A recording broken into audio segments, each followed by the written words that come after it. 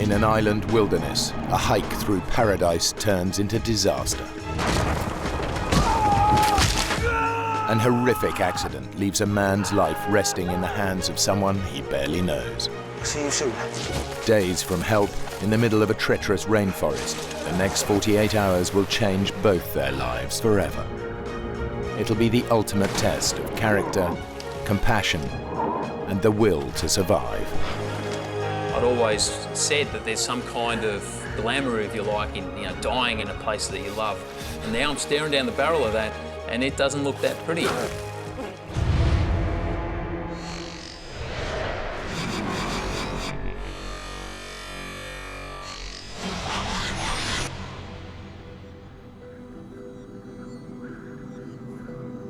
Hinchinbrook Island, at the northern tip of the Great Barrier Reef. 40,000 hectares of dense tropical rainforest, surrounding formidable rocky peaks. A protected wilderness, there are no roads and no inhabitants.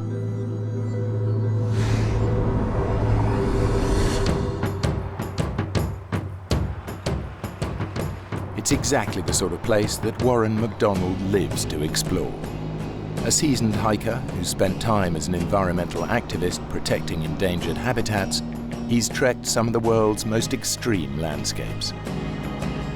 I've been hearing a lot over the years about Hinchinbrook Island and figured being so close, I should go and check it out. But it had always been on my map.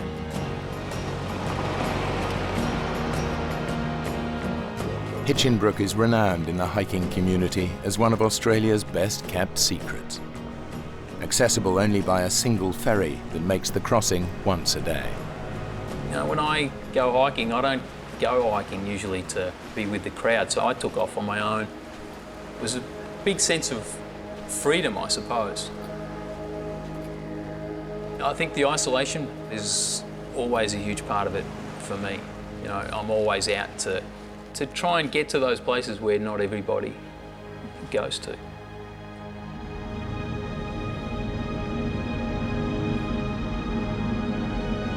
There are rarely more than a handful of hikers on Hinchinbrook, scattered along the island's only established trail. Geert van Heulen is a photographer and painter. He's travelled from his native Holland to walk the trails and paint the landscape of Hinchinbrook. I really like the physical exercise because I start not very well trained and basically walk myself fit. Hiking to me is one of the things I really basically live for, and also being able to sketch and paint and draw is very important to me. The opportunity that I got for that on Hinchinbrook was just awesome, fantastic.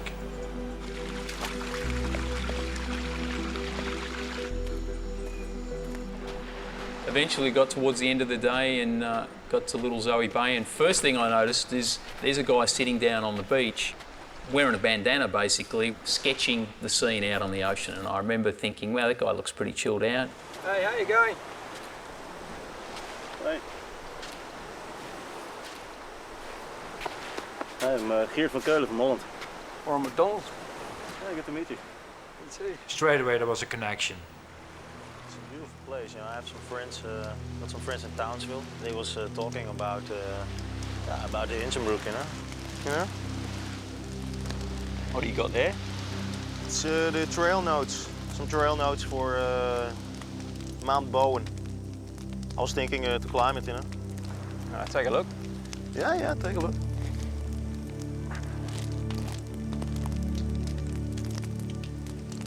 There's that book, 1,000 Things to Do Before You Die. Oh, yeah? Apparently the view from the top of Mount Bowen is in there twice. How long do you reckon it'd take to climb? If you're interested, then we can climb it together. I mean.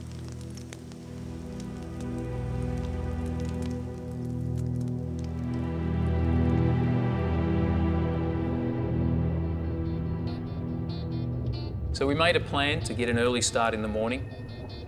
We started walking out of the campsite and, well, not much was said between the two of us. I straight away noticed that this is a guy who doesn't really dwell on about stuff. Let's get on with the job. That was the type of guy that Warren was.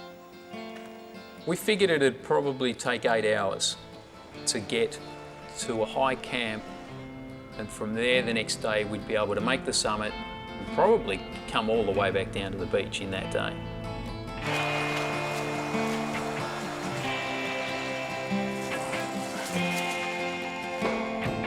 Mount Bowen is covered in almost impenetrable rainforest, but from its peak to its base run creek beds that cut through the dense undergrowth. Now, one of the things you come across in Queensland is this vine called lawyer vine. Pretty aptly named. When this stuff gets hold of you, it's not too keen to let you go. So we tried to spend as much time as we could in that creek bed.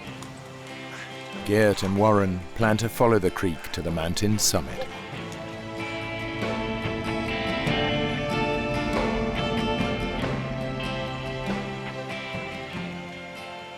We got to the point where we were basically hopping from boulder to boulder. And every time I saw Warren, without any effort, basically sort of tiptoeing almost over the rocks in front of me, that I had a real battle of getting on with. I don't know where I got it from, but I've got a pack on for the first time in 6 months and I'm bouncing like a gazelle from rock to rock. I remember thinking, what if I started here, you know? I mean, this is not a joke, this is serious walking. Jeez, you all right, kid? You all right? Yeah, no, fine. Take the camera. Got it. Your legs all right? Yeah. Stupid.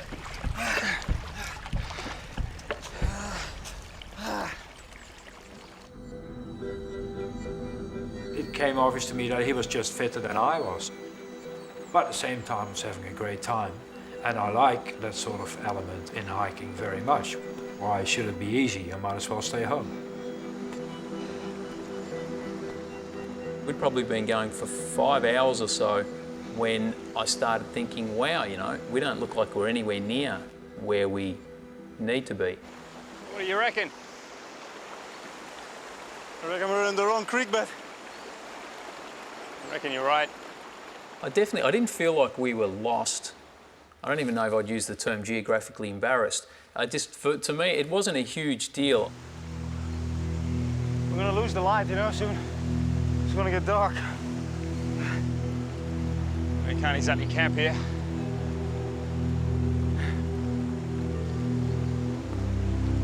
Come on, kid. Come on, kid. We kept on going up and up, going from one boulder to the other.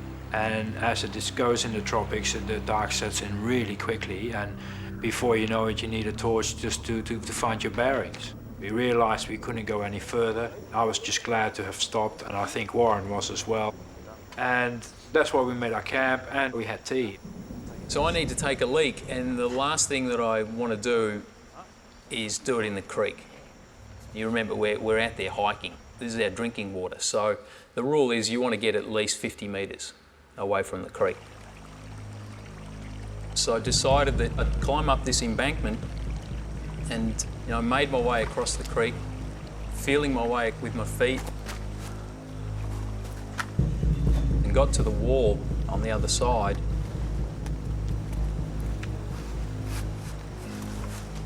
And got my foot up onto the rock. And at that point I heard a huge crack.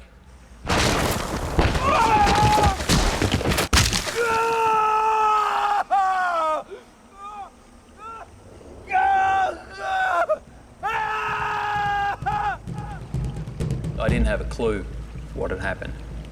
Not a clue. Warren, you all right? Warren? Warren?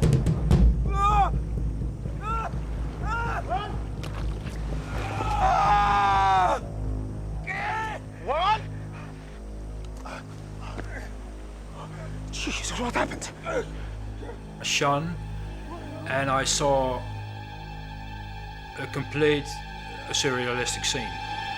It was a human being, and this huge rock was on top of him. At this point, it's totally all about the pain, grinding down into my legs, and I need to make it stop. In a freak accident, Warren McDonald is pinned under a chunk of granite weighing more than a ton. He has no idea how badly he's injured, only that he's trapped.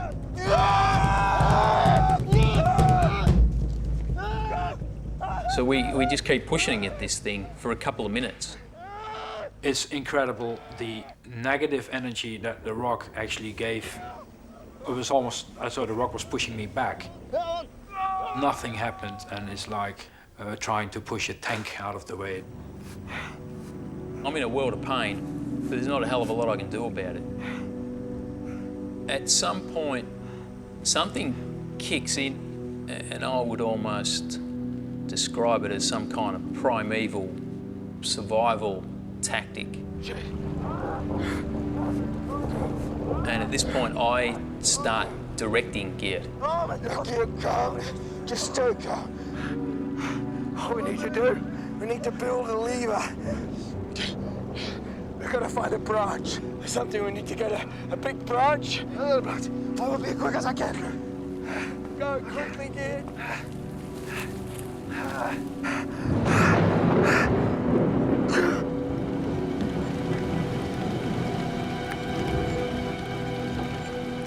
So it started raining. I'm thinking, this isn't ideal. We don't really need this. The last thing we need right now is rain.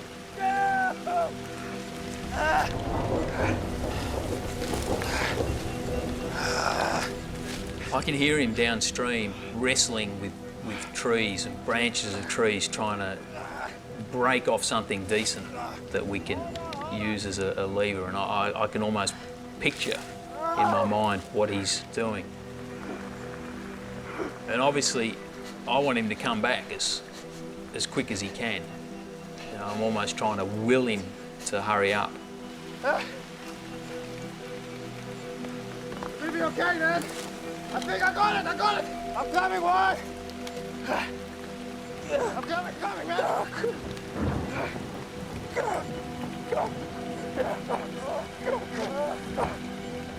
So Geert's beside me pushing. I'm pushing so hard now that I feel like I'm going to tear myself in half. And then all of a sudden it moves, maybe an inch. Again.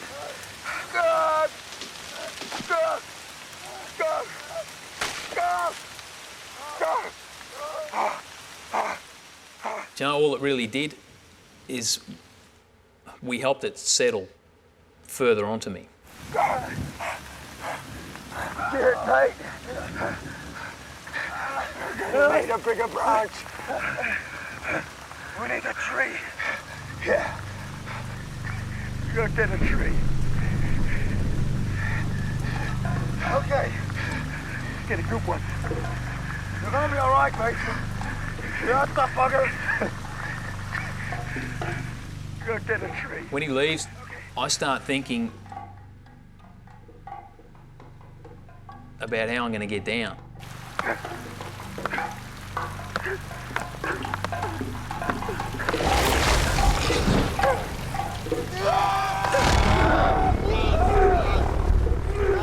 I envisage crawling back down this creek bed and how long that's going to take me. I'm pretty sure that I got two pretty badly broken legs.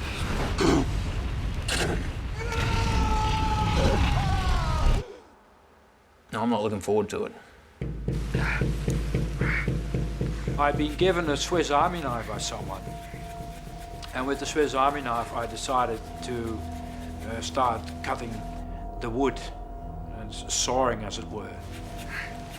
And in the process of doing that, the handles of the Swiss Army knives, I pushed them off and did not realize that the metal bits that kept the handles together had gone into my skin and tore the whole inside of my hand open. I didn't even feel it.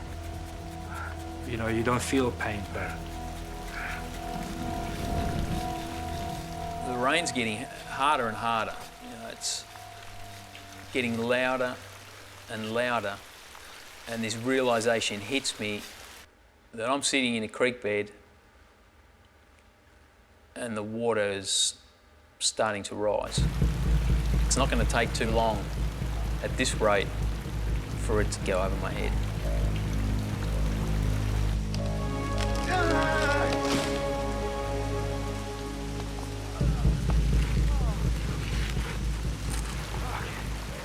Okay, man. I got a good one. Where shall I put it? Okay. Good. Okay, on my count here. 1, 2, 3. Go! Come on! Go! Go! I think we're both waiting for that miracle of the old lady that lifts the car up, you know, off somebody trapped under a car, and I think we're both hoping for that, and it's just not coming. God, come on, kid! God!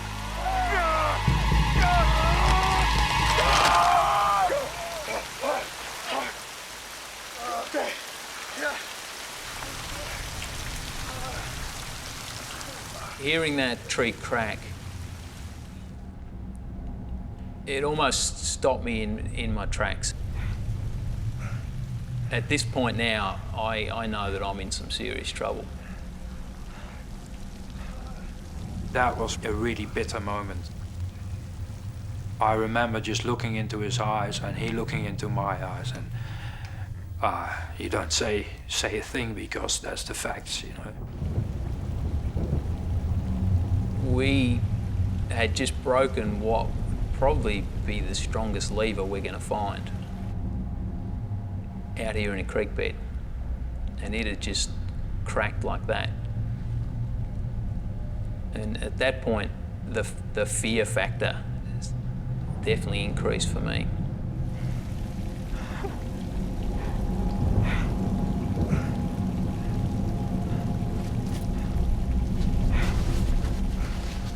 I had this incredible image which will never leave me.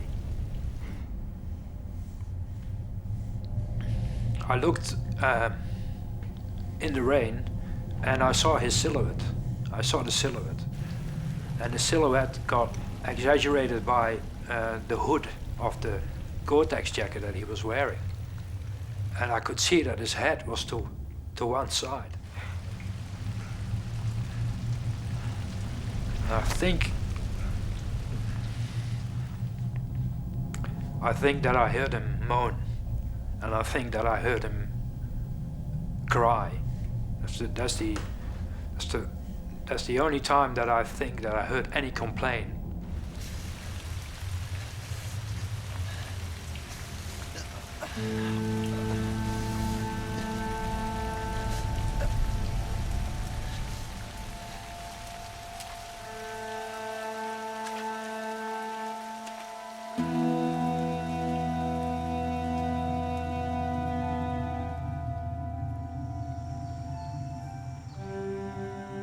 We're both totally exhausted, and it kind of snuck up on me that the rain had backed off.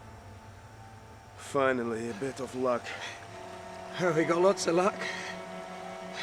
It's just all bad. Maybe it's gonna be okay. What do you think? I think I'd rather be in my sleeping bag. I'm sorry. I'm sorry. You don't have to be sorry about anything, mate. You did good. You did really good. I sat next to him, and I put my arm around his shoulder, and just comforted him. And he didn't say much. He just sat there. All along, I think both of us held out this hope that we were going to be able to do something, that something was going to work. Up until that point, nobody wants to even contemplate the idea of him hiking out. and leaving me alone. You've got a long journey in front of you, mate. You're gonna have to go fast. Sort out a rescue? Yeah.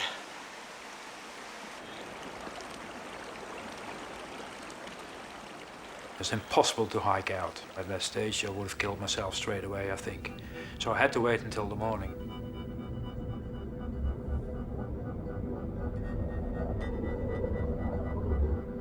It's been more than 10 hours since the boulder fell on Warren. The torrential rain has flooded every creek. Geert's only choice, if he's to get help, is to find a route through the treacherous rainforest they put so much effort into avoiding on the way up. I had spent my whole life being self-sufficient. All of a sudden, I'm in a position where I'm totally reliant on this guy that I've met the day before. As I was looking around, I got a little bit scared because it looked really mean and spooky, and it was a very macabre setting. He looked pretty bad at this stage. He looked incredibly white, pale.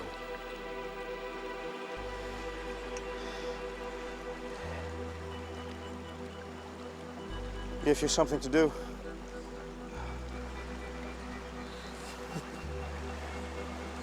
I borrowed your socks. Mine got washed away in the night. You go easy, mate. It's gonna be another night, you know, before I make it back to the ferry. I can do that. Another night I can do. I'm not consciously aware of it, but I might even have ignored eye contact for a few seconds there.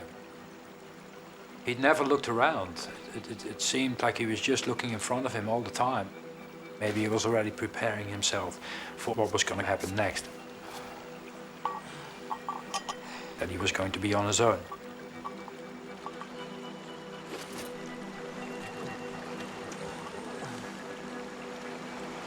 I'll see you soon.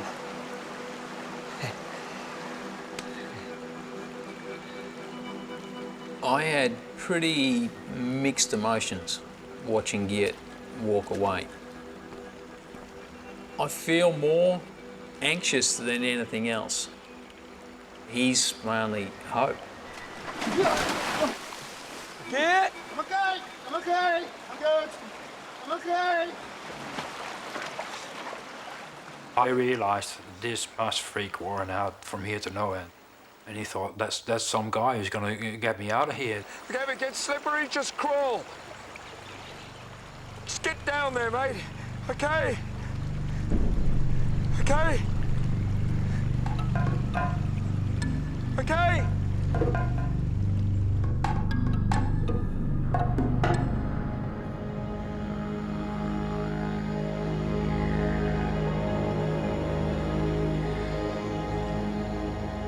Everything is wet and high, and the incredible, enormous amount of vegetation.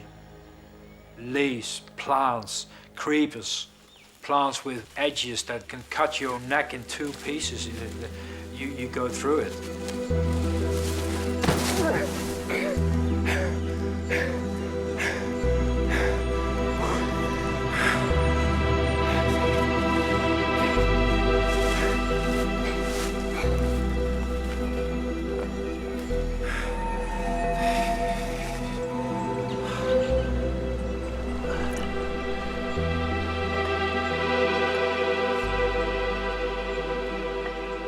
I'd always said that that there's some kind of glamour, if you like, in dying out in the bush, in a place that you love.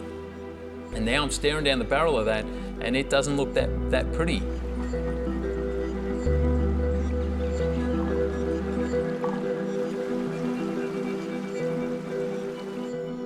Don't relax. Keep sharp. Keep focused.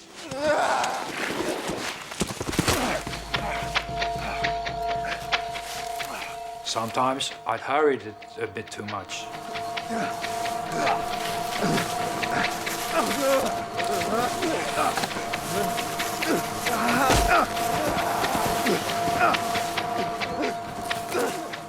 And went down way too quick.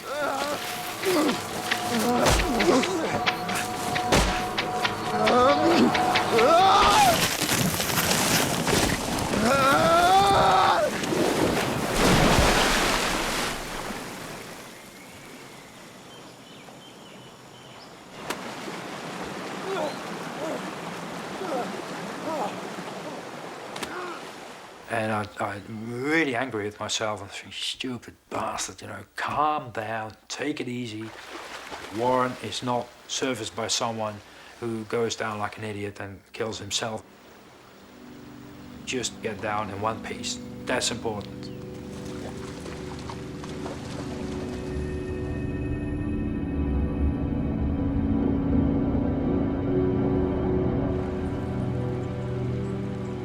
I found myself riding a roller coaster, is the best way to describe it, where at times I had to psych myself to such a point, it's just like, I'm getting through this. You know, I can do it, I'm coming out the other side, to taking this nosedive down into the depths of despair, in that's it. This is it. They're going to find you dead out here in a couple of days, and I found that I rode that.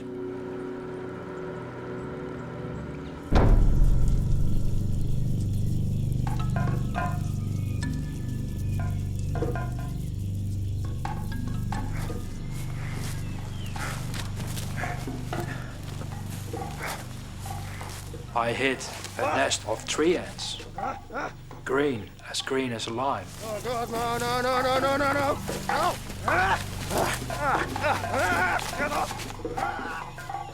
And all the ants came out and were all over me within a few seconds. I was covered in ants. And I saw a pool. And I just jumped in it with pack and all.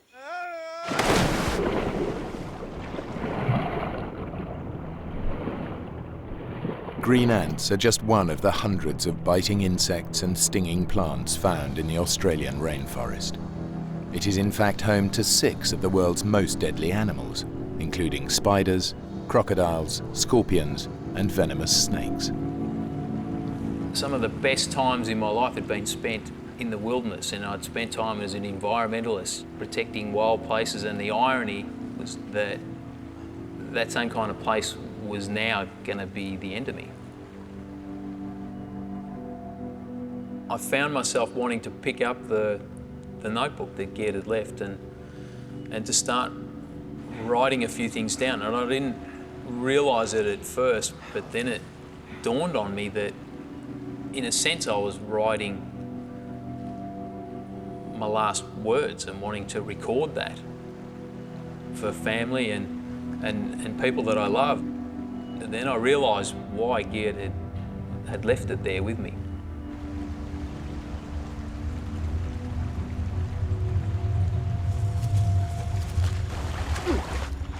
I kept on descending, falling down, slipping, sliding. I had to get down in one piece, and that was what I was concentrating on. And at about 6 o'clock, a new rain shower started. Once again, it rained like an idiot. And where I thought Warren was dark, black cloud.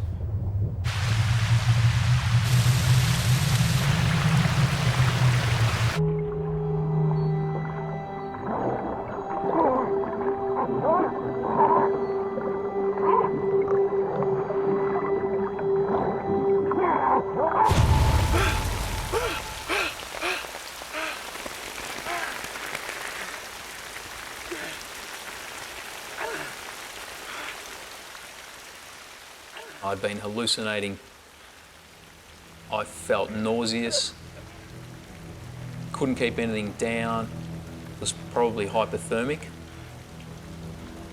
And starting to feel sick like that was really a sign to me that I probably wouldn't last that much longer. Help! Yeah!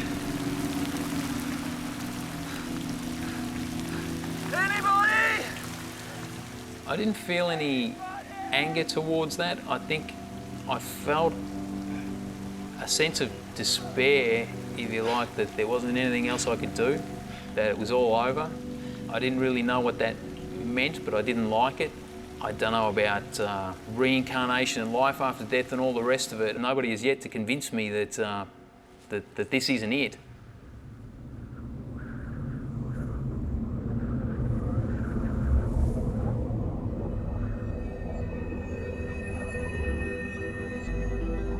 I hadn't slept well. I hardly had slept, and at about 3 or 4 in the morning I started walking. I was extremely tired, and I started to lose it. And I lost the willpower to lift my feet up properly. Just didn't want to walk anymore. I had enough. I couldn't care if there were a few moments there that I couldn't have cared if I just dropped there and fall asleep. What the hell are you doing up here anyway in the first place?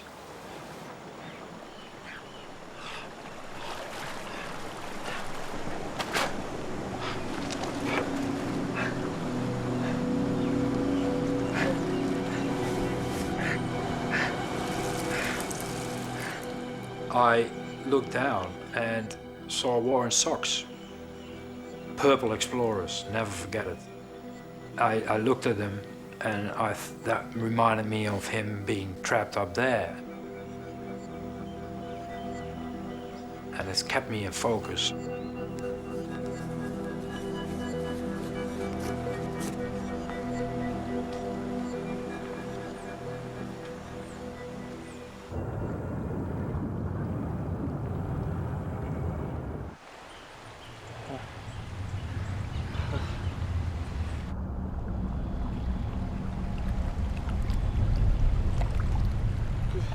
So it must be mid-morning that I notice in the pool of water around my right foot that there's this red cloud.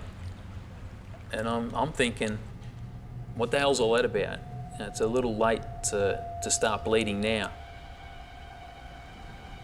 And I'm wondering what to make of it when I notice something moving in the water.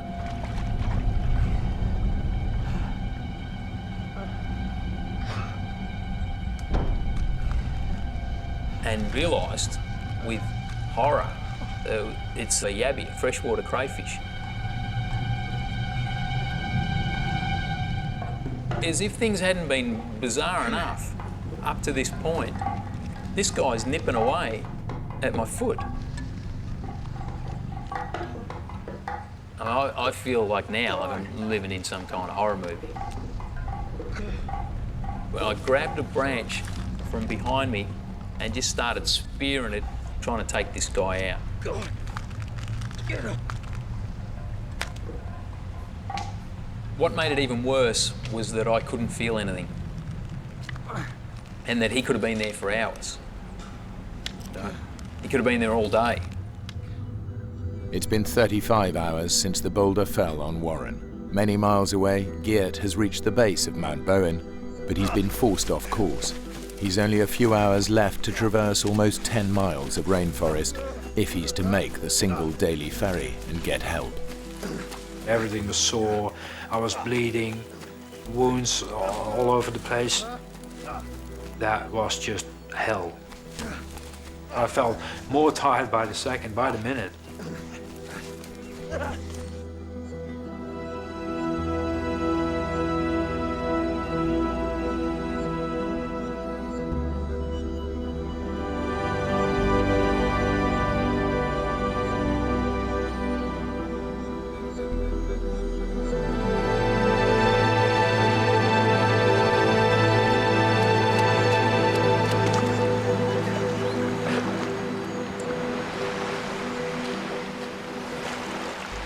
I started vomiting.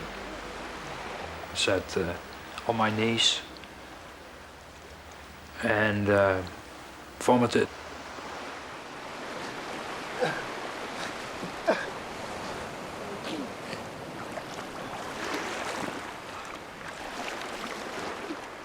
Straight away dawned on me to keep going and not to sit down and start thinking. There was still no time for that. The next task was to make it to where the ferry departs from.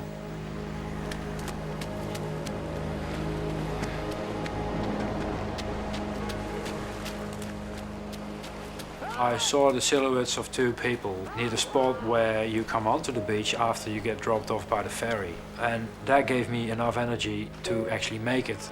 I had the feeling as though you see in Vietnam films when a veteran comes off the battlefield. All of a sudden it seemed so unreal to me what was happening that I thought, which authority is going to believe me? And how are they going to get a rescue party up here if I come along, because they won't believe me? It's only a short distance from the beach to the ferry, where Geert's efforts are rewarded. The ferry has not yet departed. The ferry captain, from the very second that he saw my eyes, he knew that some serious thing had happened. Yeah, copy that. Just stand by. Mate, the rescue services are on their way. Thank you. They want you to wait on the beach.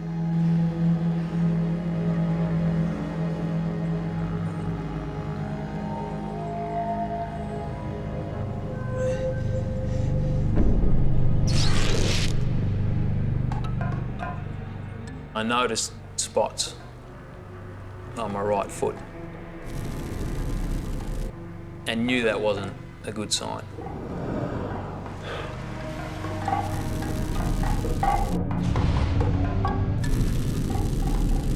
The thought crossed my mind that I would lose that foot, and I thought, don't even go there. You got enough on your plate to deal with right now.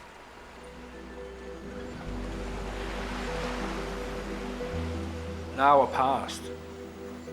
I looked to Mount Bowen and actually changed my position and went sit sideways so I could see it all the time. I just did not want to take my eyes off it anymore.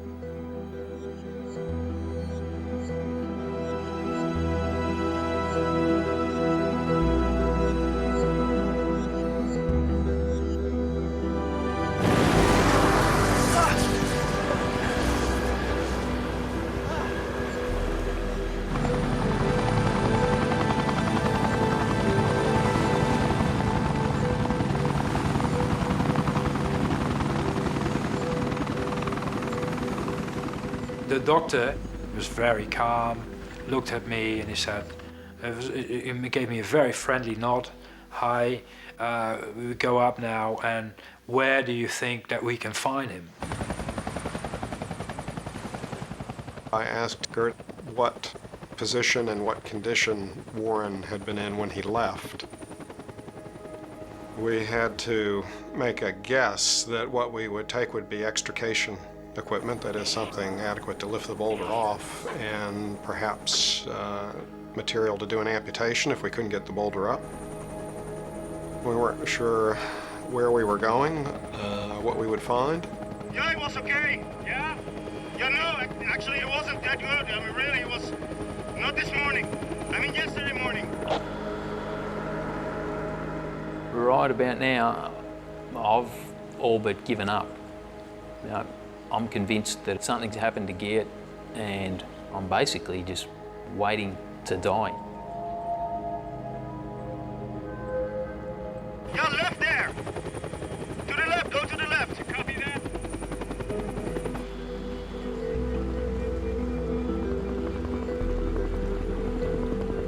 But the instant that I hear that helicopter, I snapped to attention. That's where we went back. This is close. Yeah.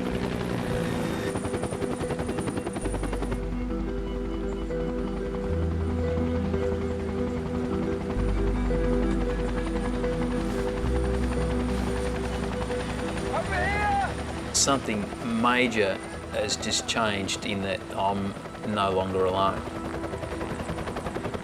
There! 10 o'clock, 300 meters! I don't see him, I don't see him! Helicopter's still one of my favourite sounds. I see his arm! I can see his arm, he's okay! We're gonna take you back to the beach. We're gonna drop you there, then we're gonna come get him. Okay? Okay. Right. And I felt really happy and warm. All my tiredness was gone for a few minutes. There is some kind of hope for me now. But I just felt so tired and so drained. I knew that I was nowhere near out of the danger zone yet.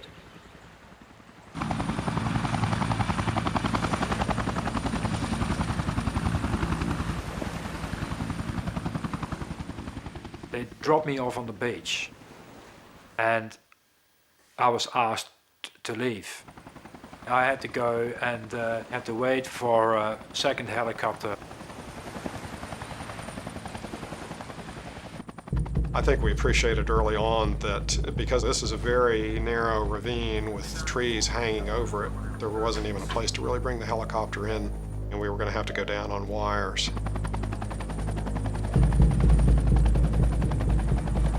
You know, even if you've had years of experience doing this, you don't approach a landing like that without fear and trepidation.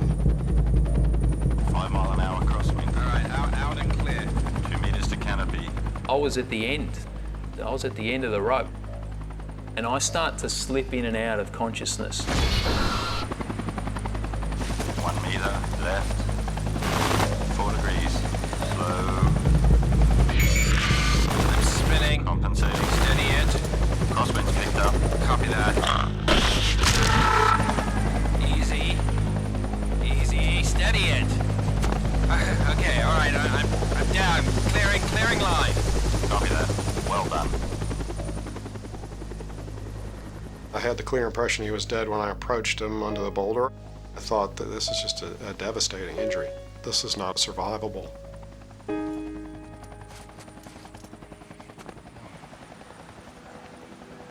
So I was surprised when he responded to me at all. Man, am I glad to see you. And, you know, then I knew we were there. I knew we were going to be able to do something. How long you been here? I don't know. I don't know. Now, are you allergic to any drugs? Like anything you can give me. Now, we got some equipment to take the boulder off, but it's going to be a slow process. You just hang in there, okay? Now, you hold this. Keep it under your arm, okay? Right, that's it. Keep the pressure on, otherwise you'll be losing fluid. I would say for the normal mortal man, I would have expected him to die, honestly. If not fairly immediately, perhaps when we were to remove the boulder, there's a chance that toxins from the necrotic tissue, his legs, would enter his circulation and just push him over the edge as far as acidosis and electrolyte imbalance is concerned. Quite the operation. It took about 2.5 hours for him to lift the rock off me. He could have died at any moment, I believe. 1, 2, 3. Get that off me! Get it off me! Stay with me, now breathe.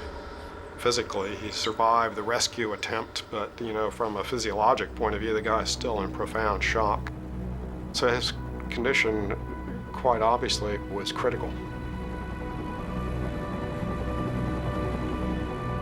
The helicopter rose and flew over Mount Bowen, and it was of a stunning beauty. And I could really absorb the beauty, and I had that sense back.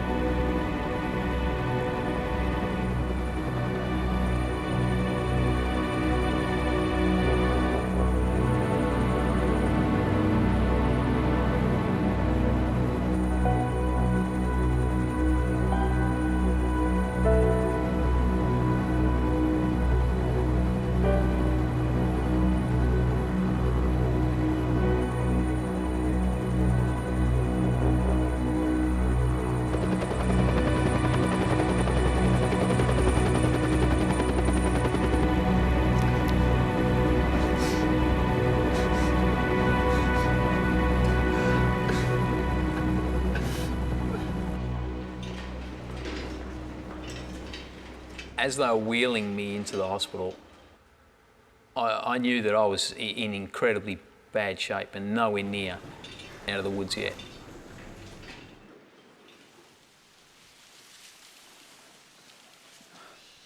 I call the hospital in Cairns and I get a nurse. "Ah, you're good. Ah, wow, well, I'm glad he's fine, he's here. Would you like to speak to him?" I said, yeah. I'd like to speak to him. Pass on the phone. So I said, "Warren, hi, how you going?" And he said, "Yeah, I'm fine, you know. I was a bit worried that you didn't make it out there, but you finally did it. Hey, thanks, mate, thanks." And then he said, "But I lost my legs, mate. And I didn't even have the guts anymore, I think, to ask what, you know, what?" Yeah, I said, "You lost your legs?" "Yeah, I lost my legs." And I honestly cannot remember anymore what I said after that, but what I do remember is whacking the camera back through the window and getting really, really, really angry. And I couldn't believe it. I could not believe it. Sorry.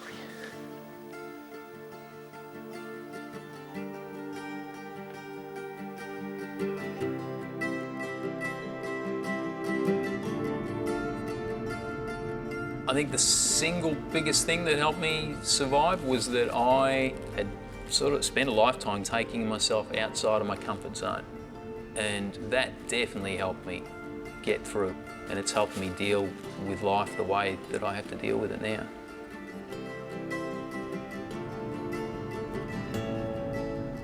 For the rest of my life, I will be tied to the Hinchinbrook story and certainly to him. And I'm pretty proud and happy that I have got to know this very inspirational man. You have asked me 5 years ago, of course I'd rather be running around on 2 legs, but I think it's changed me so much and allowed me to see things so differently. If I had a chance to change it again, I don't necessarily know that I would. Warren now works as a motivational speaker and is the first above-the-knee amputee to climb Mount Kilimanjaro. Geert returned permanently to Australia and now lives in Adelaide. He and Warren remain close friends.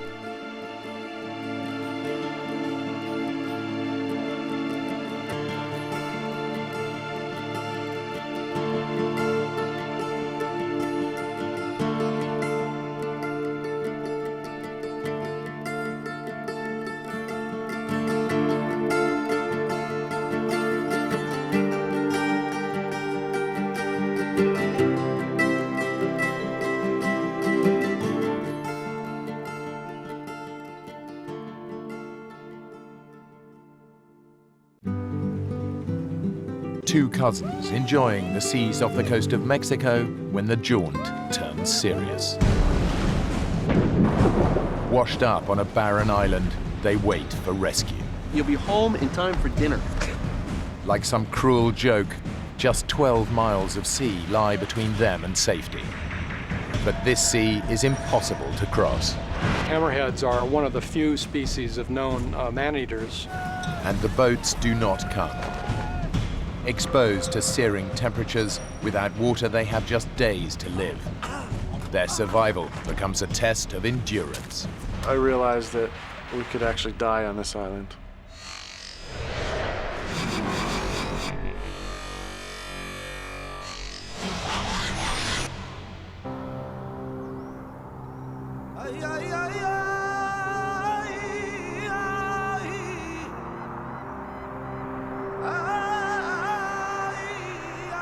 After a tiring 10-hour drive through the desert, Mark Sorensen and Rob Rusnak have almost reached the coast.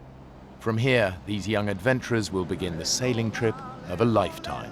Hey, how about a good song? Something nice. Something appropriate to this beautiful Mexican landscape. Driving down, you know, we were joking, lighthearted, excited, all the things that you would think you would be when you're heading into an adventure.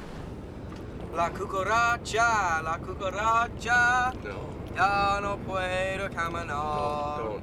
I was really excited. You know, I had all these thoughts of how this was all gonna happen. So it was very exciting. Well, if you're gonna do it, sing it like you mean it. You sing it with La me. cucaracha, la cucaracha.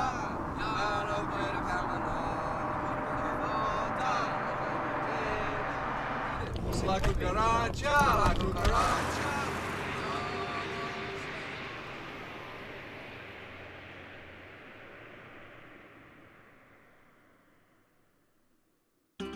Their long drive from San Diego will end at their launch point, Bahia de Los Angeles. It's on the eastern side of the Baja Peninsula and is part of Mexico. The cousins' plan is to sail round-trip across the Sea of Cortez on a 16-foot catamaran, a dangerous voyage at the best of times. Their nights will be spent camping on the myriad of islands across the sea. Until they finish the 160-mile round trip, no one is expecting to hear from them. Wow. Incredible. Beautiful. When you see this placid blue of the Sea of Cortez stretching out in front of you and these dramatic islands coming out of the sea, seeing that was fantastic. Wow, we're here, you know, this is what we were looking for. It's begun. Mark loved the idea of doing this crossing in such a small vessel because it was more challenging. He doesn't think probably anybody had ever tried it in a 16-foot cat before. Mark's my cousin. I basically met him for the first time as a young teenager. He was about 14 years older than me, almost like a big brother, but we would get together to do a camping trip here and there. Right in the middle of the cat? Yeah. Oh, man. Rob was about 26 years old at the time. Not so much a little brother or a little cousin, but more a peer-to-peer partner. The kind of adventure that we're often looking for borders between Weekend Warrior and Death Wish, and that gray area between those things. Ready? Yes! Thank you. Is this baby gonna hold out? There's too much on it. Rob did see me as a mentor in terms of teaching him the basics of sailing. That doesn't sound good. I mean, you're the sailor, but too much weight on a boat. Boat sinks, right? Boat won't sink. Look, let's leave the wetsuits and the thick clothes. It'll be hot the whole time. Are you sure? Yeah. I'm gonna try and spread the weight out a bit, see if it helps. You give me a hand with this water? Heavy? About 80 pounds. The 8-gallon tank is almost like another person, especially when you consider the other gear that we had tied down.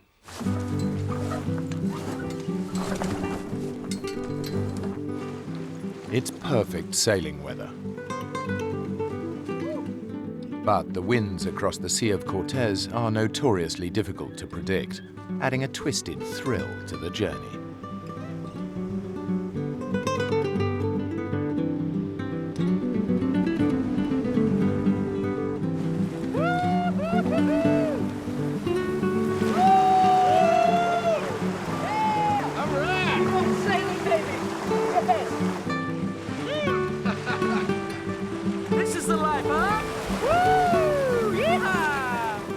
I love sailing because of the sense of freedom, of being out on the open water.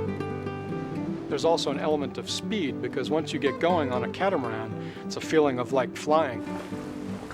Just enjoy the ride. Yeah! I'm gonna fly across the Cortez.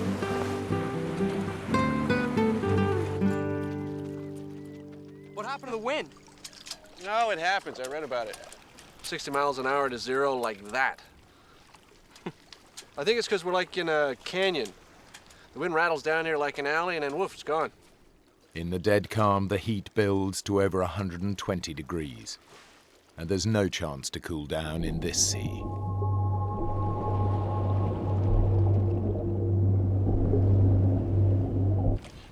Watch out for hammerheads. You mentioned sharks, you didn't mention hammerheads. Weren't hammerheads like the psychopath of the shark world? Would you be at peace with yourself if you had a head shaped like that? The Sea of Cortez is not a place to be taken lightly. I had seen a documentary about hundreds of hammerhead sharks moving through this part of the Sea of Cortez. Hammerheads are one of the few species of known man-eaters in the world and are known to be aggressive. This is something we want to keep our eyes open for. You imagine Catching one of those on the end of your line? Yeah, maybe drag us into the nearest island. Be like Jaws. 3 hours later, the wind picks up as swiftly as it disappeared. But the dead calm was a warning, a forerunner to something much more sinister on the horizon. Don't like the look of those clouds. Something's kicking up over there. Coming out of the north was some kind of a squall or weather front. So we were kind of worried that, wow, what if this is something big rolling through that was not expected and that's going to be here for a while. We might have to forget about the crossing and head back. What? We might have to. Look, small savage storms. Squalls. We get caught while we're sitting ducks. I'm sorry, Rob. I'm turning around. Look. I think we got water on the port side pontoon. A small crack has opened up in the pontoon as it pounds the waves. There's no way to bail, and the catamaran starts to become dangerously unstable in the squall.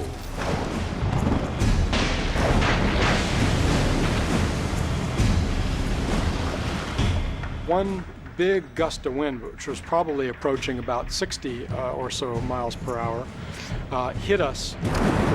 We ended up in the water, tangled up in the sheets, with tattered sails in the water and, rigging everywhere. I thought, oh my God, this thing is going to crush my head. And so I thought for sure this boat's going to take my head off. Absolutely, I was scared. Is it me? Is it now really cold in here? Let's get the cat back up. We were both getting very cold, on the verge of hypothermia. I was shivering uncontrollably. I was very uncoordinated. With the shredded sails and stricken pontoon, the catamaran keeps capsizing as Rob and Mark battle with the waves, their gear and the water barrel drift away. Everything we're doing, everything we're trying is going wrong. And I said, well, what do we do now? Just die? And when he said that, that brought in basically a flood of emotion where you're going, this could be it. And what a ridiculous way to go. They're weak, and in this storm, a 12-mile swim to the mainland is out of the question.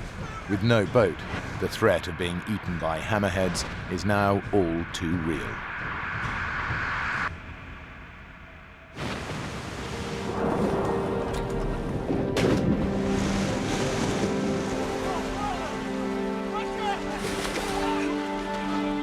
Using every last ounce of energy they possess, Mark and Rob head for the closest island. It's now their only hope of survival.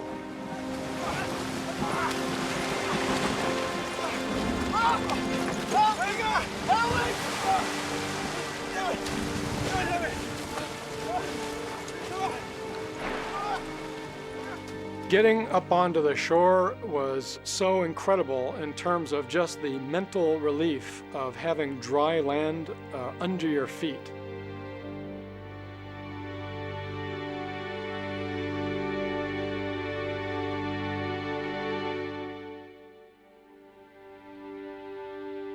I think that it was a combination of just good luck and maybe somebody up there looking out for us.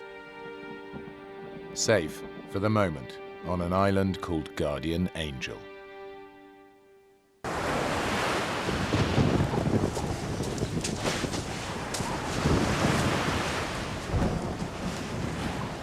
We were soaked to the core, and we stripped all of our clothes off and got in our sleeping bags and got into a fetal position to try to conserve warmth. We were probably in pretty advanced stages of hypothermia. You're still shivering like crazy, but you've got a little cocoon of what will eventually become warmth as your body heats up the damp parts of the sleeping bag. Rob, are you okay?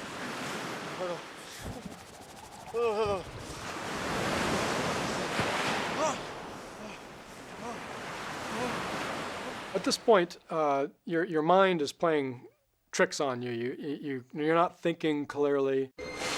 And I saw this very strange, light-colored thing that was jumping around on the ground. Rob, wake up. I'm awake. There's something over there. I'm not opening my eyes. Look. I assumed at that point that this was some kind of animal that was kind of circling us, and and checking out our campsite. I'm not opening my eyes. Because I'm thinking, here I am in my bed in San Diego. But if I open my eyes, I might actually be on a desert island freezing cold with no water. So I'm not opening my eyes. Looking at me. Open your eyes. I'm not opening. Open your eyes. Look. It's a rock. You honestly think that's a rock? Now go to sleep.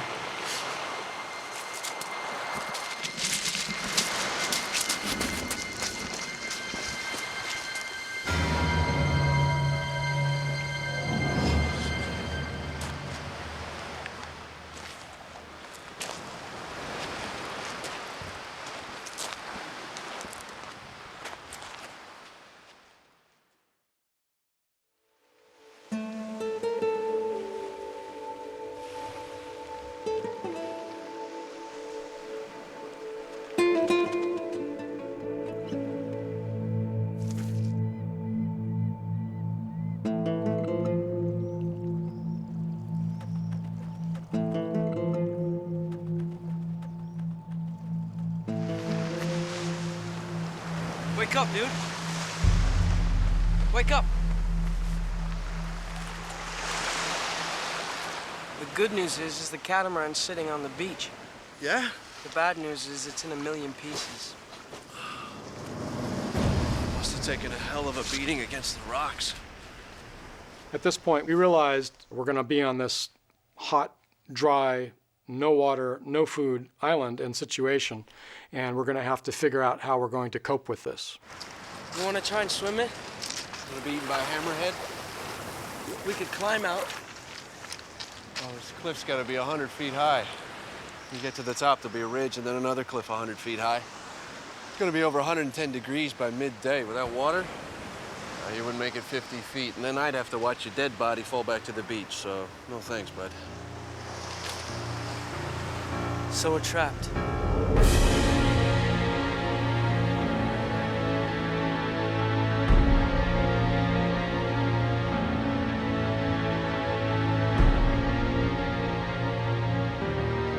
Guardian Angel Island is a barren piece of volcanic rock, surrounded by shark-infested seas.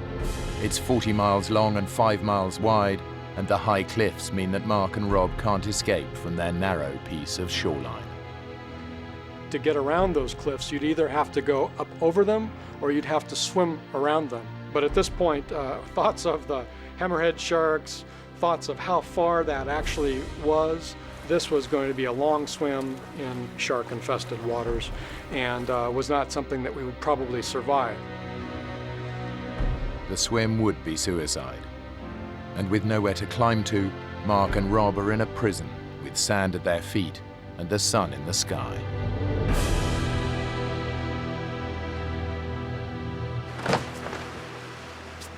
I think we could make it. It might take a day, but we can do it. We'd never make it. It's got to be 12 miles away. Our splashing would attract the hammerheads and who knows what else. We're weak, dehydrated, and if the sharks don't get you, the current will. Let's build a raft then. With what? There's no trees, no wood. We're on a desert island, my friend. There's usually an oasis, isn't there? Well, not on this one. This is a desert island. Typical. Of all the islands to get washed up on. I'm gonna try it. There's nothing to seal the end of it with. I'm gonna try it. It won't float.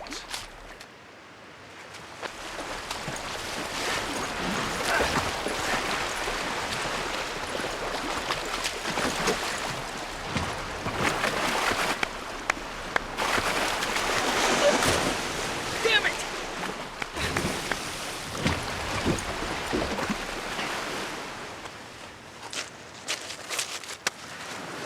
Look, it'll be fine. The fishing boat will be past soon. They'll pick us up, take us back to the car. You'll be home in time for dinner.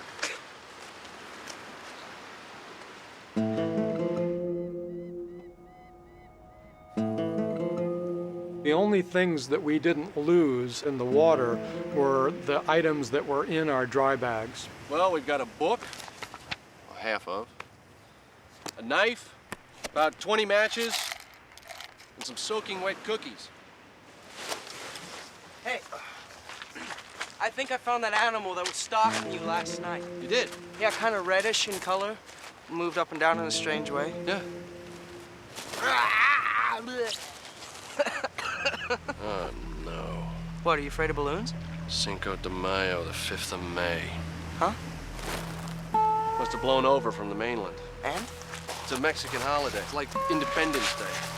It's a national holiday that lasts 4 or 5 days. Everyone takes part. Cool. Even the fishermen. Shit. No one will be on the sea for a few days. We don't have enough to last, do we?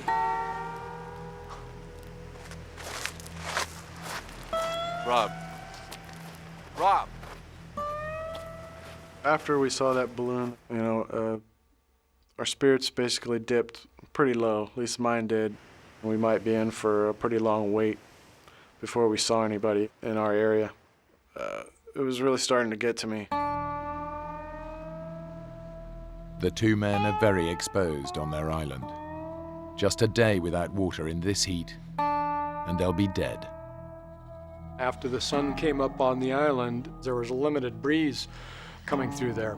So you can just feel the heat, you know, 110, 120 degrees. And you can just feel this heat getting hotter and hotter all morning long. And the sun was just beating on you all day. There was no shade to be had anywhere. Much better. I basically stayed completely clothed, but even doing all that, you know, a few parts of my skin that were exposed got burned. How you doing? You didn't manage to find any sunblock on the salvage, did you? Starting to burn up. Certainly any kind of humor that we could come up with helped to break the tedium and just the sense of despair that starts to sink in. We have to find a few things, otherwise we're going to be dead before morning in this heat. You know those guys in the movies in the desert going, water, water? Yeah. I know how they feel. There really is no way to drink seawater. And it'll destroy your kidneys and make you go mad. Yeah, okay. We'll leave that as a last resort. What else we got around here? We have to find shelter and food. Nothing. Wait a sec. Think John Wayne. I don't think he's gonna help us now. Well, you remember the westerns from the 40s and 50s?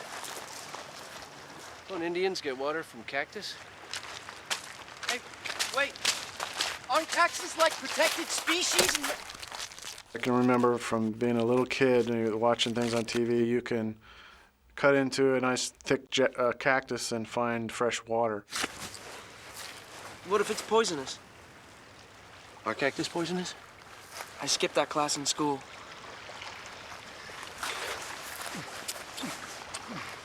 Yes. Huh? Nothing. What? Nothing's coming out. Maybe we gotta suck the pulp. Get the juice that way.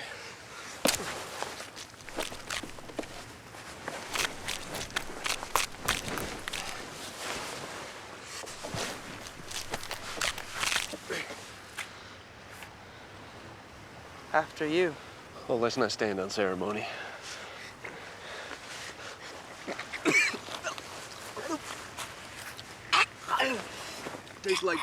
Tastes like warm bile. I can't handle this. No, keep going. This is for the water. Our tongues were swelling, and it was, you know, very parched throat, and it gets kind of hard to breathe. And this immediately cleared up that. The taste was just very nasty, bitter, but the moisture was definitely a relief. We tried to experiment with different parts of the cactus. The lower on the base we went, it became woody, so there was not much moisture. Nothing. Are you sucking hard enough? I'm giving it all I got. So the base is too dry. Let's try the tips. What's it like? It's a little sour. Maybe we just stick to the middle. So we had to basically stick with the chest-high part of the cactus. Now the men have some form of moisture, they need to get out of the sun's burning rays. What little shade there was came from the cactus, which was, you know, yay wide, and you could catch a little bit of shade. My turn. We still have more time. It's not true. Get off! More time. This is ridiculous. We have to find proper shelter.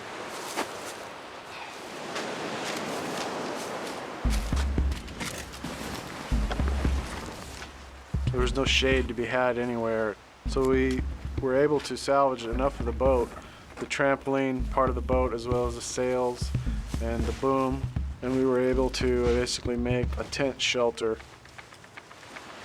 Well, that's done. 5-star.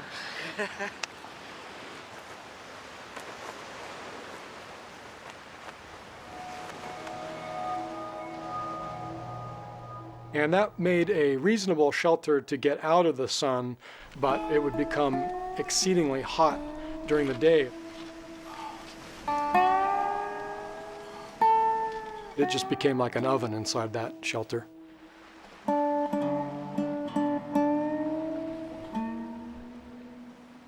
With shelter in place, protecting them from the sun, it's now time to deal with the increasing hunger pains. We did still have the possibility of fishing, but we definitely stayed in the shallow parts because obviously there were sharks out there.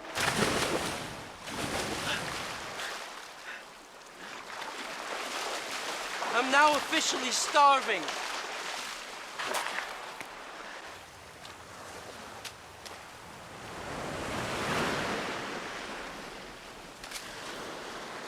Don't make it too obvious. Take a look to your left, 2 o'clock. See what I see? I see lunch. Do you think it's seen us? I don't know. What? Head towards it. Let's see what it does. They're pretty stupid. They got a brain the size of a pea.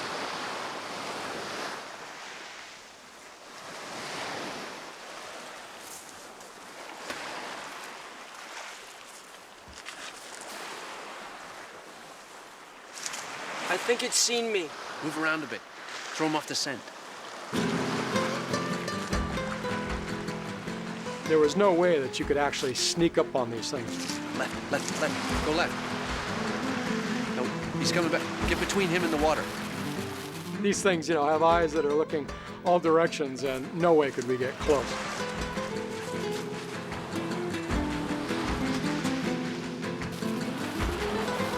Oh, just jump for it! Man! That was pathetic. It's got like 10 legs, I've only got 2.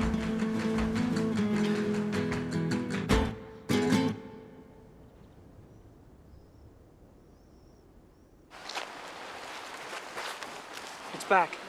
No, don't look! Pretend like we haven't seen it. How do you know it's the same one? I know that grab anyway. I'll go around the back and jump it. The classic pincer movement.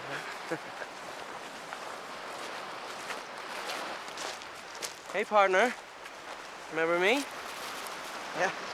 We're gonna eat you. Move. Yeah. Huh? He's feisty, be careful. Don't mess this up, I'm hungry. I know what I'm doing. You know, look this way. Look this way. Yeah, Grubby. It's me. How can something so small run so fast? Not so easy, huh?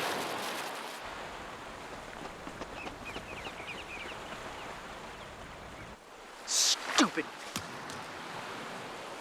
It's short-sighted. They can't see us from back here.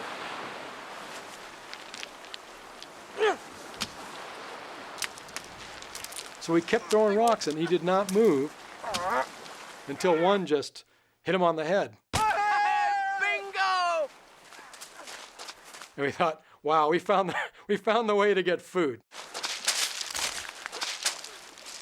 This is not your average sushi. It was kind of like a really bad oyster. We would have been grateful for anything that could have killed the basic taste of that crab, anything that would allow you to choke it down.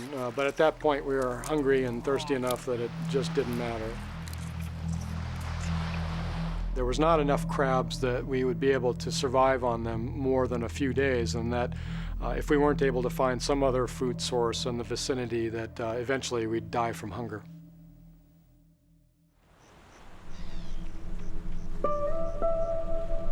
After a blistering day shipwrecked on the desert island of Guardian Angel, Mark and Rob are slowly wasting away. They're surviving on cactus juice and crabs, but the heat is a potentially lethal problem, even at night. Our spirits, I think, were not bad, but not seeing anybody, not seeing a boat, it was quite depressing. You think anyone will see the fire? Can't hurt. Oh. What I wouldn't give to be able to peel the top layer of my skin off. I'm burning up. My tongue is all swollen. Feels like a football. The stupid insects are driving me crazy. Ah! Another constant annoyance on the island were these sandflies. They were tiny little gnat-like things that had severe bites. Because you can't see them, there's nothing to swat. You know, these things somehow get on you and they're able to bite you, and you don't see them, you don't feel them until it's too late. I tried to stay in the sleeping bag to avoid the sandflies, but as soon as it got too hot, I'd open the bag and I'd start getting eaten alive by these sandflies. It was maddening to be too hot in the bag and get eaten alive outside the bag, so it was a constant back and forth.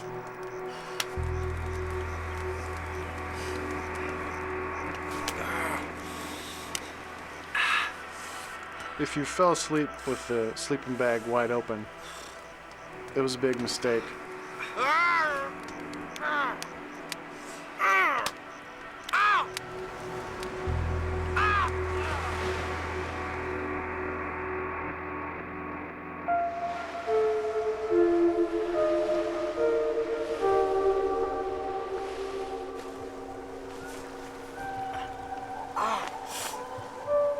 I've been bit.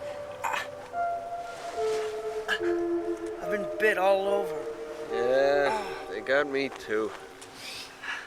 The bites were all over our face, necks, ears, anywhere they could get to, they would bite you. Do you think they're poisonous? If they were, we'd be dead already. No, they're sandflies. They're like mosquitoes, but turbocharged. The itching will drive you crazy, but they're harmless. How do I look? Buddy, you look great. You could run your hand up and down your arm, and it was just all bumpy up and down. And the welts were, you know, turning red and a bit infected in places. Nothing seemed to be able to really stop them. Oh, no. What's wrong? My ring. My wedding ring. Look how loose it is. That's not good. I'd been married since I was 17, and you don't get any lighter as you get older generally, and my wedding ring had become quite tight in recent years. And when it slipped right off my finger, that was a new experience, and I realized it was because we were losing so much water weight from our bodies. How about a cookie to fill us up? They gotta have dried out by now. Don't do it. Why not? It's about 90% sea salt. Oh. How are they? They're a little salty. Yeah. Oh.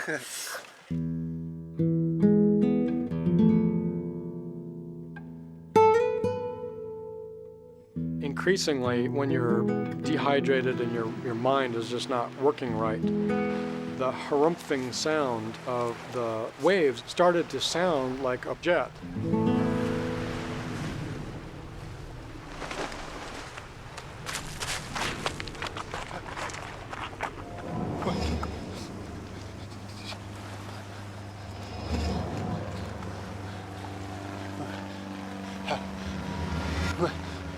The sight of this plane going by, it drives you crazy.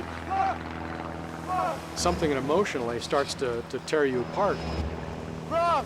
I can't tell those people I'm down here that I exist, that I'm in trouble. There's something reflective. We'll try to signal it. We have nothing that reflects. The knife blade. Nah, it's too dull. It's messed up. Well, keep moving your arms then. I remember trying to signal, even though I instinctively knew that they were too high and I'm sure they couldn't see me. Look. Here. You think you saw us? I doubt it. I would have circled back around.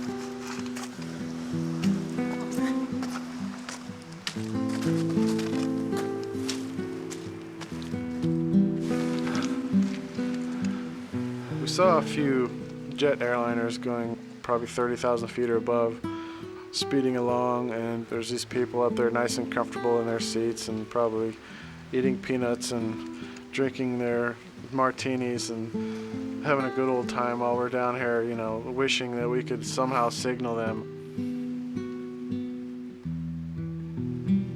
It was one of the many heartbreaking things that we experienced.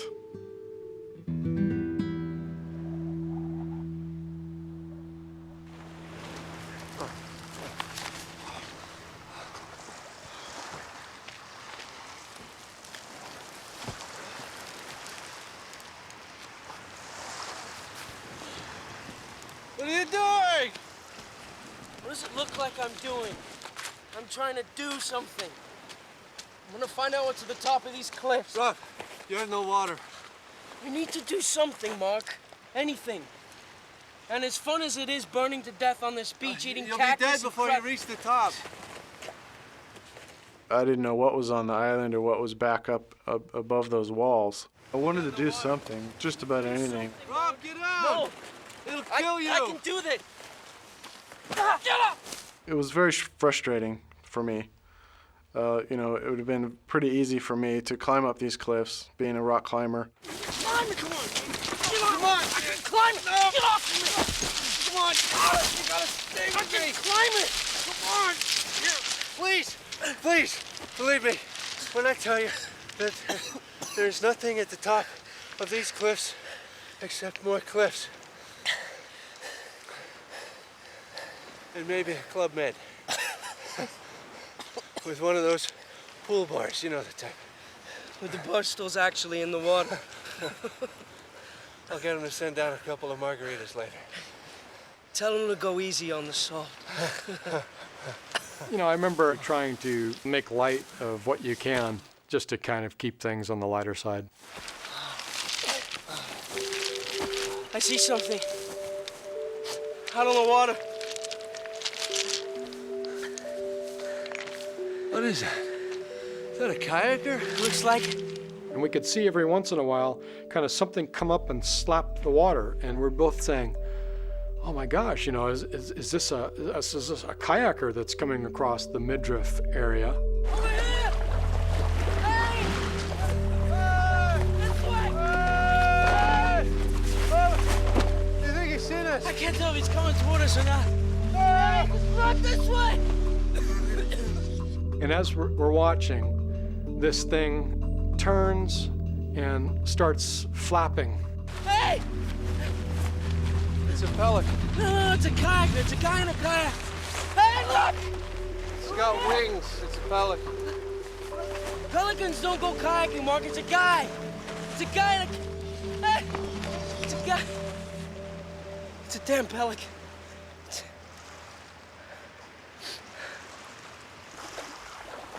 Talk about a sinking feeling. You know, we had all this hope that was coming up, and now the hope sort of flew south. Then our chances of getting off this island are not looking good.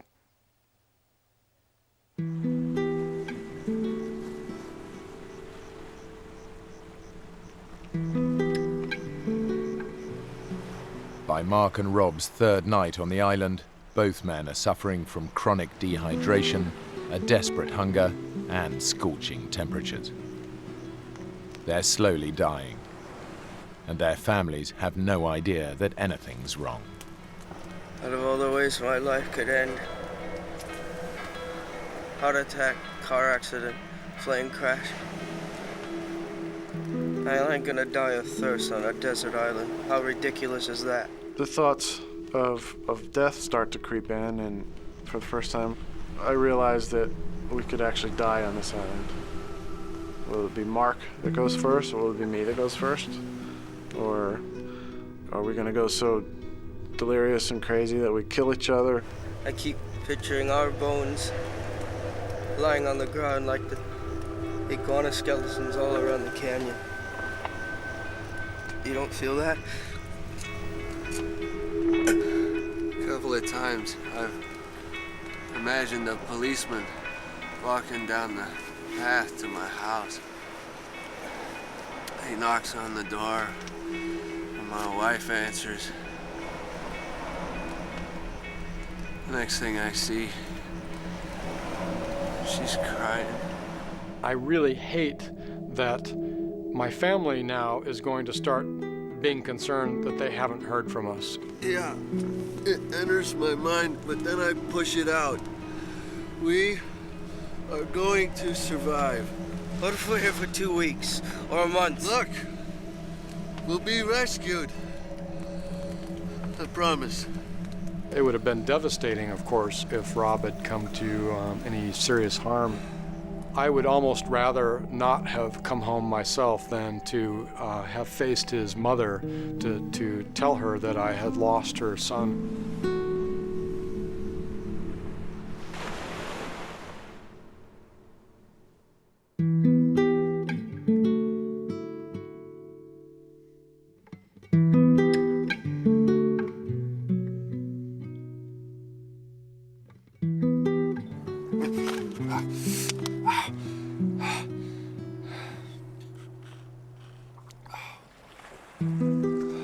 When I woke up the next morning, I reached down, as I typically do, kind of twist my wedding ring on my finger, and it was gone.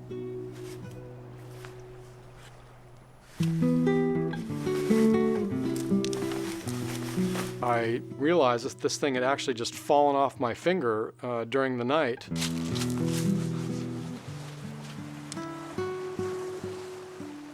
Rob, you seen my ring? No. I lost my wedding ring. That's right.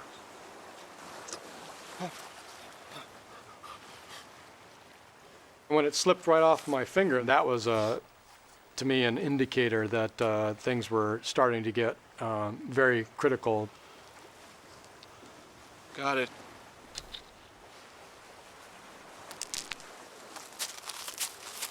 You okay, amigo? Sure. My mind and my vision and even my hearing were playing tricks on me.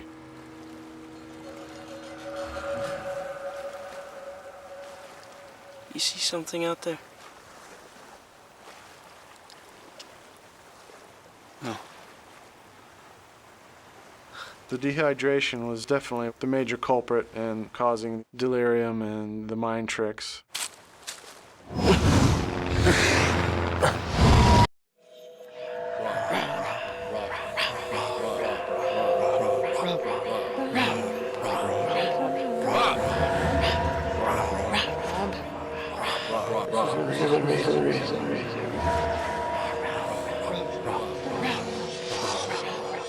These ant colonies seemed to take on a life of their own. It was like I was one of the ants. Rob! Get in here. I'll be right in. I didn't know if I was going insane. I didn't know what was going on. It was bizarre and surreal at the time. It almost seems like a dream to me now. It was really starting to get to me. I was drained, I was quite delirious, and I was beginning to lose it. At this point, I knew that I could possibly die. Did you hear that? Rob. Sounds like a boat. Man, it's probably a wave or a pelican or the cactus talking to you or something. Rob, get up. There's definitely a boat out there. Hey! Hey! Hey! This way! Sure enough, there was a boat just a few hundred yards out. And we're thinking, oh my God, this thing is going to keep going. But it didn't. It stopped. And we're going, I think it stopped, you know? This thing is sitting there. The motor started revving again, and it started coming towards us, and we're going, oh my God, this thing's heading our way. An incredible sense of relief and adrenaline rushed over me that I never felt before. Are they Mexican fishermen? Why have they stopped? I couldn't tell what they were saying, but they seemed pretty suspicious. Who knows what, who these two gringos could have been. Why aren't they coming to get us? I don't know. Hey! Let me deal with it. I am not fluent in Spanish, but I know enough to get along and was able to respond to them. Hey, ¿qué pasó? Hey, estamos aquí por 3 días. Mira, el barco choco con rocas. That would have been devastating had they been so suspicious that they would just leave us behind. My spirits would have just sank to beyond the depths. There's nothing that Mark and Rob can do. They are at the mercy of these fishermen who don't seem to believe their story of being shipwrecked on the island and living off cactus juice and crabs. Mark begs for their lives. Es verdad. 3 días, no agua.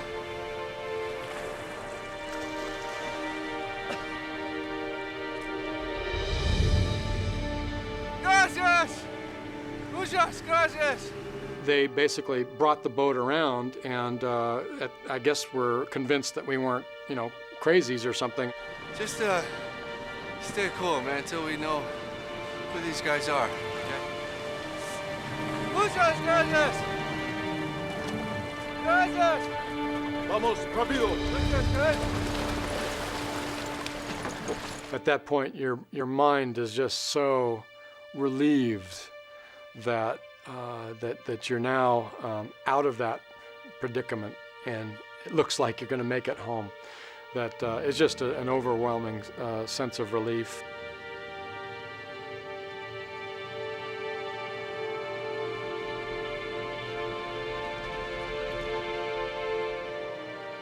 Glad to be alive and glad that we didn't die.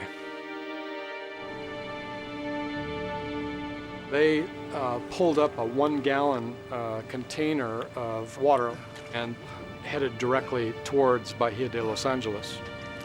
The feeling of having gulps of water actually go down your throat was just incredible. It was a bizarre feeling to feel your body hydrate almost instantaneously. You could almost feel it pumping out through all of your limbs and all of your veins. It was the best water I've ever swallowed. The people in the boat brought us up to the actual town of Bahia de Los Angeles and gave us a gallon of water and said, good luck.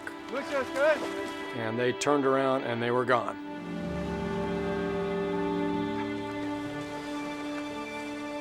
The first thing Mark does is make an emotional call to his wife, who has no idea what he's just been through.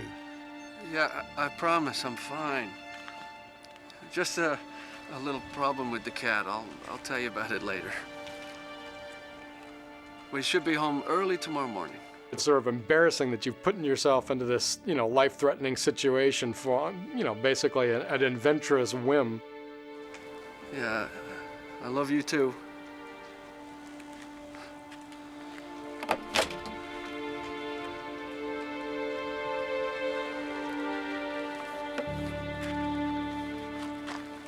Before taking off, Rob and I at the general store basically loaded up on all the things your body is craving at that point. Things that are fatty, things that have some taste to them, things that are liquid, and kind of gorged ourselves.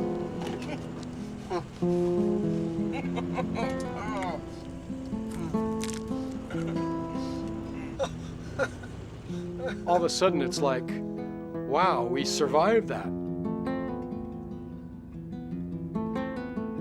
I feel lucky now that I made it through that, A lot of people might not have made it.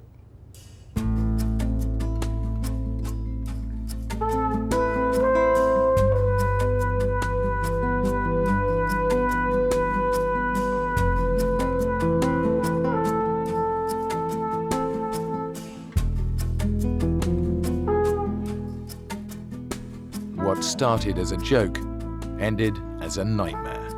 Severe dehydration, vicious insect bites, sunburn and starvation combined to take these cousins close to death and back again. When you come out of the tail end of this alive, that establishes a kind of a bond that is different than, a family bond. We share this common experience, but I'm not sure that he'd ever go sailing with me again.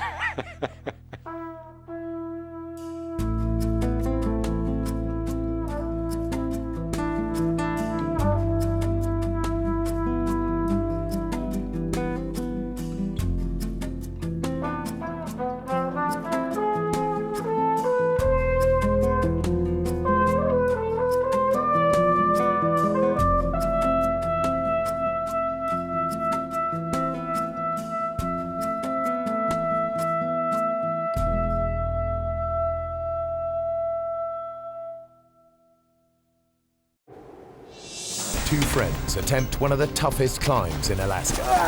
Yeah? One is horribly injured. Do they wait for rescue or risk a treacherous descent? Do you want it? The choice is tearing them apart. I want off this mountain! Help isn't coming. And the mountain is trying to kill them any way it can. Avalanches are roaring everywhere. It's bad. It's war.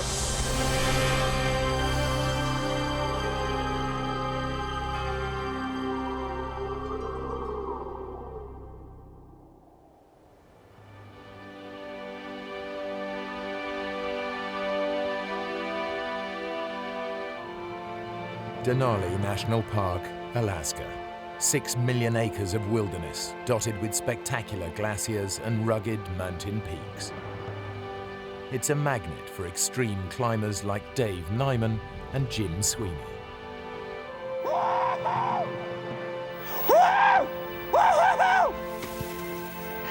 Man, you should see the view from here. This is an area as big as England. We were the only climbers in the whole Alaska range that we knew of. Jim Sweeney's idea of heaven is taking on a treacherous rock face with his good friend Dave Nyman, the man who taught him to climb. We've had great times in the mountains, thousands of hours, and we've taught each other a lot. Hey, come on, Nimo. Come on, keep up, slow coach. Great, Jim. Jim is a better climber overall than me.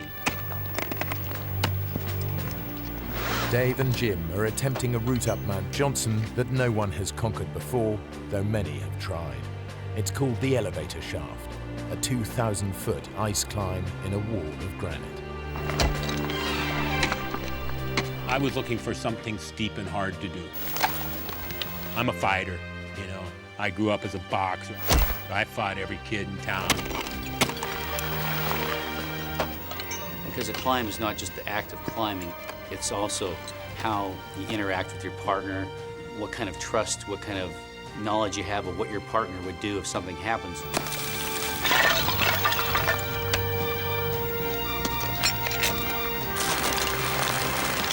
Jim's taking out the rope and he's moving fast. He gets up to the end of each length of rope and he keeps pulling me up behind him. You just forget what's going on when you're going up. I'm climbing. I'm not thinking about anything else. I want to go up.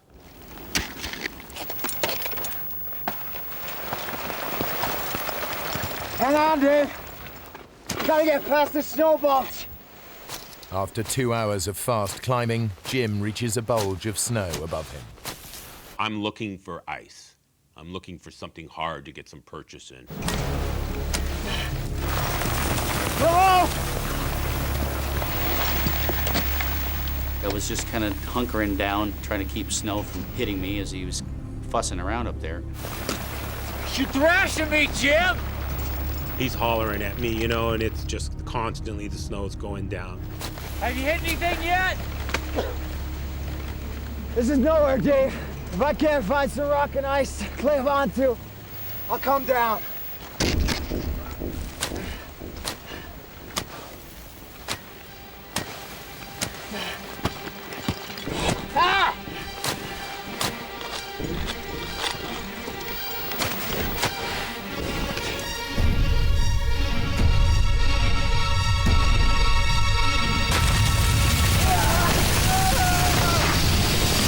Cold wave of snow in a kind of a hissing roar that just whooshes by.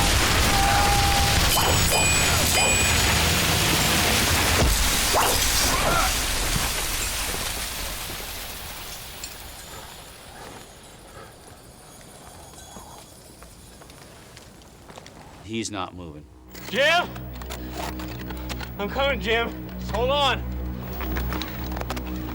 He's about 100 feet down below me. I knew I had to work fast. At this point, I don't know what kind of shape he's in. I don't know if he's choking, if he can't breathe. At that point, I know I have to move really quickly to get to him. Jim? I can see blood trickling out of his nose and his mouth and his ear. Jim? I touch him, and immediately he comes to life.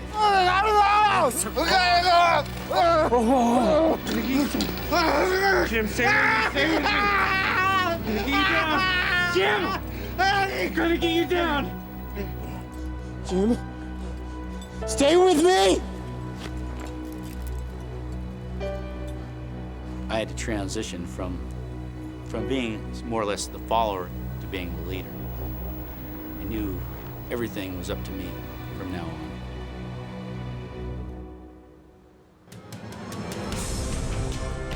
Dave's first task is to get Jim out of danger. He has to lower Jim's dead weight 1,000 feet down the near vertical rock face of the elevator shaft.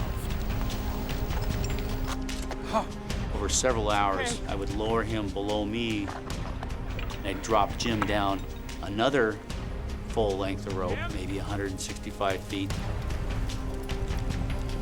Jim, I need you to wake up! Jim! Oh.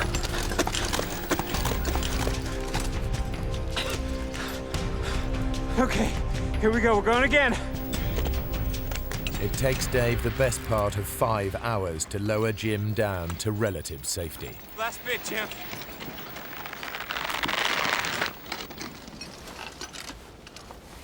Jim. Damn it, Jim. Stay with me. Stay with me, Jim. I have no memories of the fall whatsoever. None. The first thing real I remember was Dave screaming at me. Wake up! Come on. Stay with me. Dave and Jim are still 5,500 feet up Mount Johnson, in an area rife with avalanches.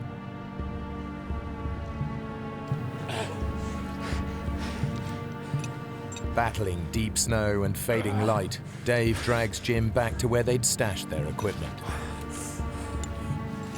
Jim has dislocated his hip. He drifts in and out of consciousness.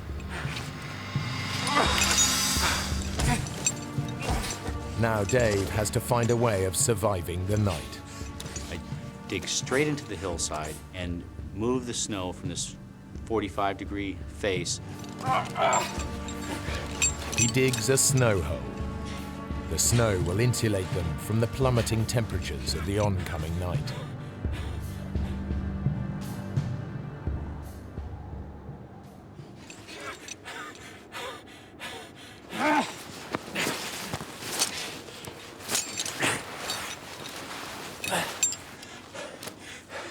Okay, Jim, let's get you safe.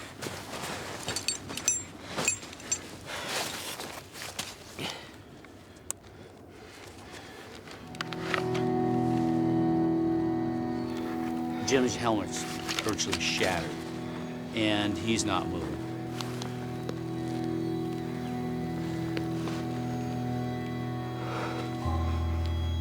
Oh, no. At that point, I realized that this has gone from bad to even worse. I know with a head injury, you know, if your brain starts to swell, fluids build up, that can pretty much be the end of you. There's all these different things going through your mind. If the weather turns and I don't get word out, we're going to be in a world of hurt. If I go travel alone on the glacier? Am I just going to fall in a hole and Jim's left by himself anyway? You don't know what the right answer is.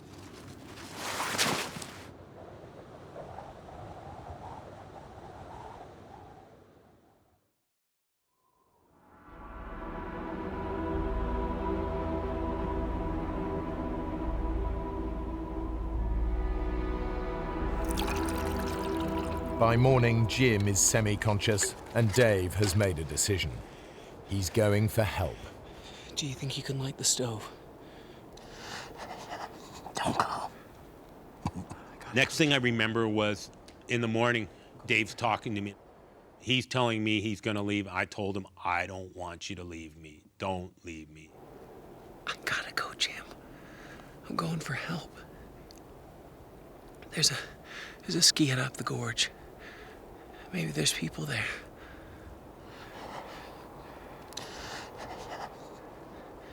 They might have a radio. We'll get a plane and be out of here in no time.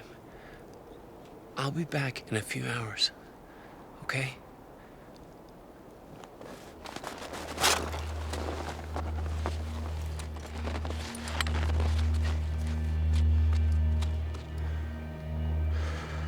Leaving a partner in that kind of situation is, you might come back and he'll be buried or he'll be dead.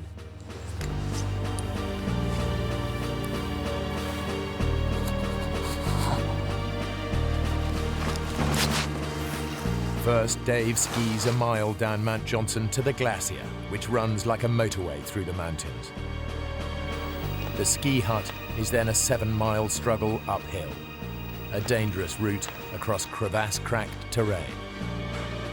Generally, if you fall in a crevasse on that glacier, there's really no hope for you. You're gone. You're gone from the world. You might end up 1,000, 2,000 feet down, straight down. It's pretty frightening.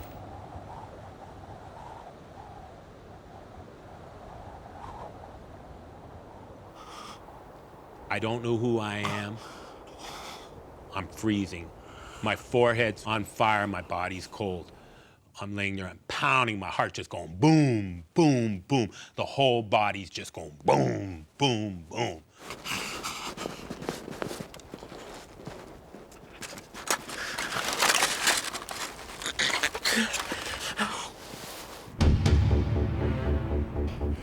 After 6 hours hard skiing, Dave reaches the ski hut. Help!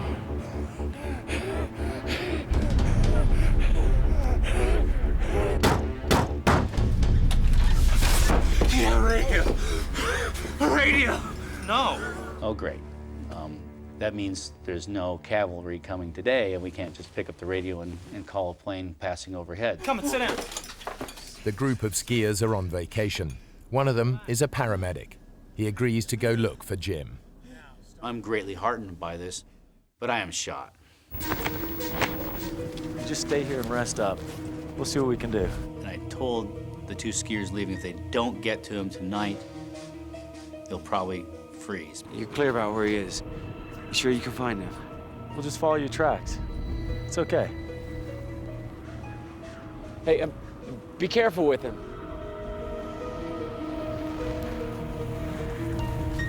Unable to radio for help, Dave and one of the skiers tramp out a giant SOS in the snow.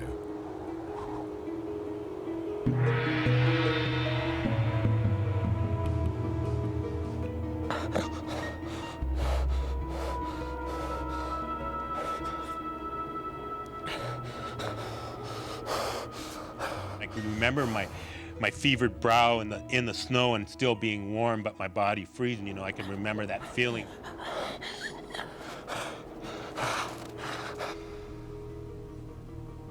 We spent a lot of time together. We've been through a lot of different things.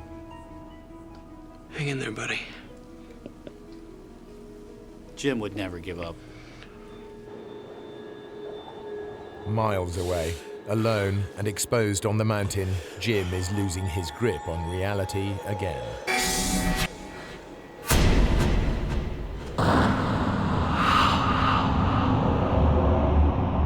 Black dreams, just as black as can be, you know. I didn't know who I was with, where I was at. I didn't even know I was a climber.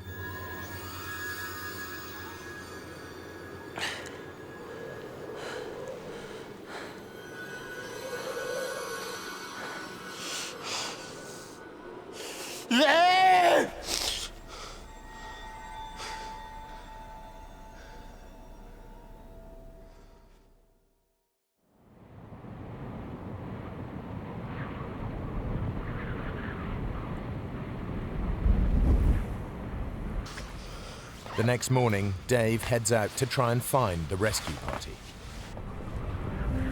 They're already on their way up the glacier. They're towing a sled. My heart leaps. Oh, great, great. They're coming back. They've rescued Jim. And then I think there's no way they can ski as fast as they're skiing towing Jim. Then my heart just drops. Where's Jim? Didn't you find him? Look, we skied all the way over to the base of that shaft thing. That's a hell of a climb. He explains to me that they looked up and they saw a few avalanches coming down and they decided that they didn't have the proper equipment. It's too dangerous. Getting more people killed won't help anyone. I'm trying not to be angry. I can't believe what I'm hearing here. Will somebody come with me? I'm taking that sleeping bag. You go up there, and you're gonna die. I could feel them looking at me when I was skiing because I was putting any anger I had right into my plan to save Jim. At that time, the clock was ticking. Every second I felt counted.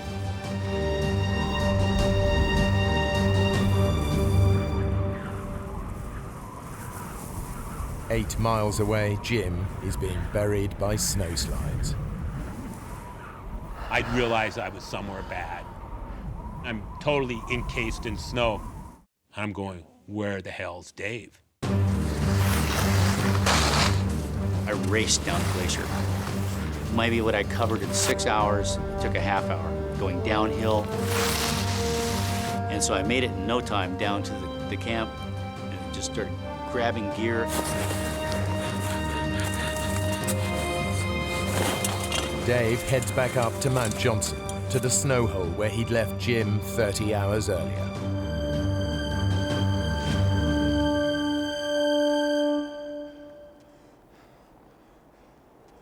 Jim!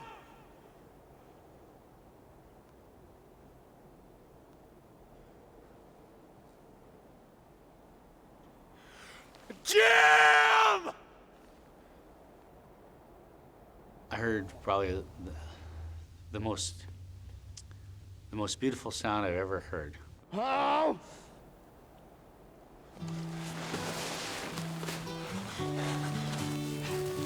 Oh! And I'm screaming, and I hear Dave. Jim? Jim?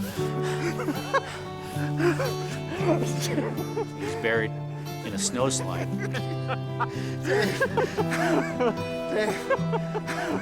Buddy was smiling, just dumb and as happy as you would expect a person in his predicament to be. I'm crying, you know, I'm back to the helplessness, crying, fighting, you know, I can do both. Feel sorry for myself and fight.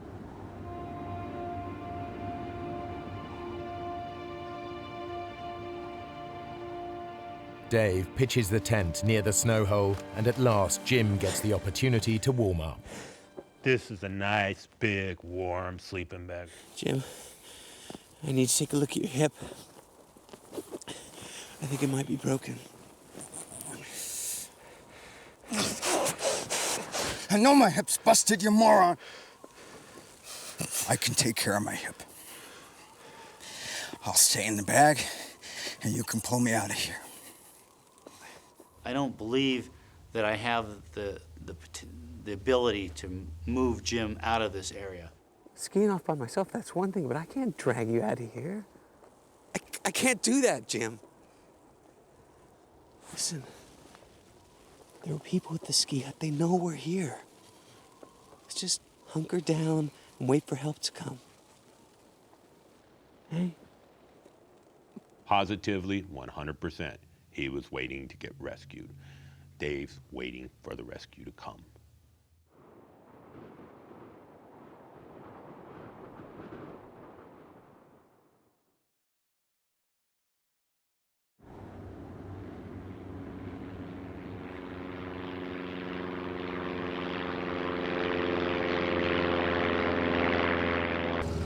Mark Niver and his wife Roberta are flying over the Ruth Glacier looking for a place to land for a romantic picnic.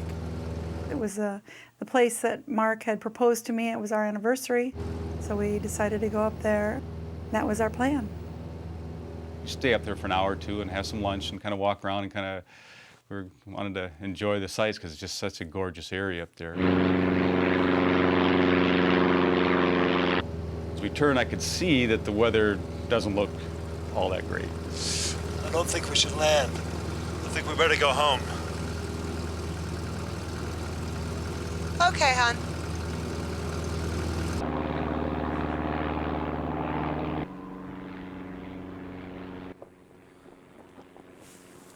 Jim, do you hear that?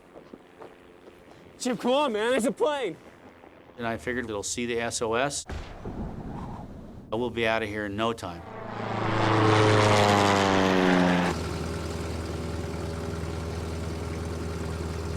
Roberta, look, SOS! We gotta go in. No, we don't, Mark. Roberta doesn't want to risk landing. She's 7.5 months pregnant.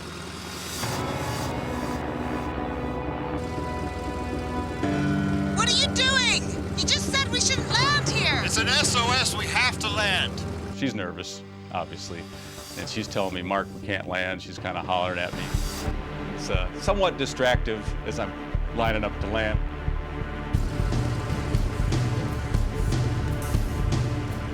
In the poor light, Mark can't tell if it's 3 feet or 30 feet down to the snow. He tries to abort the landing. That elevation, the air is pretty thin. The engine doesn't perform at all like it should.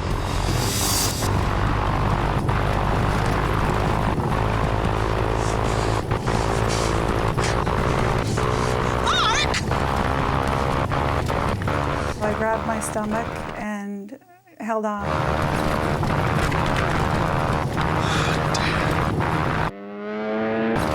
And all of a sudden, we just fell out of the sky.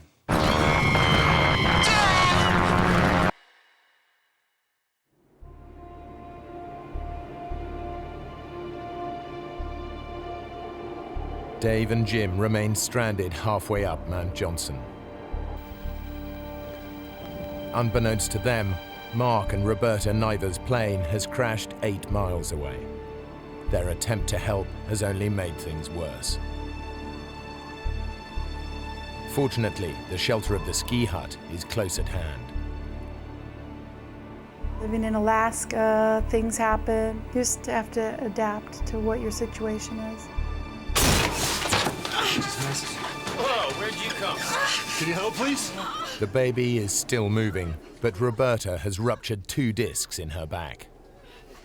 I had to pull within myself. It's already a very scary situation. Tried to remain calm and tried not to dwell on what if. I was afraid if I started to think what if, I'd be in trouble. We saw that SOS. Is it yours? No. Hey, sit down. It's a long story. Mark gets all the details of Jim's climbing accident and Dave's determination to rescue him. Immediately. I'm thinking of those guys. I mean, the snow's falling, the wind's blowing. They're on some side of a mountain someplace. And who knows what condition. With hope of rescue dwindling, Dave and Jim resign themselves to spending another night on the mountain. As it gets darker, I can hear the snowflakes hitting the tent. They're huge. We're in no man's land.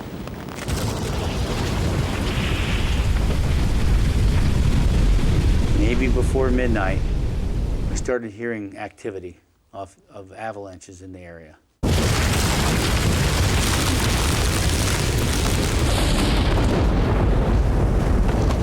Dave! Wake up! Wake up, Dave! I'm screaming at Dave as loud as I can. Wait up! All of a sudden, it sounds like jets are coming. It's, you know, it's like sitting right under a 747, just this roaring noise. The winds pushed ahead of an avalanche can reach hurricane force. Jim and Dave are in the crossfire. It's louder than a Pink Floyd concert. It's louder than anything, any noise I've ever heard, and it's right above us. We just started praying. I don't know who else to turn to. It's in the tent. It's around you. It's inside my sleeping bag. We really thought this was it. We thought this was the end.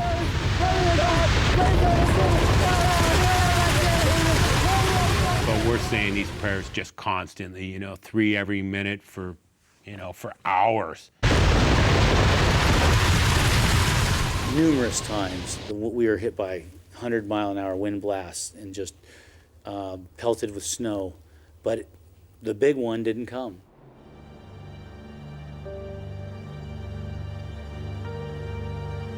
Mayday, mayday, mayday. This is Piper 173 Alpha. Mark's attempts to get a call out are hampered by the surrounding mountains that block the radio signal. Only a plane flying directly overhead will hear his call. We've crashed on Ruth Glacier. Do you read me? Over.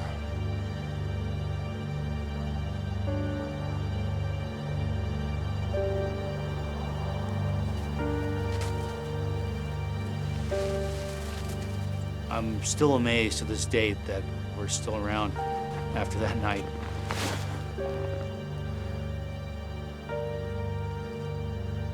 Dave? Jim has no intention of spending another night on the mountain. Okay, Dave. I'm ready to go. Let's go. We can't just stay here. We're sitting ducks. You gotta haul me out.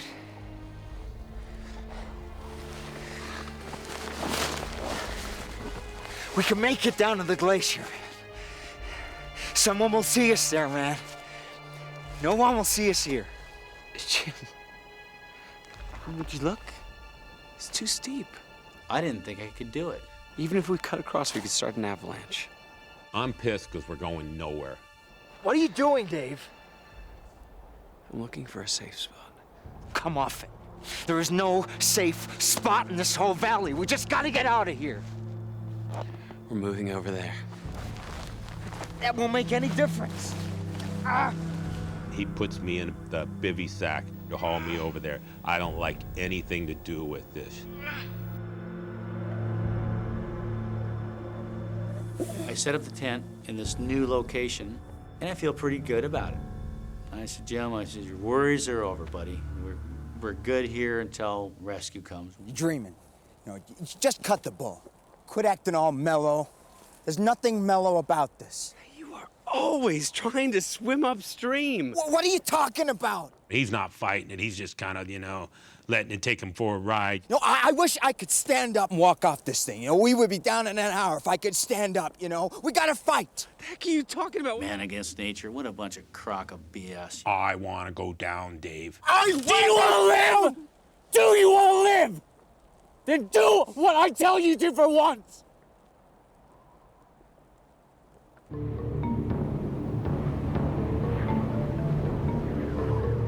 At the ski hut, they're no closer to alerting a rescue party.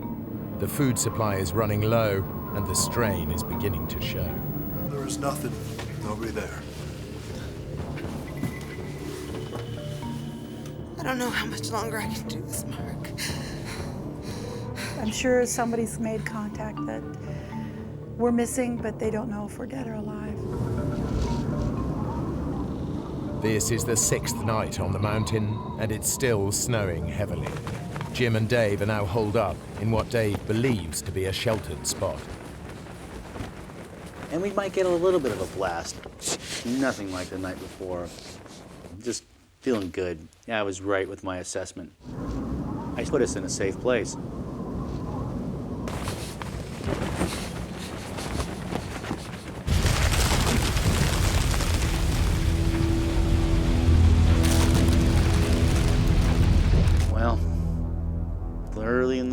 maybe 2 a.m., we heard a roar. Oh, what the hell is that, Dave? Wake up! It was a sickening, cracking rumble, explosions, boom.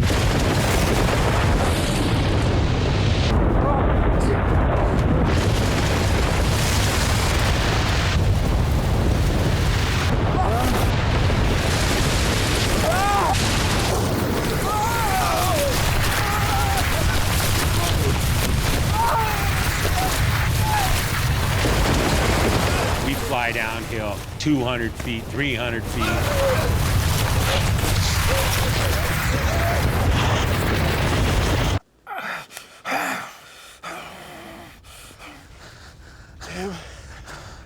Jim, are you okay? We're completely buried, 100% encased in snow. And my hips just screaming.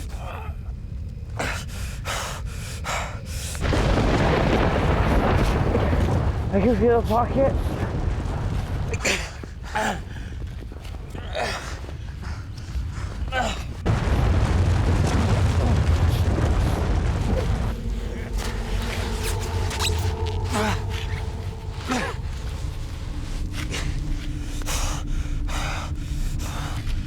And he pulled me out of the snow. He lays me out on the ground in the sleeping bag, and I'm just laying there. The avalanches are roaring everywhere. It's just as bad, you know, bad. It's war.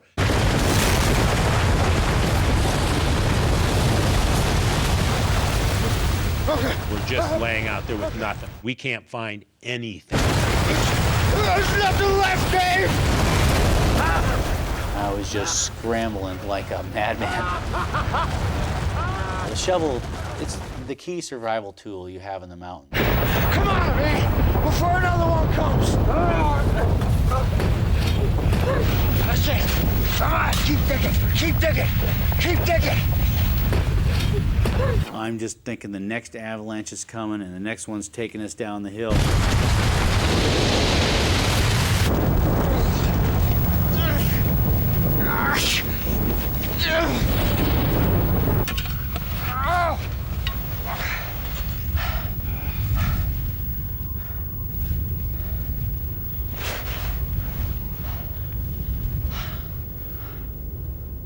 You really could care less about the other person. Sure, you love the guy, but hey, at a certain level, you think about yourself first.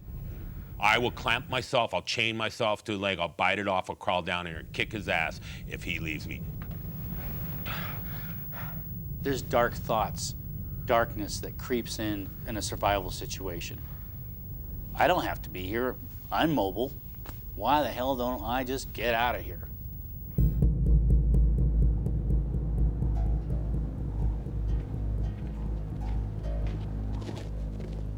8 miles up the glacier, Mark Niver is clinging to one hope. This morning, the jet that takes him to work on the Alaskan oil fields will be flying directly overhead. It's their best, maybe their only chance to let people know where they are. My dad flies that plane. I know the whole crew. I know that they'll be tuned in. Mayday, mayday, mayday. This is Piper 173 Alpha. Over. Hello, Mark. Is that you? Over. How are you doing? Who is this? Over. Mark, we don't read you. Please reply. Over. Hello, do you read me? Over. The pilot can't hear Mark, Repeat, where are you? Over. Mayday. but he can hear the clicks on his radio. So it's 1 click yes, 2 clicks no. After 7 days, the word is out. Understood. But rescue is impossible until the weather breaks, and no one knows if Jim and Dave are dead or alive.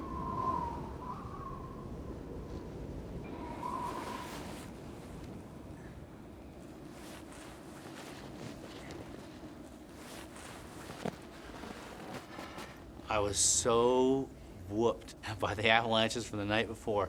It was like someone pointing a gun at your head, clicking the trigger, shooting it, and just missing your head. And it was like that for hours.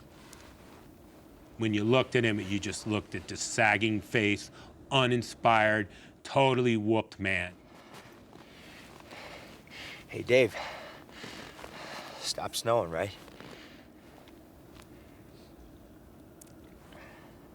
It's time for me to take over and tell Dave what to start doing. This is a tricky situation for me. I'm pissed, but I can't give him a bad time. I want to go down. I have to work with Dave. What do you want to do? You want to go back to the base camp? Get some more food? More equipment?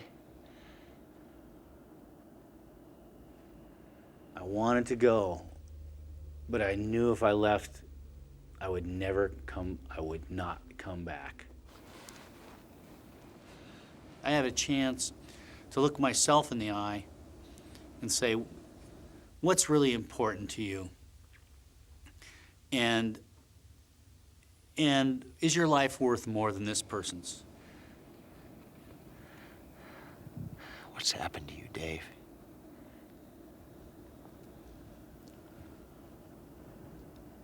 I'll tell you what. You get me off this mountain, I will buy you the biggest, juiciest steak you've ever seen in your life at the Double Muskie. What do you say?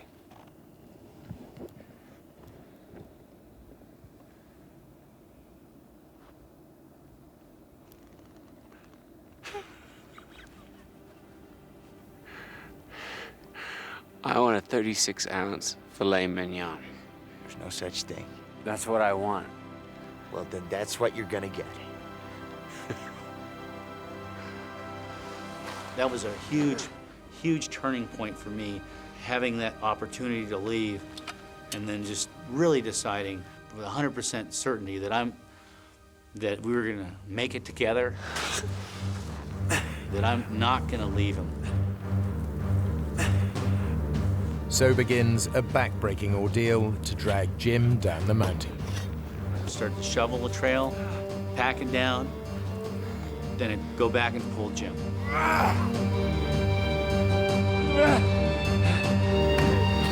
You're doing it.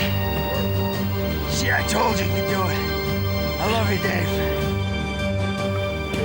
This is the most focused I've ever seen Dave in his life. He's really getting it together.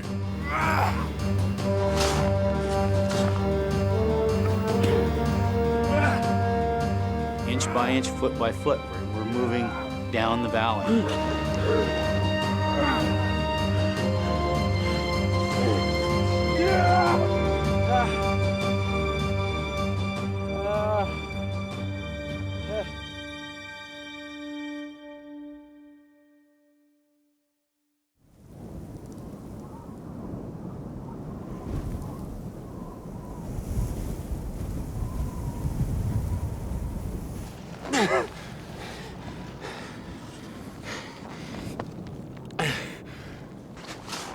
After 17 hours, they've gone less than half a mile closer to the glacier. Dave? Dave? You're doing it, man. You're doing it.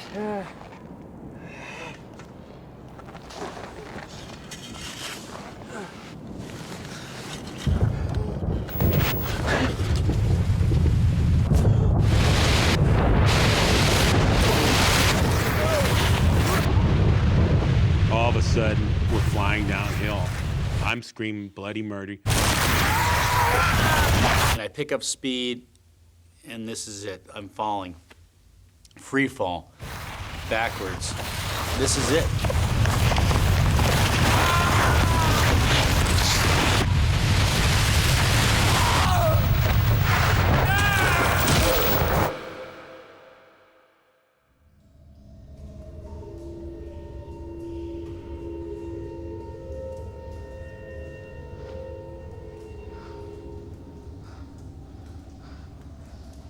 Jim's luck has held. He's been caught on a ledge 30 feet below the surface.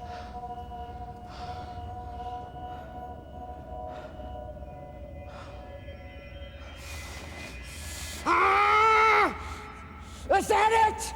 Is that all you got? I start screaming at God, you know. I'm telling him, I can take more. I can take more. Come in! I have to take more!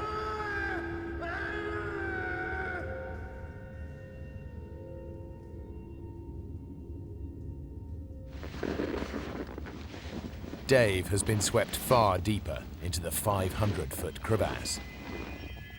I just barely avoided going down to the bottom. You could kind of see 300, 400 feet down it.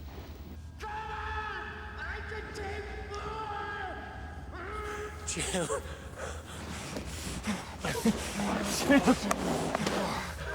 Jim. Oh, Jim. There's a ramp. And he says, Jim. He goes, there's a way out. We can make that, Jim. You can make that. Ramp must have been about 70 degrees. It was just ridiculous. Okay, Jim. On the count of 3. 1, 2. Ah! And again. 1, 2. Ah! That's the stuff. That's the stuff. Good, Jim. You're helping me. I'm looking right up at Dave. He's looking right down at me. This is going to be a lot of work. Hold yourself there. I'm holding it. I'm holding it. Come on. 1, 2, 3. It's total team effort. Total us working together. I had to try to get him up this ramp. Jim, you gotta help me. I didn't have an ice axe, didn't have a shovel. Now my precious shovel is gone. Get on you, man. I'm holding. We're probably moving a foot at a time. Sometimes we're probably only making 4 inches on a pole.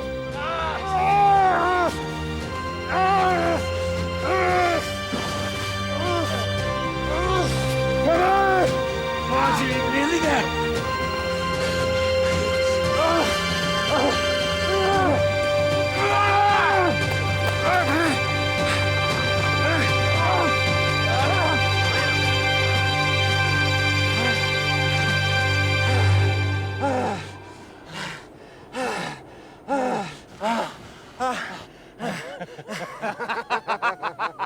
We're laughing. We're out of the crevasse. We're laughing.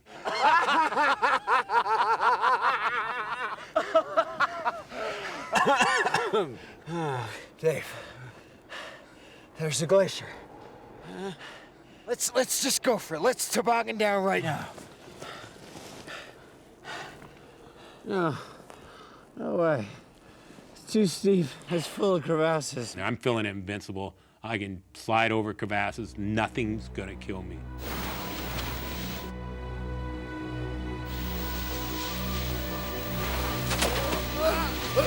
I'm sliding out of control down the gorge. I feel like I'm sledding as a kid. As soon as I got over 1 mile an hour, it just took off like a rocket.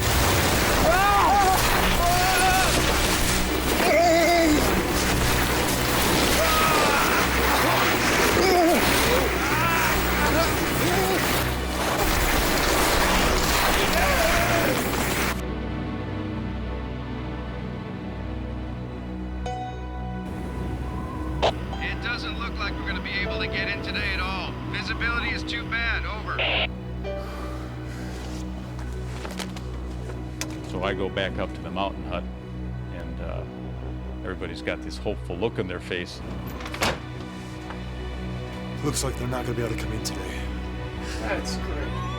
When I think back, it's amazing I remain as calm as possible until I started crying. I just started losing it.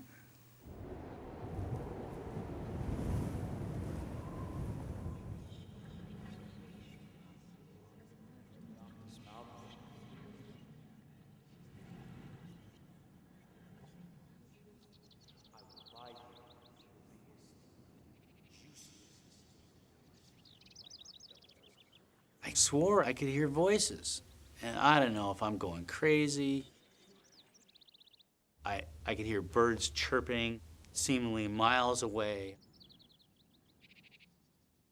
I could hear the tinkle of the snowflakes as it hit the snow. My senses became very acute.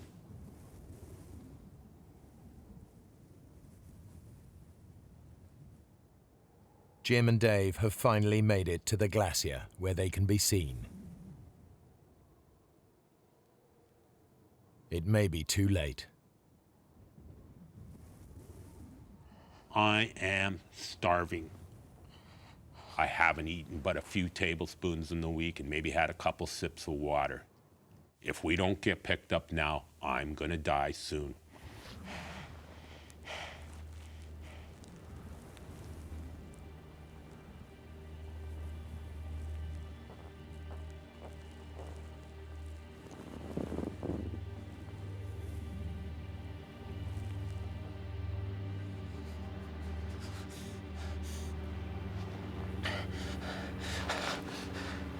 Now you're an airplane.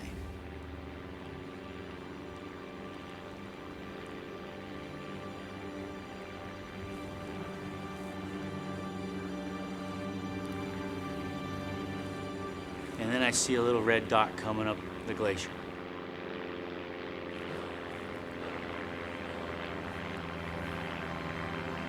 A brief and almost miraculous break in the clouds has made rescue possible. That was a great moment. It was really hard. Hard for me to, of course, I broke down and cried at that point. And You did it, Dave. You did it. It's the best sound I've ever heard in my life.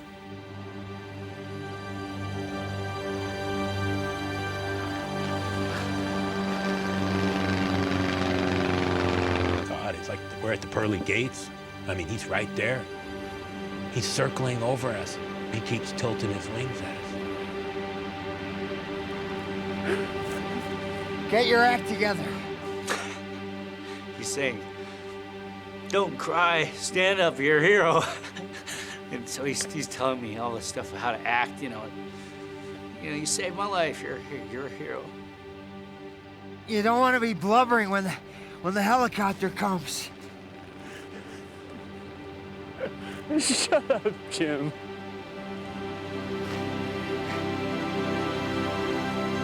Alerted by Mark's radio, planes have been flying above the clouds searching until the weather suddenly cleared. Those few minutes of sunlight have saved them all.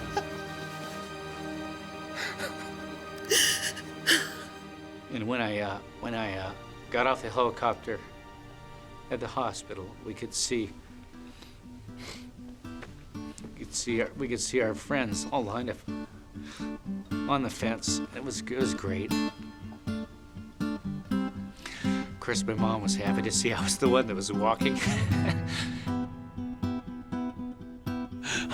I smoke dope the whole time I'm in the hospital. My buddies show up with a bunch of beer. It's like a party every day in my room.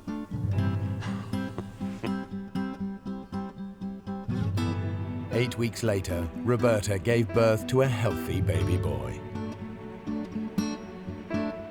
Though Jim never fully recovered from his hip injury, it didn't stop him climbing. Dave is now a father and doesn't climb as much as he'd like to. For his efforts to save Jim, Dave was awarded the Carnegie Medal for bravery.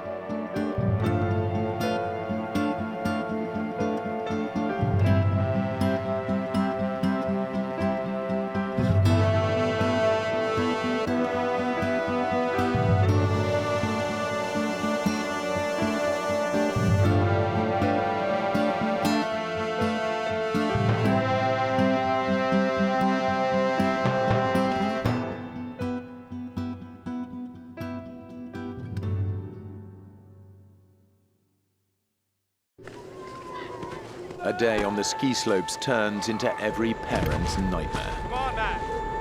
Let's go. Stranded in an icy wilderness, hopes of rescue fade. A father faces a heartbreaking choice. I'm gonna die.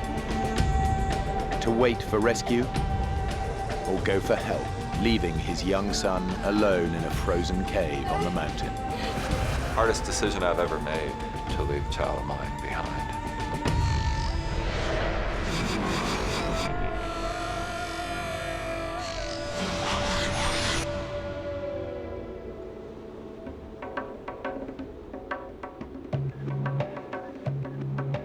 Kartalkaya, a mountain ski resort in northwest Turkey.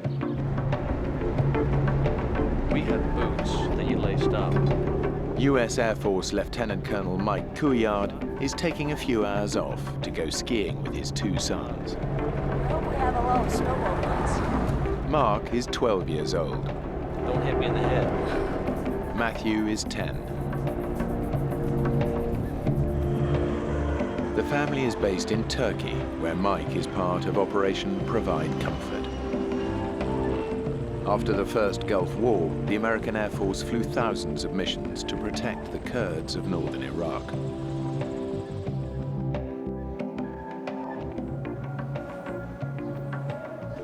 While Mike takes the boys skiing, his wife Mary stays at home with daughter Marisa. A lot of people we know are going, but it's mostly dads and their sons. And I'll stay back and I'll keep Marisa. Got you old myself tonight. Mike and Matthew can hang out, and Mark can be with his friends, and it'll be a great father-son day. What's the time? For Mike, today's a rare break from duty and an opportunity for a boys' day out. He and the boys are traveling from their home in the Turkish capital, Ankara, up to the remote mountain resort of Kartalkaya. By American standards, Kartalkaya is not a real big mountain. It's about 6,000 feet. We'd been there once, and we hadn't really totally explored the mountain, but it was, certainly a good place for us to go with the family.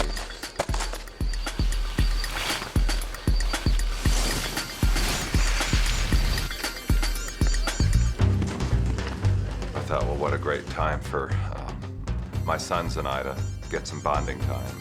Get out of it. Matthew's got a quiet strength and heart of gold, and just cares about people. Mark's always been a very curious one, very adventurous. After lunch, Mike and Matthew head back up the mountain, while Mark stays behind to ski with his friends. Matthew and I were together, and Mark and his friends gonna go on their own for a while. He said that him and Matt were gonna ski together, and that was the last time I saw him that day. Tired? Are you? We were pretty tired from skiing all day, and the resort was about to close, so we decided to go on one last run and take 3 different lifts all the way up to the top of the mountain. We've been skiing in Colorado where you have a nice sunny day and then you see these wispy clouds rolling around the top of the mountain, and that's kind of what it was starting to look like. The weather at the top was much worse than at the bottom. The mountain of Kartalkaya is rarely welcoming, and by the time Mike and Matthew reach the top of the lift, a solid bank of fog has rolled in from the Black Sea. Locals call it the Mister. It produces a whiteout, and the ski slope back down to the resort is no longer visible. There's 2 different paths you could take, the left or the right.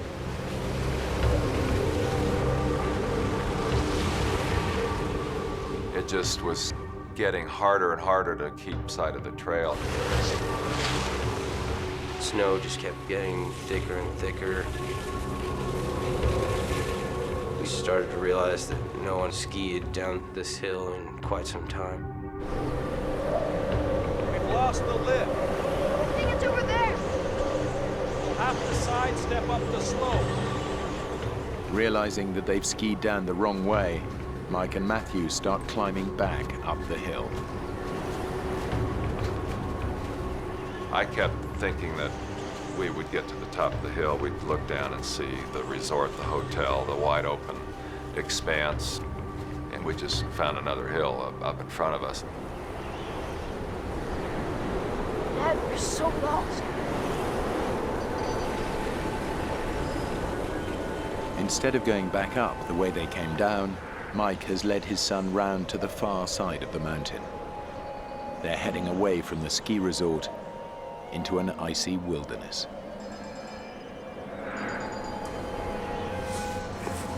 Probably by now it's between 3:30 and 4, and it's already starting to look like the sun's going down, and it's getting on towards twilight.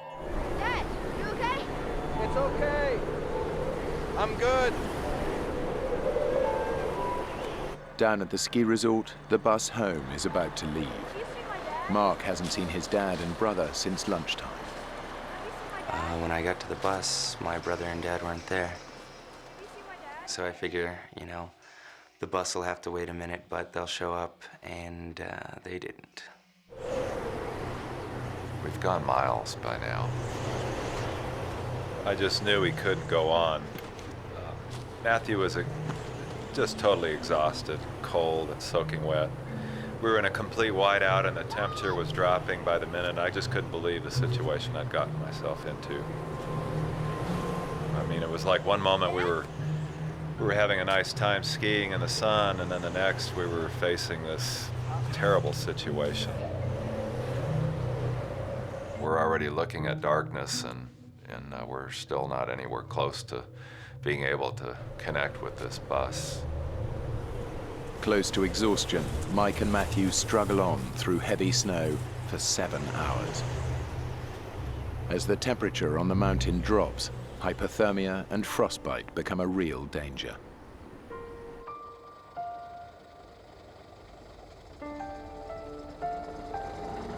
As the bus drove away, it was pretty much that moment when I knew that something was really wrong.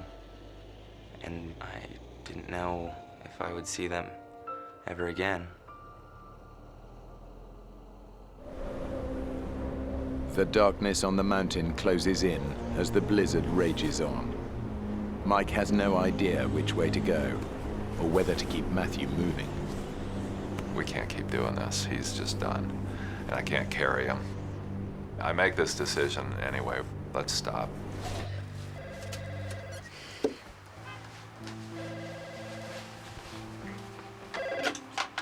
Hello? Hello, Mary. It's Wanda. At the ski resort, Mike's colleague, Major Wanda Villiers, is looking after Mark.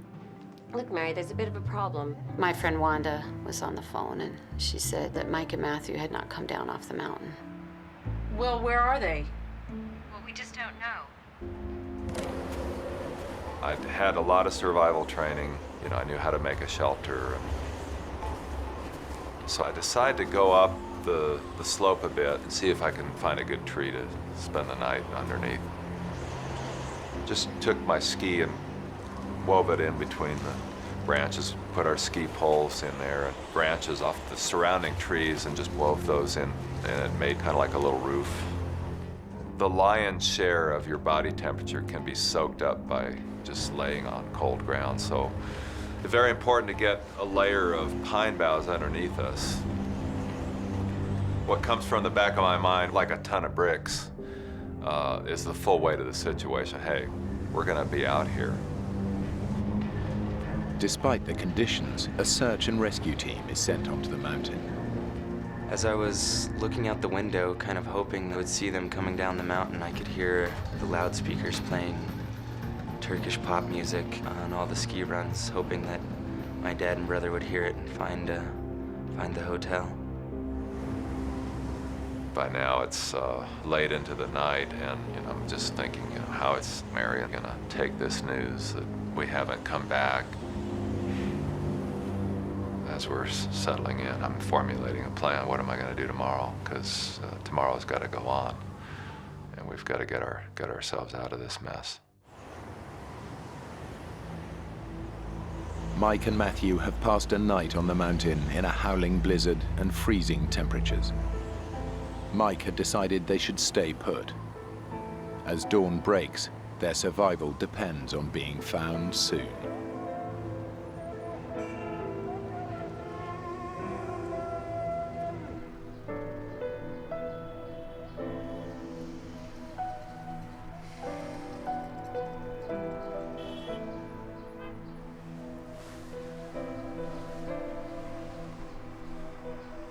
I've sort of kept it from Marisa that they didn't come down off the mountain. Where's Dad? Come and sit down here. But I know it's morning now and the phone hasn't rung in the middle of the night. So I have to tell her. With daylight, special forces from Mike's airbase swing into action. This time their job is not to protect the Kurds, but to look for one of their own. Turkish troops with their local knowledge join the operation. Mike's commanding officer is leading it.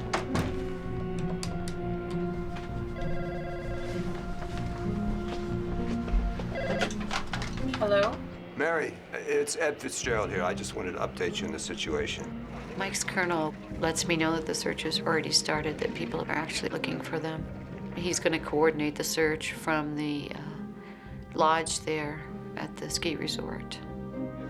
The search makes national news, but it's focusing on the area surrounding the ski slopes. Mike and Matthew are in fact miles away. After an uncomfortable night, Matthew awakes cold, wet, and still exhausted. We woke up kind of groggy that morning. I think because we had slept off and on the whole night. In the daylight, I was able to see there was like an opening in the rock. Mike's survival training kicks in. When lost, find shelter and stay where you are. It's a cave. We've been sitting on top of it all night. Come on, son. They can stay in the cave and wait to be rescued.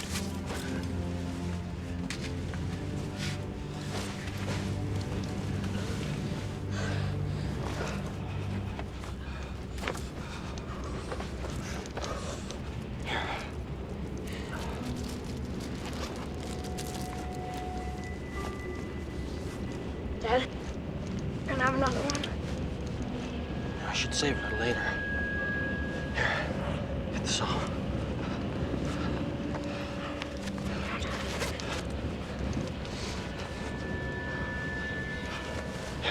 Wow, that's wet, huh? All right. Take mine.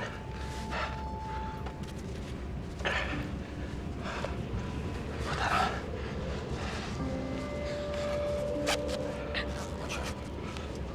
Dad, you know what? I don't think I can ski today. That's okay. Because we're staying here tonight. First rule of survival: give people a chance to find us. Yeah? They'll be looking for us right now. How will they find us? The snow will stop soon. They'll find us. I knew there were certain things that I could do to enhance our chances of being seen. Just took my skis and planted them as a big X, the international distress signal for skiers. I just hoped that there would be people come up and see those, and if they saw the skis, then they would be able to find us.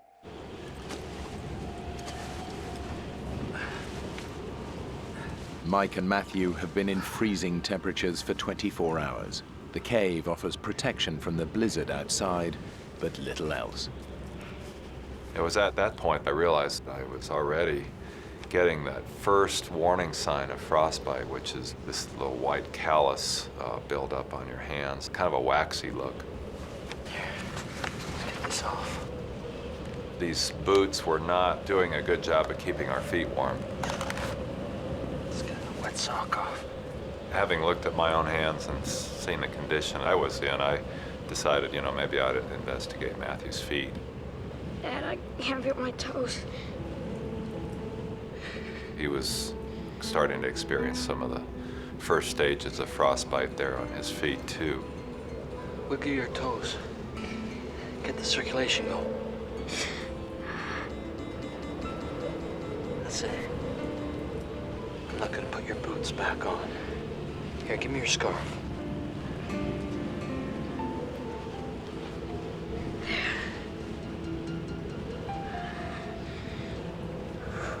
Inside the cave, it was cold enough for water to freeze.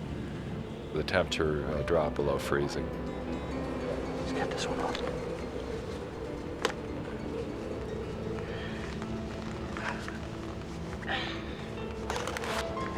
Here we are in this tiny cave, this little crack in the mountain, in a raging blizzard, and we're both in the early stages of frostbite.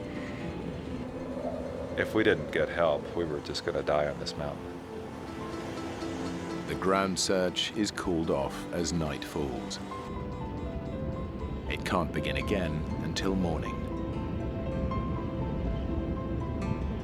Thanks a lot. All right, bye. I'm getting phone calls. Well, it started out once a day, but that just wasn't enough. No news yet, honey. There's just too many hours where we didn't know what was going on, and so you get your hopes tweaked every once in a while, and it just seems like all the little hopes just keep getting put out. One of our immediate needs was just keeping ourselves hydrated. The bottom line was that you really shouldn't be eating snow. Better stop. Don't eat anymore. You gradually lower your body temperature to the point where you get hyperthermic, and you're making your situation worse by just trying to keep yourselves alive. What was that? Just a small animal, nothing to worry about. Remember when we were in the Mediterranean? All that Italian food? And you and Mark, you just wanted to eat burgers. Yeah. Dad, I thought they would have come for us by now. Yeah. I'm sure they'll find us tomorrow. Yeah. That was real fun. It was nice to just focus a little bit on those little stories of the day and get our mind off this terrible situation that we're in.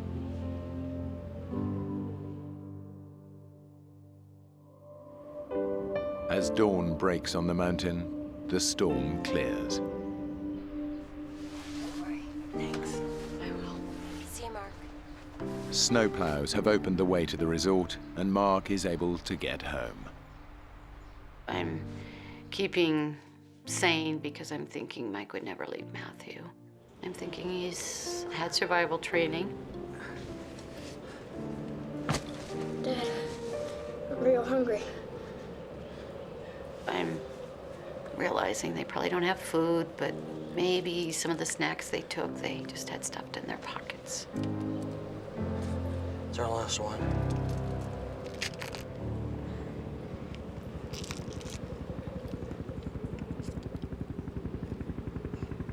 Do you hear that? What? Helicopter. Come on, Dad. Please go. And see us. All of a sudden, a shot of adrenaline took over, and all action again. Scrambled outside, and to my amazement, this helicopter just literally seemed like it was flying out of the mist. But as suddenly as this helicopter appeared out of the mist, it was gone. And it was almost a hopeless case. I just was too far down into this little valley to be seen. The good news was I knew they were looking, and I knew they would be back. The helicopters called in for the search were actually part of Operation Provide Comfort. Pretty sophisticated helicopters, and I was just so excited that they were able to get something besides people on the ground looking for them.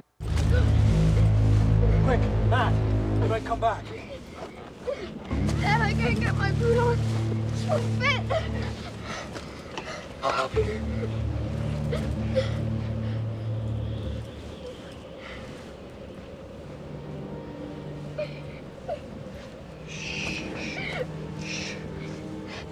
Don't cry. I'm sorry, Dad. It was one of ours. It was a Black Hawk. No doubt. And next time, I'll make sure they see us. To see this Black Hawk was a solid sign that they were putting everything into the search. I knew that would be a challenge if they ever came back, that I'd have to figure out a better way to be spotted.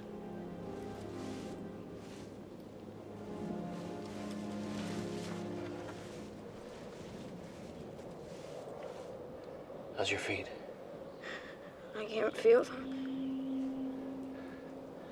About every 30 minutes to an hour, I would take his feet and put him on my belly and let the core body temperature warm him up. It was also an opportunity to periodically check and see how his feet were doing, and I could see that they were still getting worse. How about that? You want to try standing up, get the circulation going? Oh, let's just stay here. Mike can't carry Matthew to safety. I'm gonna take your boot, okay? So he pins all his hopes on rescue. I figured, use these boots that he's probably not going to use. It's bright and sunny outside, and it just seemed like now might be a good time to go and do a little more exploring. Mike knows that the improved weather will make the search easier, but they're hard to spot down amongst the trees. I had to do everything in my power to get them to see me. And if I was to be seen, I needed to get up above where we were. And I thought, you know, if I could go across the stream and climb up on top of that ridge, I figured it'd be a lot easier to be spotted. But climbing to the top of the ridge would mean leaving Matthew alone, and Mike's not prepared to consider doing that yet. The search is still concentrated around the resort. Mike and Matthew are miles away, on the other side of the mountain. It's the fourth day, and all of a sudden we heard this helicopter sound. Helicopter. I didn't have much time to get outside. I didn't even have time to put my boots on.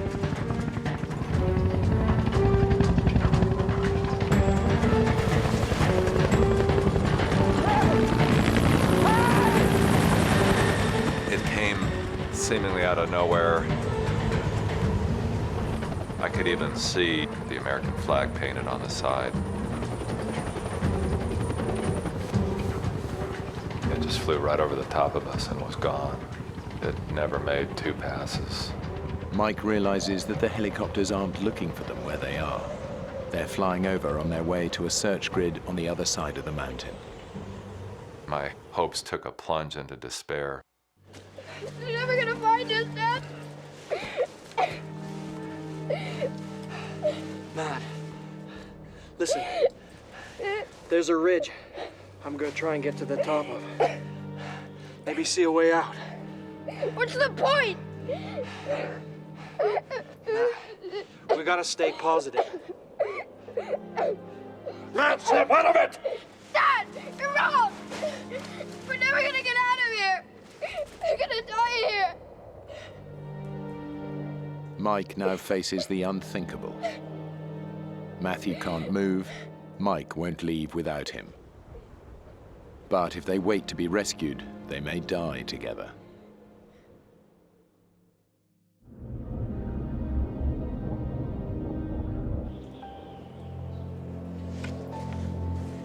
Mike's survival strategy is to wait to be found. He thinks the ski resort, and therefore rescue, is close by and visible from the top of the ridge. But as the days pass, his and Matthew's conditions are deteriorating. I kind of did this morbid calculation that, you know, it'd be better to come back without my feet than not at all. I kept putting myself in that situation where I've left a family behind without a father. I just couldn't face the reality of that. I found myself looking at Matthew as he lay there sleeping, and he just looked so peaceful, almost like a little angel as he lay there sleeping, and I became aware of just how fragile he was. One of the new developments is the Office of Special Investigations is coming over Well, they just wanted pictures, you know, and as current as I could get them. They're talking about putting things in the paper, and I'm wondering, are they trying to figure out if they've found the bodies, what they would look like or something?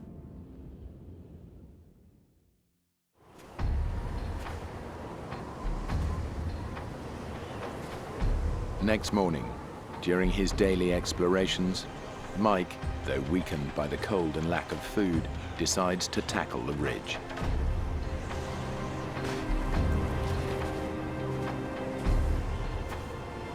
We're hearing helicopter sounds for a long time. They've come by and they've flown directly overhead, but primarily they're over in this one area. This is probably where the ski resort is. They've done the calculation, how far is a father and a 10-year-old child gonna go?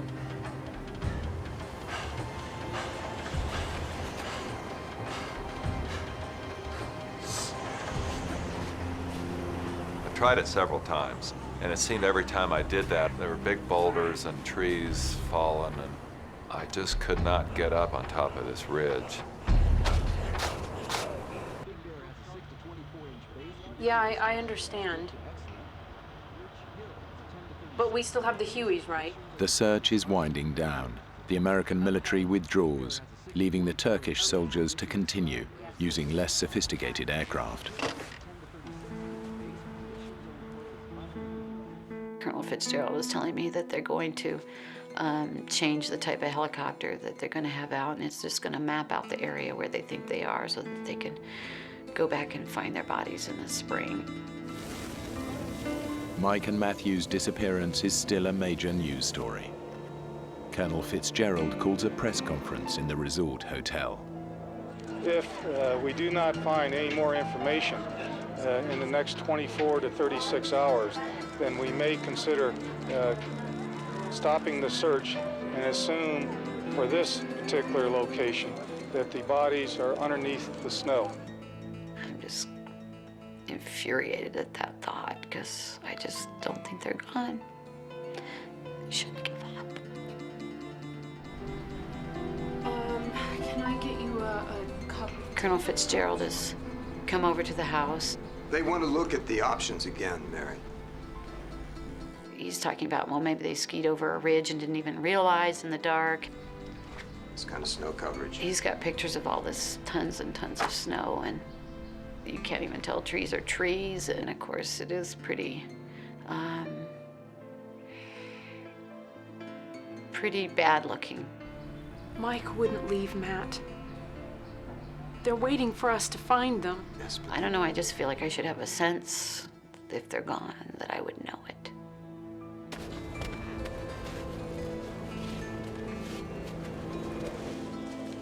Mike's first attempt to reach the top of the ridge has failed. But he knows that getting there offers the one chance he has of saving Matthew.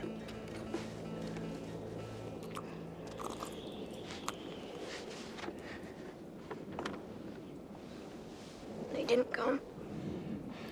When we get out of here, I'm gonna buy you the biggest hamburger you've ever seen.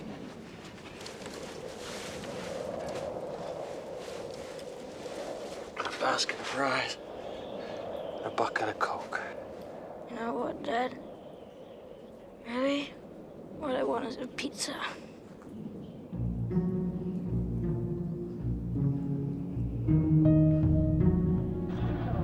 Well, the Turkish government had decided to do one last big push, and they were going to send out 500 Turkish commandos to search for Mike and Matthew.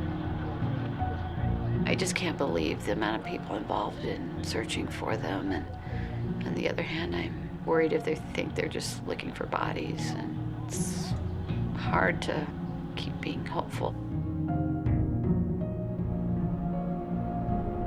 Silence on the mountain. There's been no sign of rescue helicopters for days.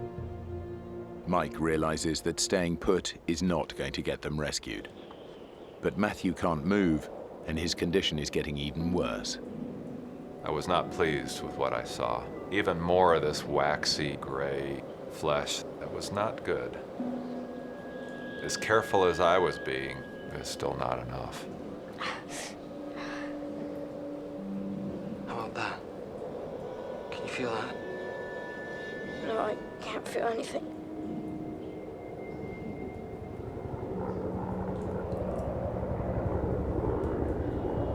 A helicopter! Dad! Sounds like a Huey. It's not worth it, son. It's too far away.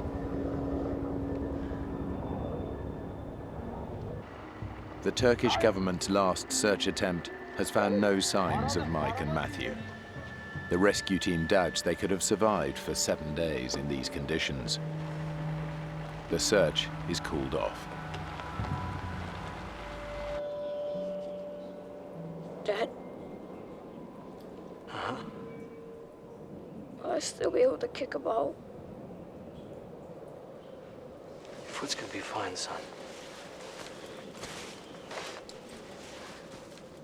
I've got another question. Go on. What's it like to, to die? I didn't want him going there. You're not gonna die.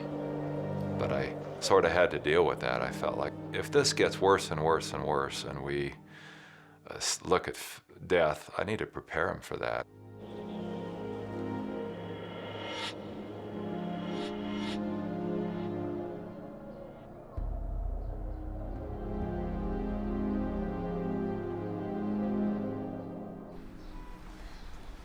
Friday afternoon, my friend Wanda comes in, and she says that they're thinking of sending Mark and Marisa and I back to the States.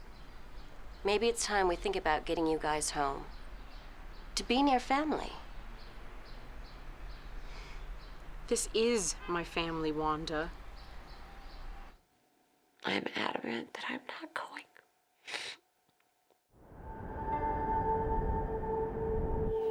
After 7 days, I began to wonder, well, how long will I even have the use of these hands? I decided to start writing a note to my family. It'd sure be nice to tell the people I love, like my wife and family, how I feel about them. Do you want me to write? Anything from you? Okay. Matthew has just got that tender heart. Tell Marissa. I wish I hadn't fought with her so much. He's a real quiet kid, but he's deep too, and that love is coming out in his words. Tell Mom she's a good cook. Yeah, back to his family. He wanted me to put that in there. You know what? Just tell them I love them.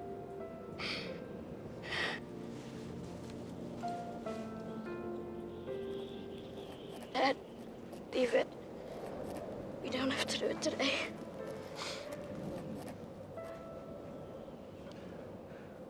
What are you doing? I thought maybe you could warm my feet.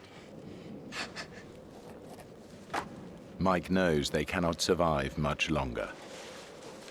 He also knows that it's up to him to find a way out.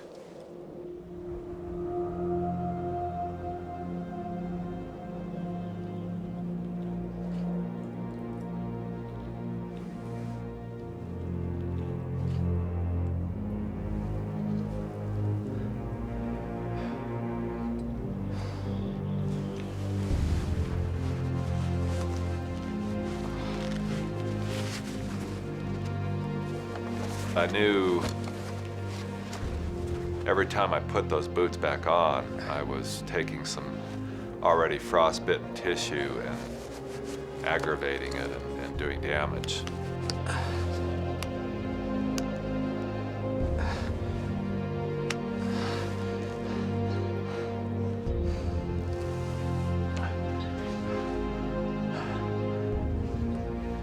I'm gonna go back up onto the ridge and take another look.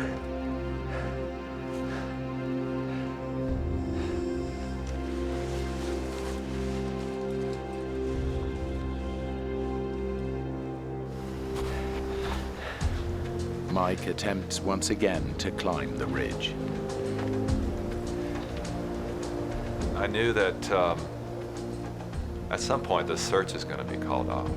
You know, I'd already tried several times, but maybe I can try one more time and get up on this ridge.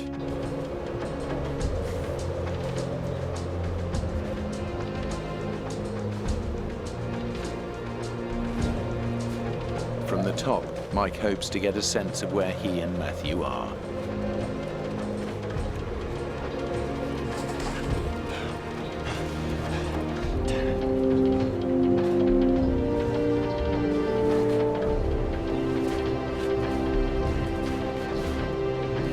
I don't know why I was successful, but this time I was able to get up. I was able to see a panorama. To Mike's surprise, the view doesn't reveal the ski resort. Instead, he sees a distant clump of cabins. But to go down to them might mean there was no way back up to Matthew. I had this debate. What if you go to these cabins and you get there and there's nobody there, and now you're in a worse position? And the other voice was saying, well, what if you don't go? What if you just stay here and die? I'm losing energy by the day. I'm getting weaker by the moment. I sort of calculated at some point I'm gonna maybe go for help. It was kind of a now or nothing thing. The only way to decide this is to put this to Matthew and see how he's with this.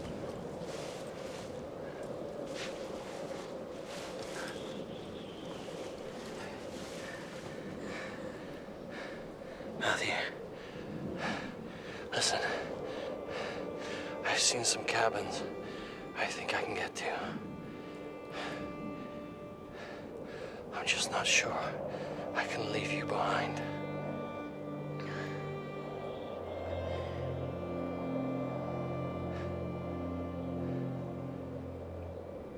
You know what, Dad? Maybe you should go. Because if we stay here, they'll just be finding our bodies. It was like he was giving me permission.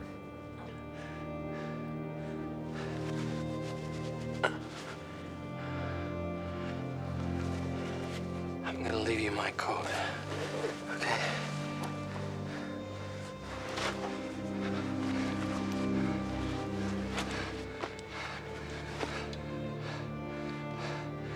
Don't try and leave the cave. I'll be back before nightfall.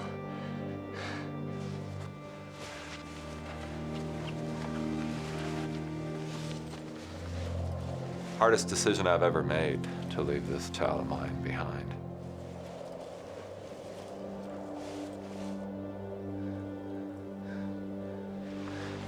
It's tearing my heart out to do that, even knowing that it was the logical best thing to do.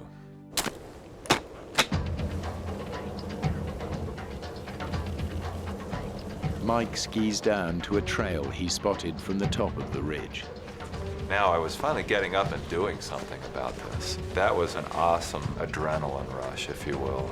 Just the physical act of moving myself down this trail was carrying me along, mentally as well.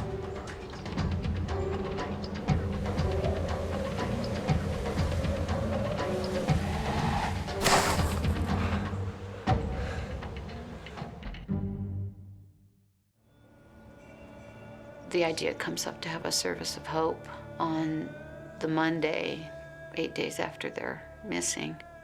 Absolutely, it wasn't going to be anything like a funeral for us. It was going to be the last big push in the spiritual battle.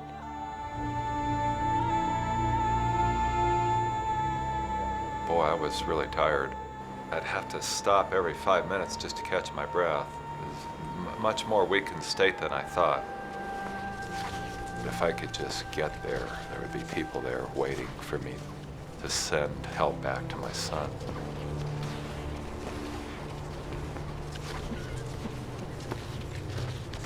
Well, as I get closer to this village, I'm looking for telephone lines, power lines, signs that there really are people there. I don't see smoke coming out of the chimneys. I don't see any snowmobiles. All I see is animal tracks. It's pretty obvious that there's nobody there.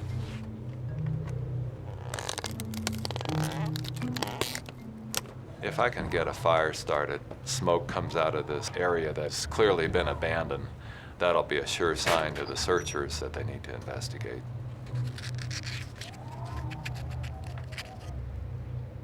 I found a box and it had one match in it. And it was like, this is my one chance. I only get one.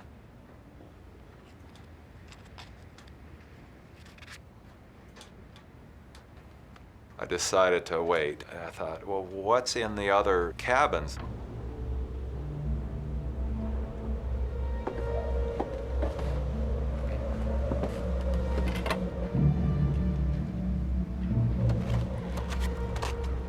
I found a bottle of kerosene, but I found no matches there either.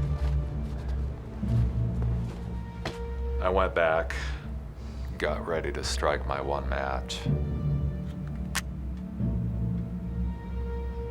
Every strike I took, it was fizzling and it was not igniting. And when I finally wore out all the sulfur on that match, it was like my hopes just fizzled with that last attempt.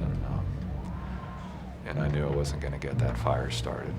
I'm tortured by the thought of my son alone in this cave, you know, and it's dark, and I'm picturing what he's going through. And my worst fears is he's, you know, maybe he's just lost it.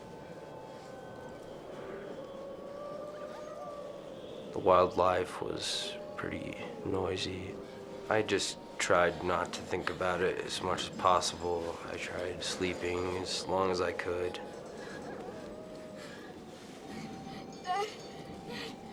He wasn't there, and I was really scared.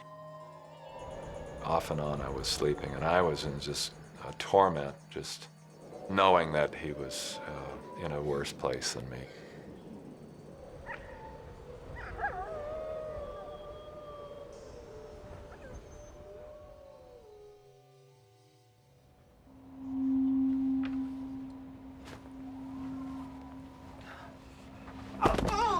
I woke up in such excruciating pain, and I imagine what it must be like to be burned, because frostbite is very much like a freezer burn. My feet had thawed and expanded to a third bigger. There's no way I could physically get these boots back on. I felt like a helpless child, you know. You know, I've lost control. Now I can't. Now there's no way I'm going to get back up to where Matthew is. There's no way I can get back.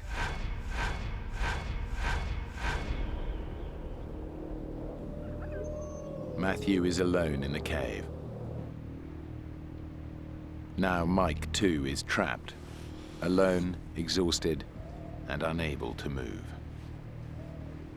I drifted off to sleep with this prayer on my lips, like, God, just help us, because it doesn't seem like anything I've done is getting it done.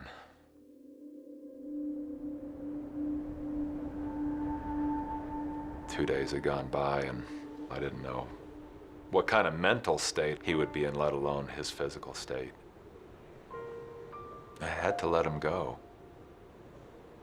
I can't take care of him anymore. I just came to the thought that I don't know what I'd do if I had to go back and face Mary without Matthew with me. I'd run out of water. I grabbed a couple pots and pans and crawled my way to the front door to just scoop some snow off the steps.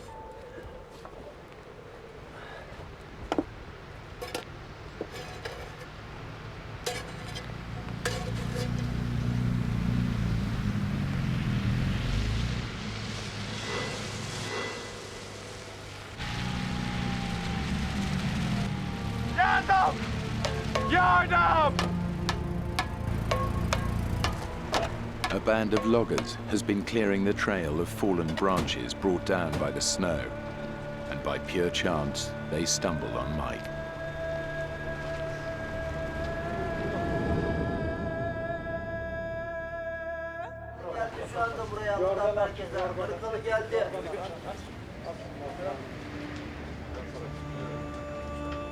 There was a man at a shortwave radio, and they were telling me, well, we're in contact with these people that are out looking for your son.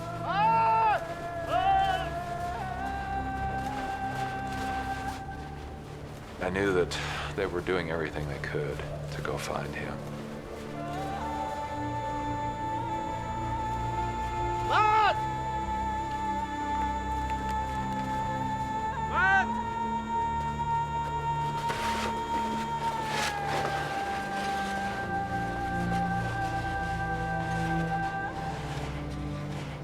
By now, I mean, it's a sea of humanity. People are just flooding around this little cabin. And I can see the sea of people parting. And they're carrying this little package that was my son. Hi, Dad.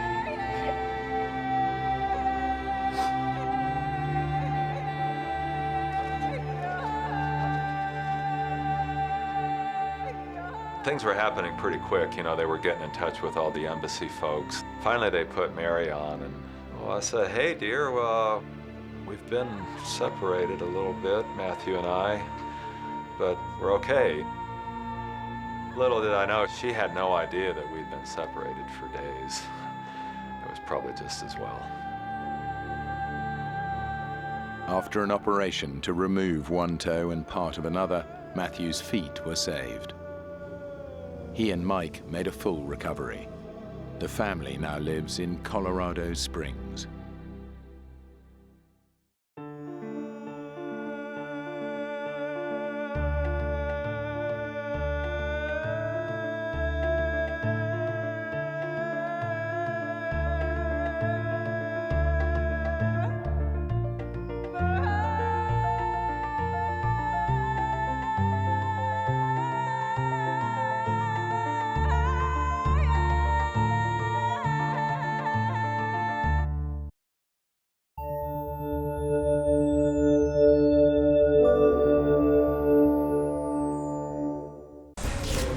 Hollywood camera crew fly over a live volcano when they experience catastrophic engine failure. Their helicopter crash lands inside the volcano, and the three men find themselves hundreds of feet below the crater rim, next to deadly pools of lava and suffocating in toxic gases. I can't breathe, I need oxygen. They are separated, and it's every man for themselves if they are to survive. In their escape attempts, each man must operate at the very limits of human endurance, all the while believing that their companions are dead. The biggest thing I think about is I can't believe that God put me on Earth to die in the volcano.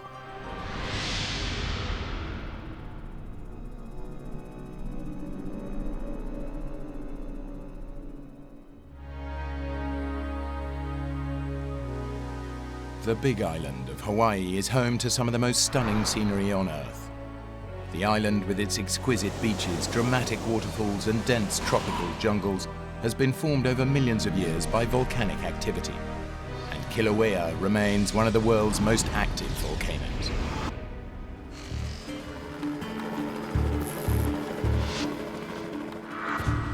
Hawaii's natural beauty has long made it a popular filming location, and cameraman Mike Benson is here to shoot the Pu'uo'o vent of Kilauea. I love doing aerial photography. It's a real passion of mine. I love to fly. Every time I get in a helicopter, I'm always excited about doing it. I love everything there is about it. Mike's persuaded his assistant, Chris Duddy, to come along for the ride. I was Mike's camera assistant. So my job was to, mount the camera, prepare the camera for filming.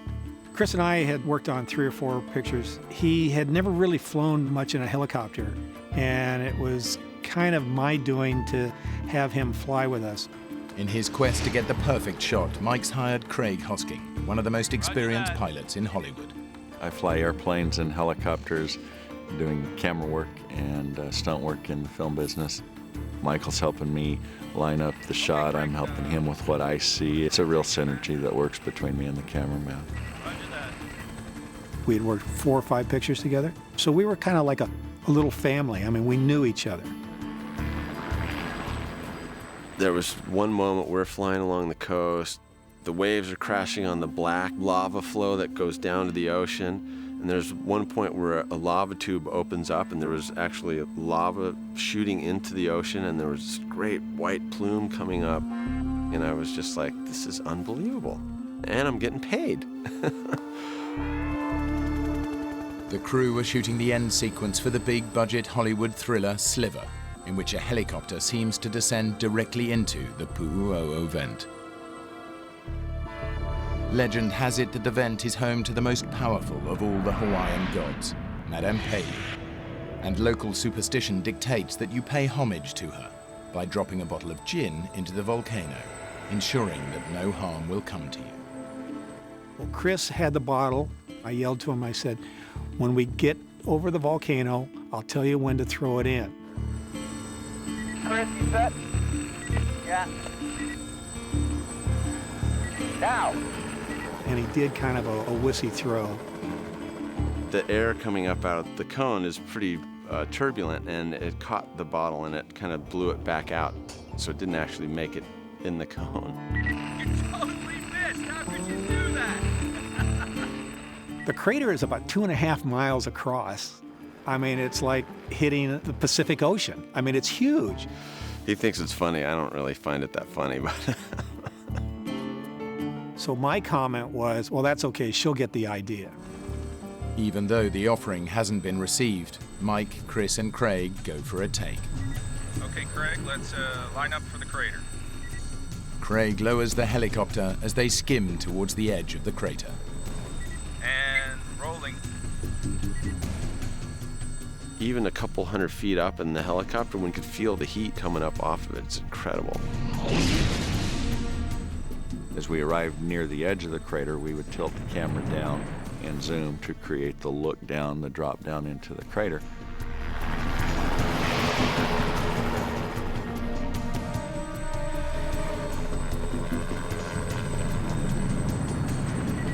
And cut. Okay, Craig, take us down and we'll review that. Let's have a look. Okay.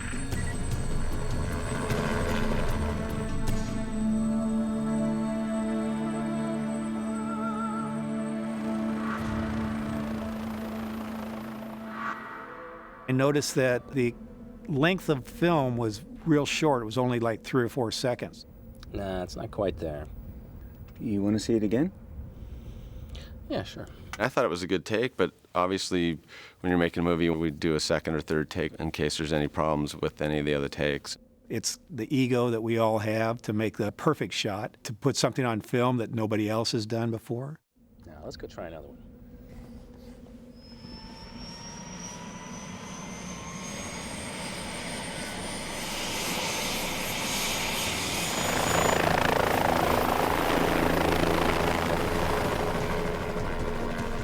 You feel when you're filming that nothing's going to happen, that you're encased in this piece of metal of a helicopter, and that it's kind of a safe zone. There is always the element of danger, but I've been doing it long enough that we never felt that we were putting ourselves out on a limb or anything. I get more concerned about the traffic in LA than I do about the traffic in the sky. Okay, Craig, for this next pass, I want to try and take it a little lower and a little faster, if that's all right. Roger that. We weren't doing stunt flying. It wasn't any acrobatic aerial work. It was pretty straightforward flying. And rolling. It might have seemed straightforward, but as the chopper passes over the crater rim, it experiences catastrophic engine failure. The first thing to hear and feel is the RPM decreasing. Usually in an engine failure, you have a quick deceleration. This, it was just kind of slowly spooling down. What's happening? There's a sound that beeps. I'll never forget that. The beep, beep, beep, beep. At that point, we're in kind of a whiteout where the plume comes up out of the cone. Oh, man, no way. And then the next thing he said was, we're going down. And that's something you don't want to hear a pilot say ever.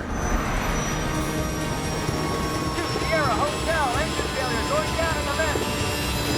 Hang on! You get about a second or two of recognition, and then you go right into the emergency procedures. What made this one challenging was the choices I had to make about where to land.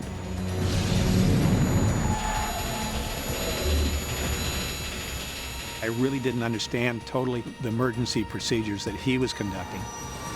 I was just thinking, are we going to die?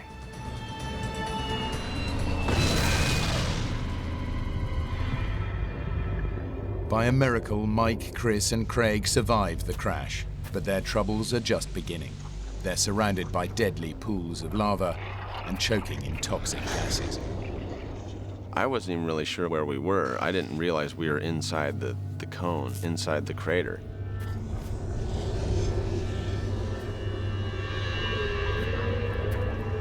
You okay, Mike? Chris? Yeah, I think so. We looked each other over, and Chris was fine, I was fine. Craig was the only one that had a laceration over his eye. You're bleeding! What? You're bleeding! I'll get the first aid kit.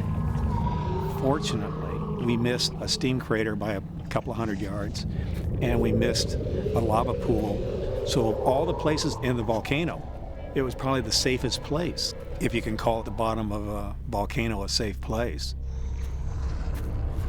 The crew is on the crater floor in a thick cloud of VOG, a poisonous mix of carbon dioxide, sulfur dioxide, and hydrogen chloride. If they don't get out fast, they'll suffocate. It had this terrible taste. When you had to take a breath, your lungs would burn. We're thinking that we've got to get out of here because we're going to have a difficult time in trying to get any fresh oxygen. We were probably about 50 yards from the existing lava pool, and it was hot on our feet. You'd hear it bubbling and gurgling and spitting.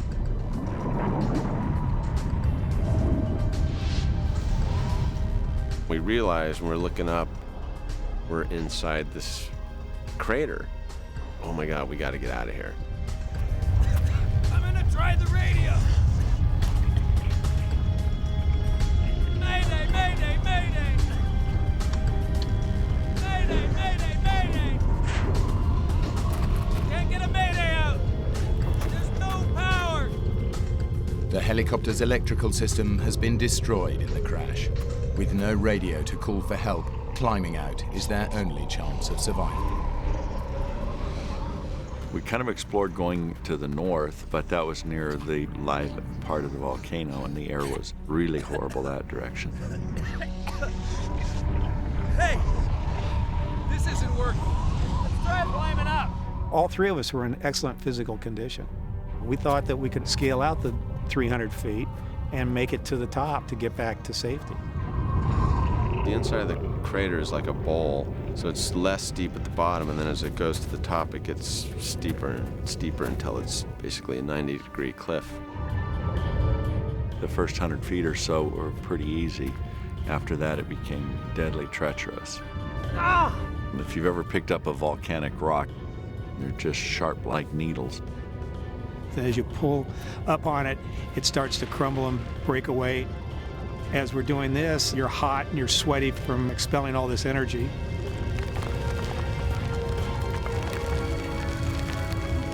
Chris manages to claw his way ahead of Mike and Craig, but he's now on a near vertical cliff face.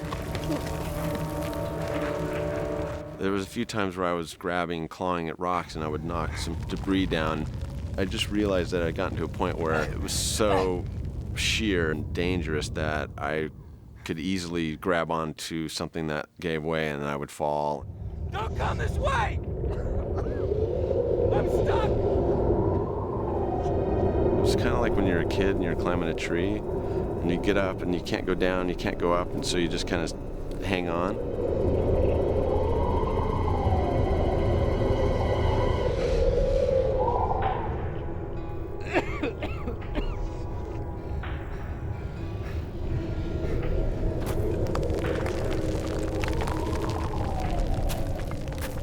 Mike and Craig are 50 feet below Chris. They lose him in the smoke.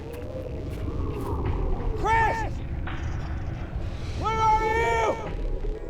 Craig and I are standing on this little ledge. It's probably about 3 feet long and maybe 18 inches wide. The air was better, and that's where we could really sit down and digest what had just happened and come up with a plan. Climbing out isn't working. Craig realizes that the only chance of survival lies in getting power back into the radio. He must return to the crash site. I knew how the helicopter electrical system worked. There was no need for all three of us to go back down into the potentially deadly gases. I have to try to go back and try the radio. Okay. When he went back down, he really was risking a lot.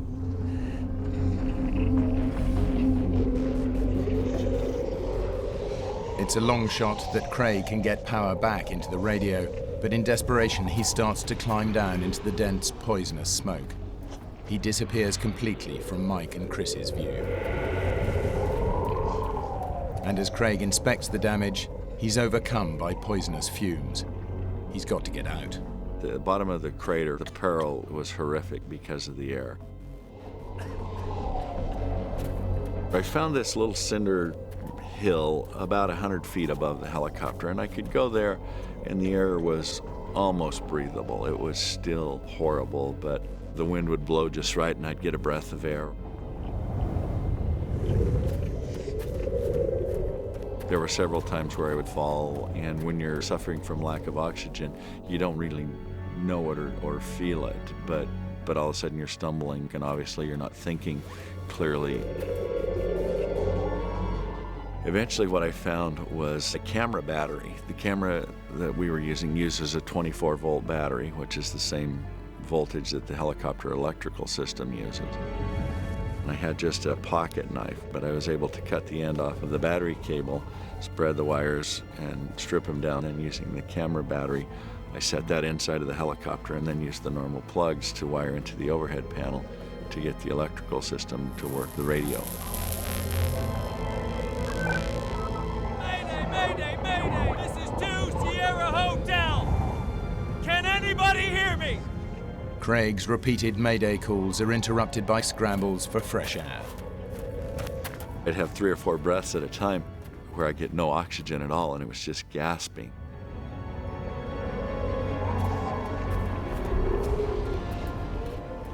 Finally, one of his mayday calls is picked up by a passing tourist helicopter who alerts the emergency services. It was just almost incomprehensible to the guy I got a hold of. He kept saying, "You're in the crater, you're alive." We're in need of urgent assistance, I repeat.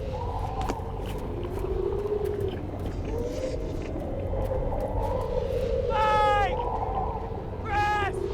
I got a mayday out! They're coming for us! He yells back that he got a mayday out to base camp, and he said, "We'll be back in Hilo for dinner."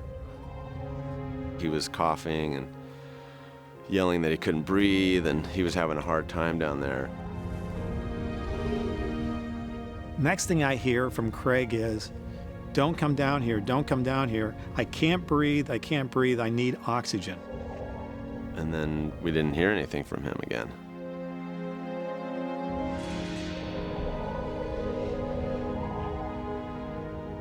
I thought that he died. Craig! Craig!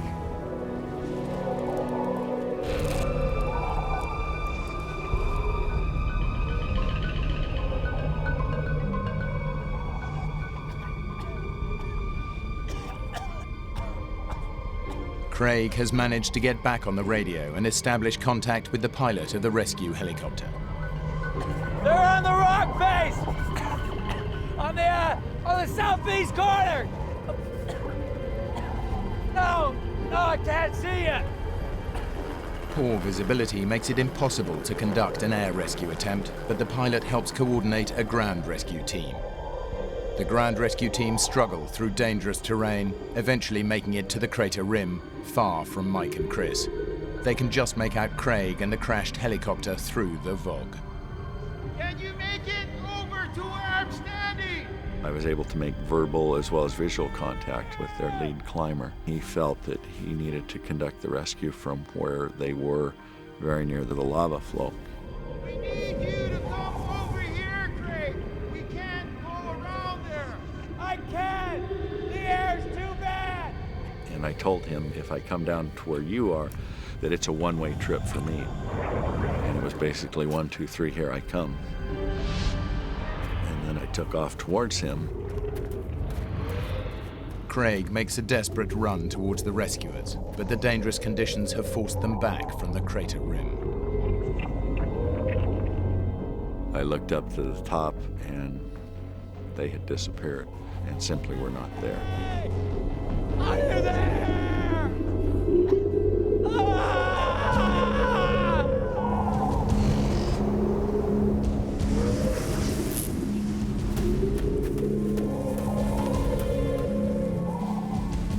I think by a miracle, I was given the strength to get back to where I could breathe once again. Craig manages to get on the radio to speak to the rescue pilot, Don Shearer. Don, can you read me? At that point, I sounded quite weak. He could tell I was dying. He said, Craig, if I get to you, do you have the strength to get on this helicopter? Yeah, I get it. And Don said, okay, I'm coming. Now that was the thing where Don, this always happens to me when I talk about Don.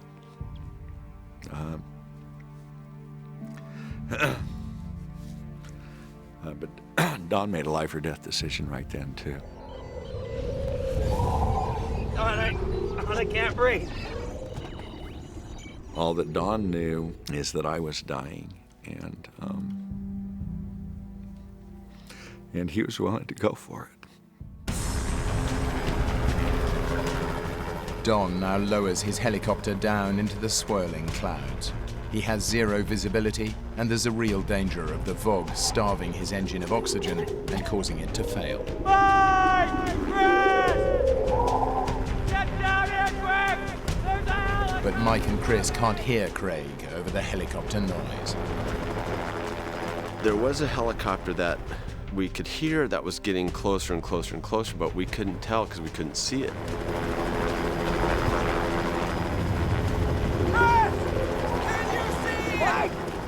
The helicopter's drowning out Mike and I yelling.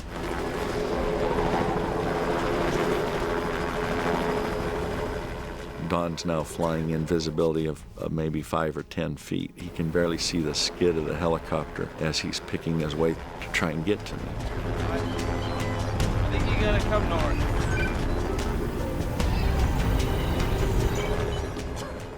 I then waited, probably at that point, in and out of consciousness.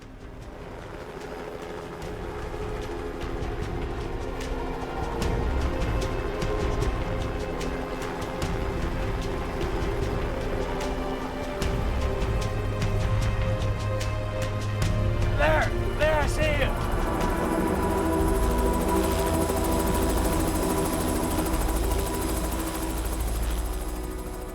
I was able to get on the skid, and I believe with probably the last ounce of energy I had in this earth, I was able to pull up and get into the backseat of the helicopter. And Don, he was now pretty wide-eyed because he had just gone to the brink of his own life. Because he'd had 10 minutes of, I would dare say, the worst flying that any pilot has ever had in the history of flying. Mike! Mike!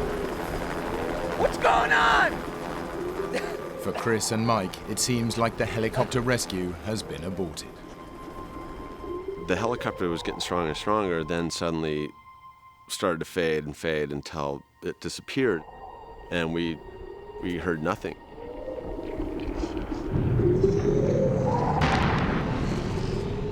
The temperature inside the volcano begins to plummet. Mike and Chris are now in grave danger of succumbing to hypothermia. It's starting to get a little cooler. It's cold. Our throats were constricted, and it was hard to talk. I thought we were going to suffocate if we had to stay in there overnight. As well as having difficulty breathing, Mike and Chris are also suffering from dehydration.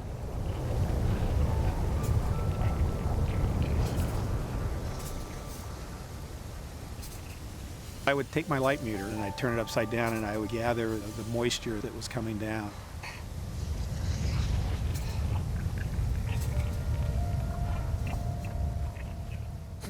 It tasted like sulfur, and it was just a vile, disgusting taste. As darkness sets in, Chris has given up any hope of ever seeing a rescue party. I was soaking wet, and I was shivering. I wasn't even sure the rock I was sitting on was stable and that was going to hold me all night. Finally, the rescue team returns.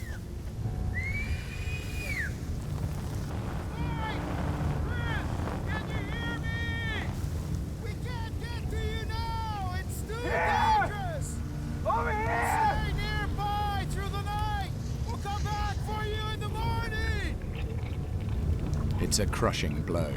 Mike and Chris will have to spend a perilous night in the volcano. The feeling as the sun was going down was that was probably the last sunset I was ever going to see.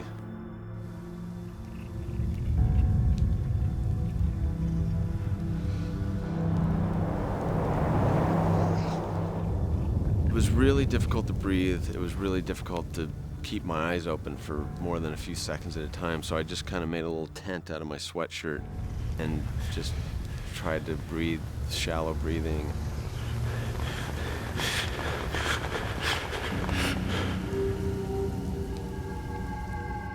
I'm just thinking to myself, what am I doing here? I'm running on a lot of adrenaline, and I couldn't sleep. I'd be sitting there, and I'd look down below, and I could see the lava having like a light show, different colors of reds and oranges flashing through the mist. It was like a movie set. You know, they're going to say cut and pull all the sets away, and we're sitting here in paradise someplace. I could yell to Chris occasionally, and he would hear me, and I would hear him. Other times, I couldn't hear him at all.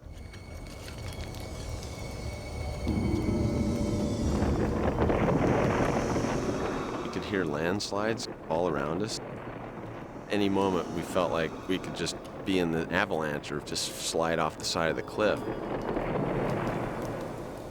I would have put our odds at about maybe 20-30% survival at that point. I was probably going to die. Chris was really despondent. He thought that there was no way that either one of us was going to get out of here. Chris! I was really concerned that he was ready to jump and to just end it all. Chris! Chris! Chris!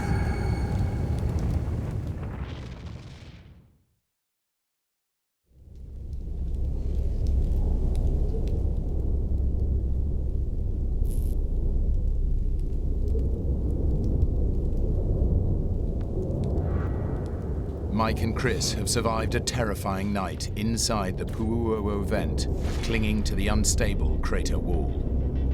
They are dehydrated, exhausted, and are suffocating in toxic gases. Their lives depend on the rescue team returning. Mike was the voice of encouragement. He kept saying, "Don't worry, everything's going to be fine. They're going to come get us." So I kind of relied on him for that kind of support.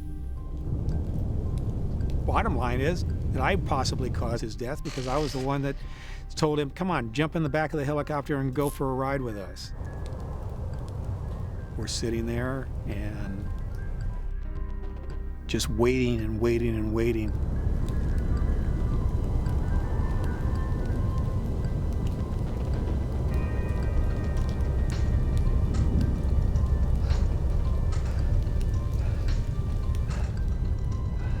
The rescue team is battling to get to Mike and Chris. But outside the microclimate of the cone, the weather is much more severe.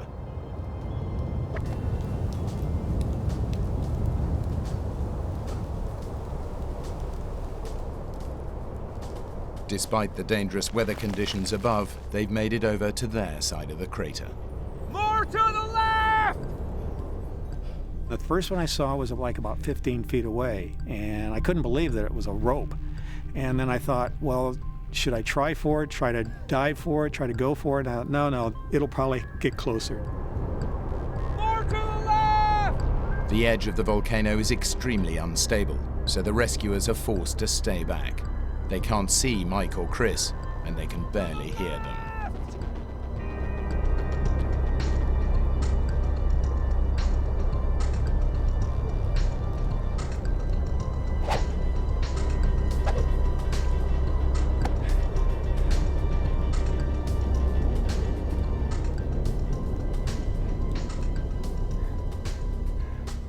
The second rope was probably 10 feet away from us. It was getting closer, but it wasn't close enough that I could actually grab onto it.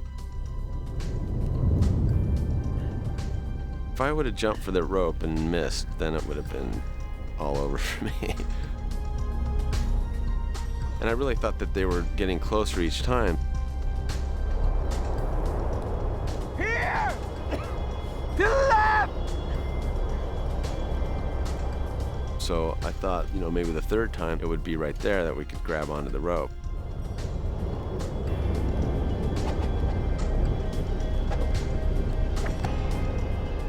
The third time it came, and it was like 6 feet away.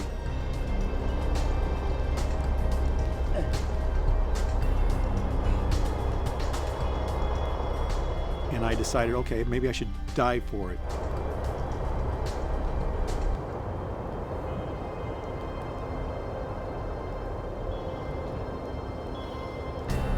No, wait! Wait! Wait! The worsening weather above has forced the team to retreat. The attempted ground rescue is over.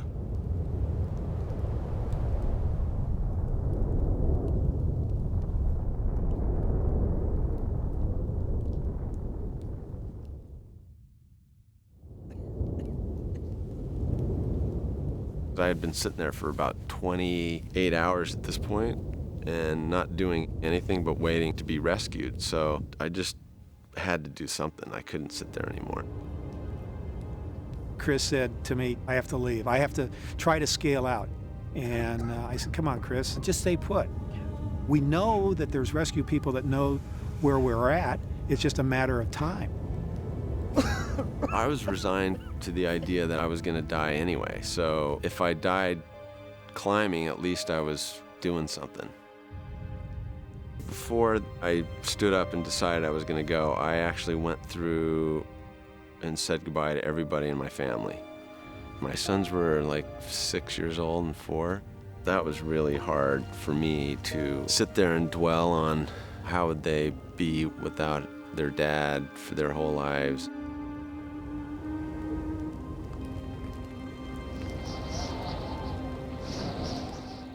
If I fell off that cliff, there was no chance for survival.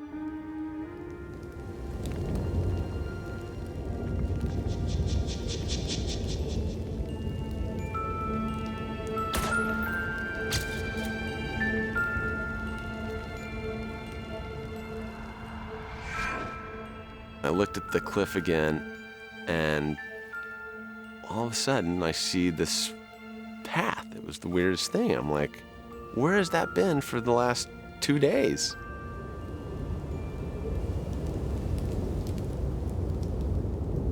Mike! I'm gonna go for it! Be careful!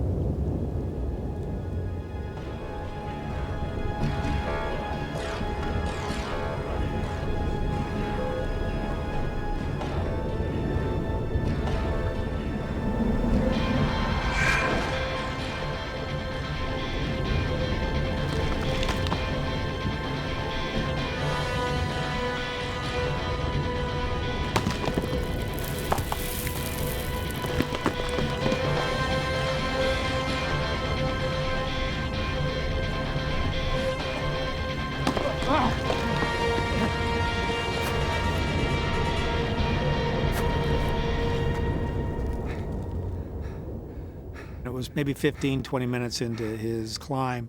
And I said, how far are you? And he says, I'm about 5 feet from the top. And I yelled to him, I said, well, when you get to the top, yell back to me. And he said, yeah, I will.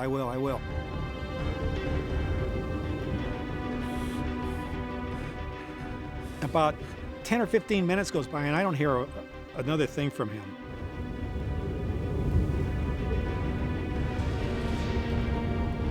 The top, like 3 feet of the cone, was just a layer of flat gravel. And there was no big chunks to grab onto.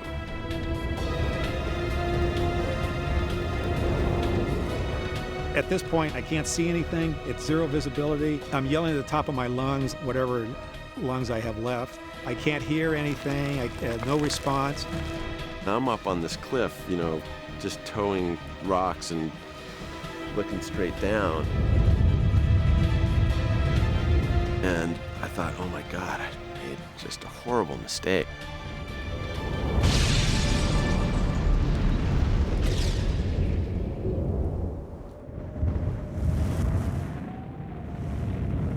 Chris Duddy has almost climbed out of the volcano, but the loose rock above means he can't climb any further. And if he can't hold on, he'll plummet hundreds of feet into molten lava. I don't know what made me think of this, but I just dug both my arms into this gravel to try to get some leverage. So I dug my arms into this gravel up to my elbows. And it was like sticking your arms into broken glass. I mean, I was just cutting my arms up to get it in there, but I knew I had to get some leverage. So I got my arms wedged into this gravel, count to 3, and I just did a lunge. And I flipped myself onto the top, onto the lip of the crater, and then just rolled over. And I was out.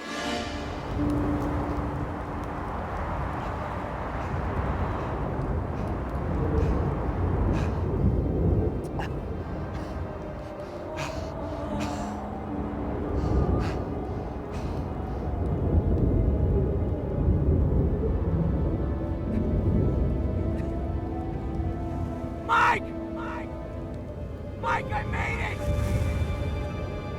I'm out! I realized when I got up there that how bad the weather was, and you couldn't really hear anything. Mike! It seemed like my voice just took a turn. As soon as I yelled down, it didn't go down in there. Mike! Mike! I started down the side of the mountain, and I saw the rope there. I saw a rope. I remember I picked up the rope, and I'm gonna go get Mike. I'm gonna go throw the rope down because I know where he is. So I start back up the hill with this rope, and then I realized that I'm not strong enough to pull him out right now. I'm in shock, I'm all cut up, I'm in no condition to try to pull Mike out. I'd probably kill both of us trying to do that. So I just laid the rope down, kind of pointing in a line to where he is on the top. Then I started to run down the side of the crater. I'm standing on the ledge, and all of a sudden, from over my head comes this brown and black object wailing down through the smoke. And I hear this thud. And I think that Chris has fallen and plummeted to his death. Chris! I don't get any response. And now I think that Craig has died, Chris has died, and now I'm left all by myself.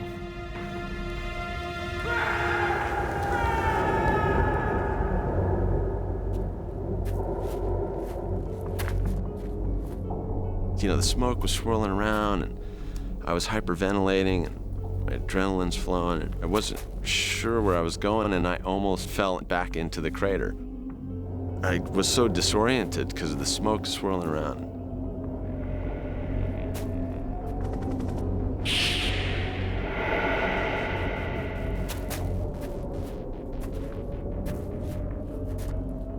The rescuers had left some cones in a trail, so I caught onto that.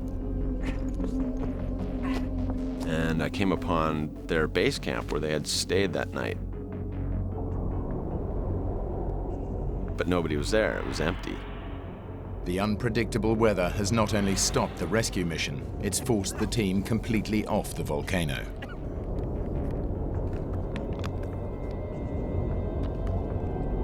I tried to drink water.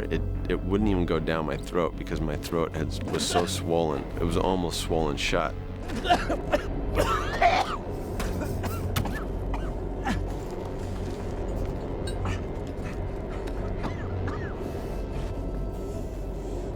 There were oxygen tanks with masks, so I immediately put a mask on, and I just figured I would hike until somebody found me or I'd find the highway or something.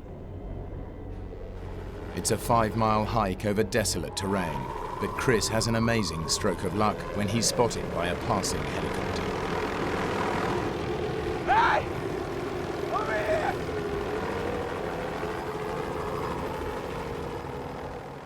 As soon as they grabbed my arms, my whole body went completely limp. Like I almost fell over. They had to actually carry me from that point to the helicopter. My body just shut down.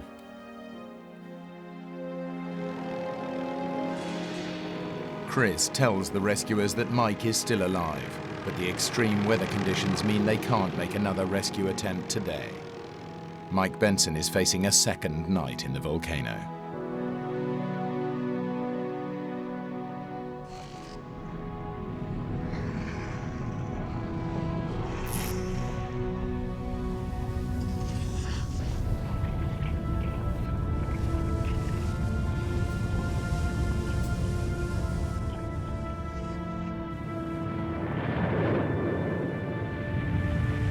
I was by myself, thinking that I'm the last survivor of this horrendous ordeal in this volcano.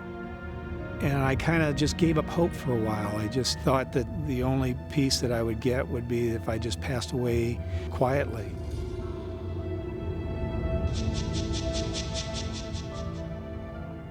The biggest thing I think about is, why is my skinny little butt sitting here? I can't believe that God put me on Earth to die in the volcano. Is my ego that big that I have to go back and say that I have to do take two because I want take two to be perfect? But no, I've got to make it better. And with that, endangering myself and my comrades. I started to see Madame Pele, and it was in profile. It looked like she had long flowing hair.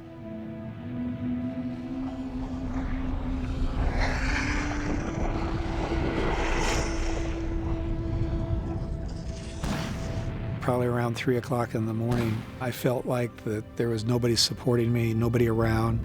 My life was coming to an end. So I took a rock and etched on the side of another rock, this big, huge rock, in fact, I love you, Stephanie.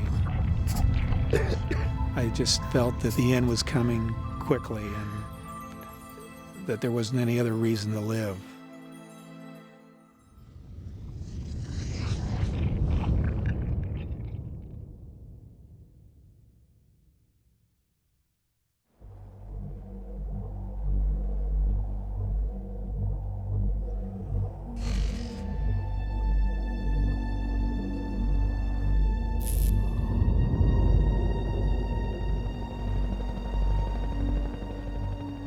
Having survived a helicopter crash, Mike Benson has spent a second night in a live volcano. Both his colleagues have escaped, but Mike believes they're dead. 2 previous grand rescue attempts have failed, so Mike's film company hire another helicopter pilot to attempt another radically different aerial rescue.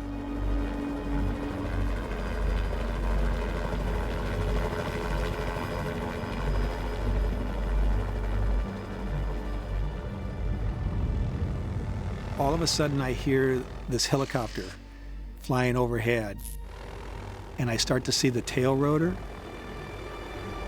I'm still looking up, and I start to see the fuselage.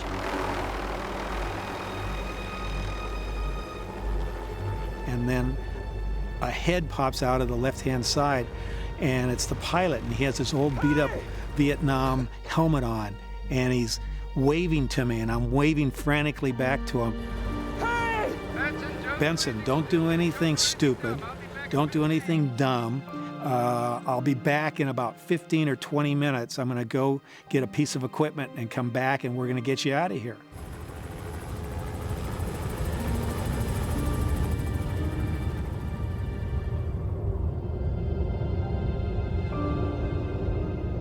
About a half hour goes by, and I'm thinking, what's going on? They can't find me, or are they giving up, or what?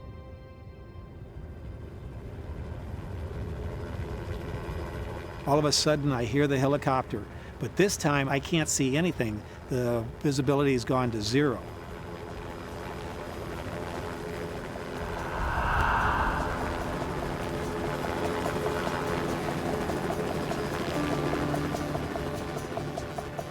Helicopter comes in, and they were just dropping this net down and just poking it around to where they thought I was.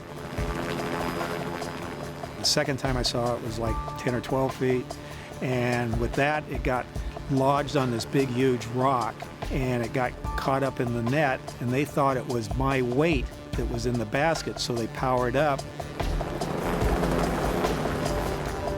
I'm thinking to myself, oh, they're never going to come back.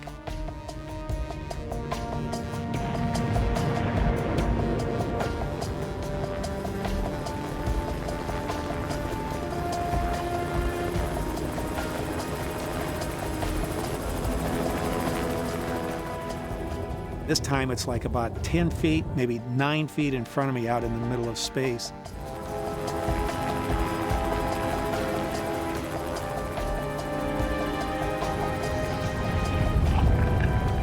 And with that, I just jumped into the net.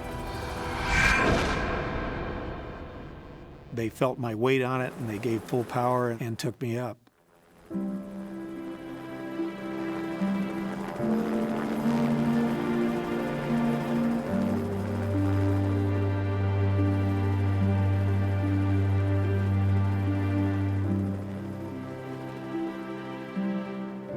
I could see blue sky above me, and I could see some edges of the volcano. And as we were going past, I remember yelling back to Madame Pele, "I won, you lost." Believing that he is the sole survivor of the crash in the volcano, Mike Benson is flown to the base camp to be reunited with his wife, Stephanie.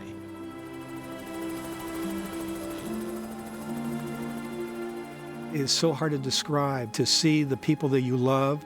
Then out of the group, I see Craig come walking in, and then I realized that they hadn't died. I came over to greet him. He was pretty dumbfounded and amazed and happy that I was okay.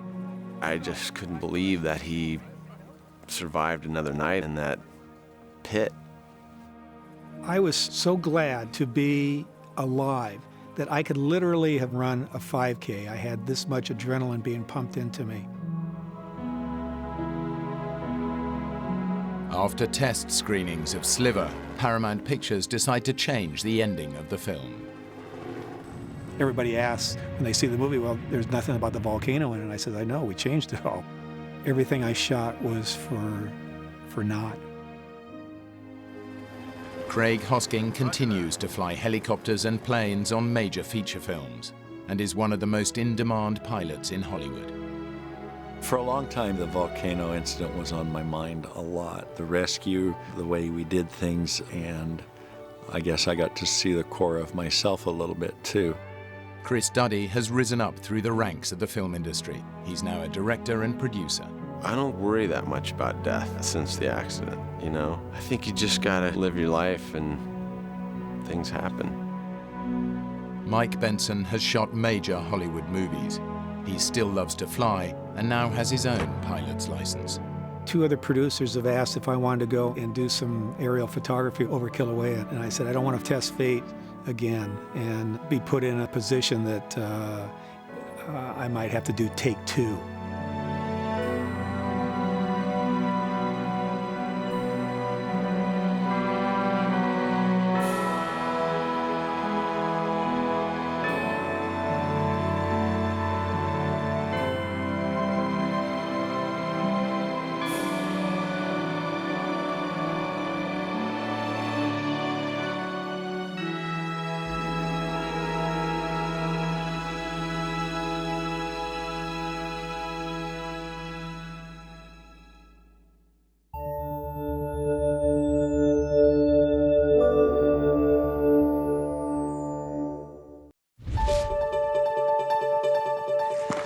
life jackets?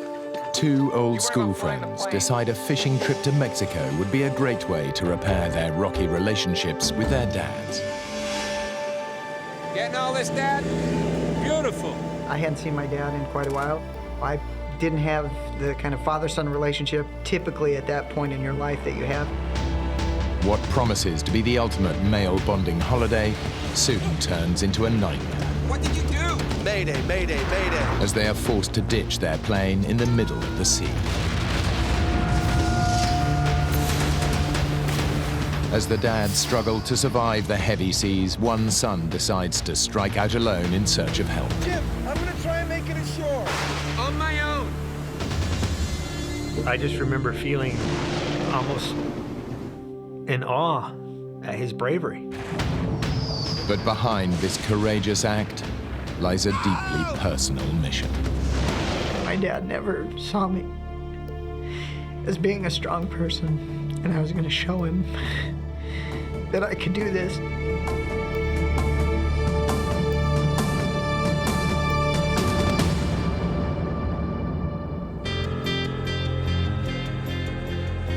Jim Hawley and Jens Lundy have known each other practically all their lives.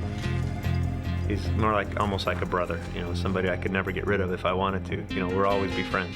Hey, do you remember the life jackets? Yeah, I got him. You worry about flying the plane. We've always been really close friends. Here they come. The friends have asked their fathers to join them for a weekend of fishing in Mexico.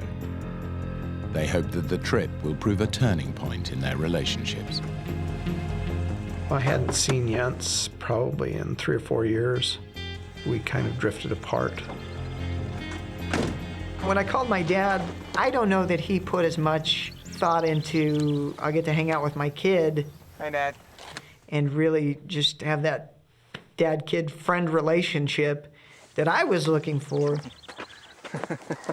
But he was real receptive because I had said the magic word fishing. Jim gets off to a good start with his dad. So I finally get to see the aviator in action. One of my first thoughts was how impressed I was with Jim at his meticulous checking of the aircraft. That's why I had no idea that it took so much work to get such a small plane off the ground. Well, once you're in... That wasn't the Jim that I knew as kind of a helter-skelter, do it quick, do it now kind of a person. Better to be safe than sorry, right? Yeah. But for Jens, getting to know his dad again is proving tough. Can I take the rod? No. Okay. Leave that now. I'm going to take this up, okay? All right, here we go. All right. Is it going to fit? Yeah, that'll fit, okay. You sure it's going to fit through there? Easy does it. All right, I need the life preservers now, Dad, okay? Life preservers. It wasn't a real organized trip. The life jackets that I purchased were cheap inshore life jackets. They were $4 a piece, and I thought, well, I'll bring these back if we don't use them. We really didn't have much as far as in the way of emergency preparedness. Jim continues to impress his dad with his aviation skills. Real smooth takeoff, Jim. Couldn't ask for a finer day, gentlemen. The fun things that I saw out of the trip was to be able to go with Jim and have him be able to fly the plane down there, and that he was showing that part of his success in life. But I was very happy with that, and I thought this will be an opportunity for us to spend some time together and talk about things maybe we haven't talked about before. I love flying, and I love the freedom that it gives. I also love the responsibility, and some would call it risk. Jim has been flying for 3 years and has clocked up over 200 hours in the air. From Arizona, it's a 3.5-hour hop to the small Mexican port of Loreto on the Baja California coast. To the south, the sparkling waters of the Sea of Cortez teem with marine life. There are tuna, marlin, and yellowtail. But it's also home to 150 different types of shark and a highly unpredictable giant Humboldt squid. Getting all this, Dad? Yeah. It's beautiful. Yeah, this flight was smooth. We could see the water was beautiful, and the sun was up, and clear skies.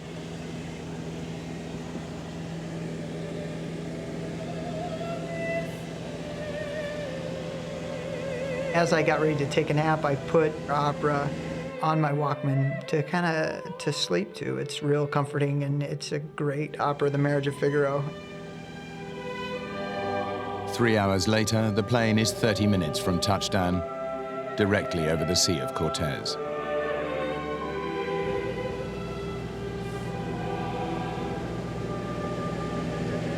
Hey, look at that cloud!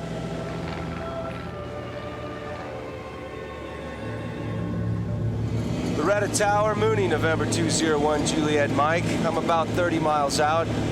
I see a lot of weather building in front of me. Can you give me an idea of the weather at the airport? I had kind of a premonition that something was going to go on with this, something was going to happen. I was beginning to get pretty concerned. I couldn't raise anyone. Okay, guys, I'm going to take us through this. We'll make better time.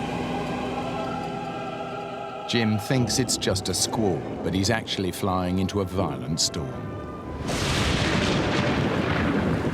It was just a real weird mix of waking up and trying to figure out where in the story I was in the opera and what was going on in the plane at that point. It was alarming because it was so sudden. I didn't see any indications that it was that severe until we were in it. Jim, what's happening? It was one of those types of storms that it was getting worse by the second. And then it started to get turbulent, and I think I saw a lightning strike or two really close. We're in the storm, and there's no up, there's no down. I looked at everybody else's faces. They kind of had a look of concern, but they're looking at me to see if I have a look of concern.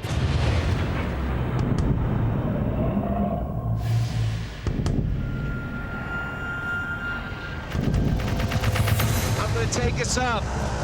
Good, good. I'd like to have my stomach back.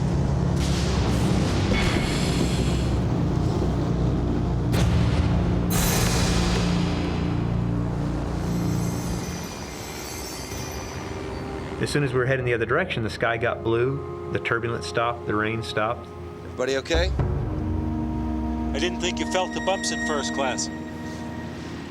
Their sense of relief doesn't last long. It was very alarming when the engine quit. It just sort of grenaded. What's happened, son? I don't know. There's a single propeller blade stuck in the vertical position right in front of us. It was like the hand of God reached up and shook the plane. What did you do? I didn't do anything. What? And he kind of gave me the, hang on, let's figure this out. Can you get it started? And there was kind of silence in the plane for a few minutes. I can't.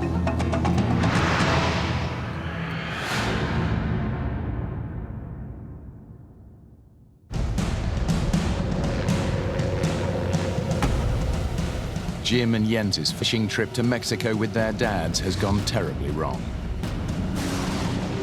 After flying through a violent storm, their aircraft's engine suddenly failed. Now they face the terrifying prospect of ditching in open sea. Mayday, mayday, mayday. Loretta Tower, Mooney, 201, Juliet Mike. This is unreal. This can't be happening. 25 miles northeast, engine failure. Mayday, mayday, mayday. I didn't know if my transmission, where I had told them where I was, had even been heard, because I didn't hear a response back. Sorry, guys, we're going in.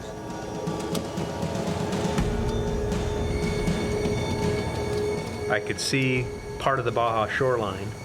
I could see, the other direction, nothing but ocean. And I just thought, well, we really don't have any place to go.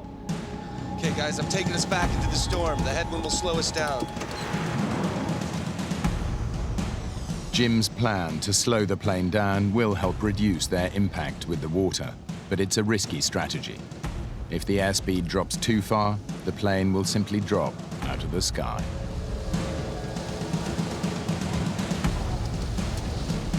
When the airplane quits flying, that's bad. That's usually you get severely killed when that happens. I can see the water, and it was ugly. Huge waves, huge waves.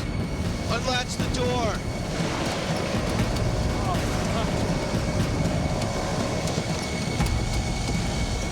Brace yourselves. I was ready. I had the headrest in my hands. If that was the last thing I ever saw, I wanted to see what happened to me. Are we going to be knocked unconscious and die, or, is it just going to be, boom and lights out?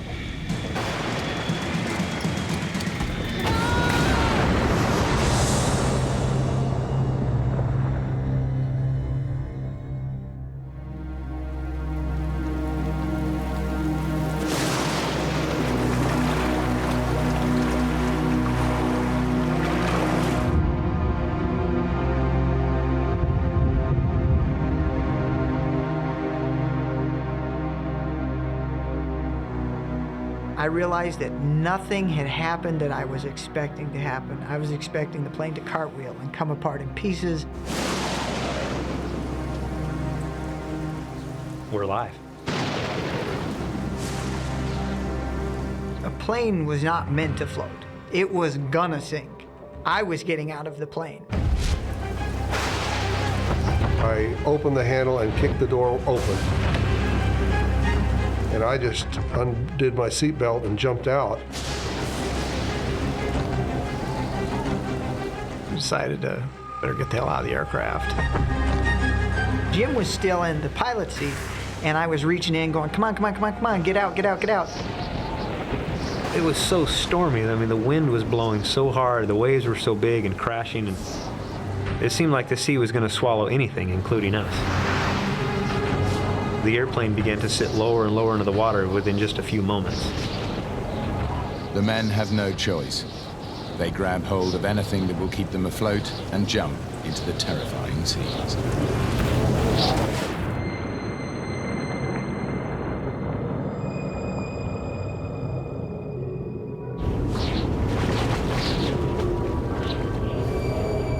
I looked back at the airplane, it was hovering, just the tail sticking out of the water. The navigation lights on the plane were still on, and you could see it as it sank and got farther and farther away, and you kept seeing this strobe. You're there with 3 people, but you felt really alone. For just a soft moment, I thought, my God, how did those people feel when the Titanic went down? You're looking at it, and it's just our little aircraft, but it was the only thing we had.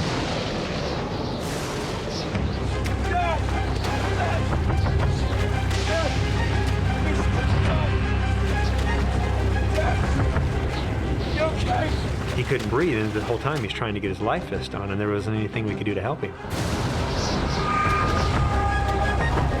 The life jackets that I purchased were approximately for children aged 12 to 15, 100 pounds.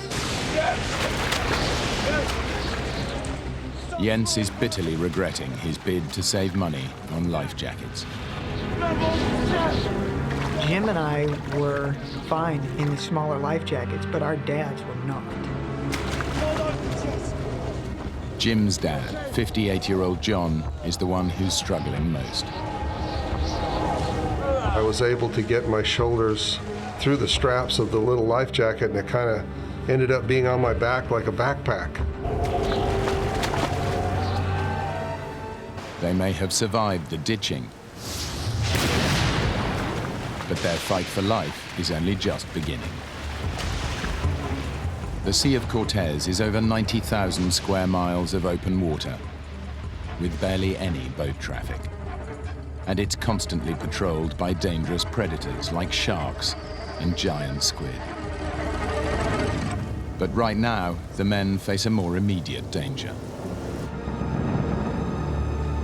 The storm was terrible. The wind was blowing. Lightning, tons of lightning. And John was really scared of the lightning. The lightning looked like telephone poles. And they would hit the water, and I was thinking, how close does that have to get to us to be a danger to us? Each bolt carries up to 100 million volts, and the salt in the water actually helps to conduct the electricity.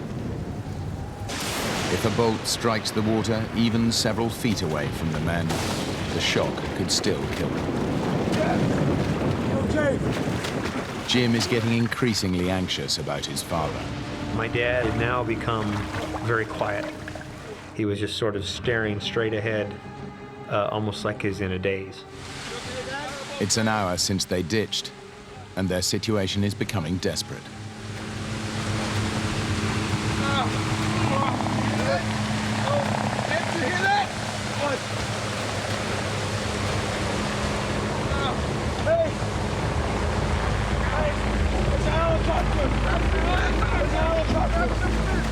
We heard the heavy drum beat, the sound of the helicopter.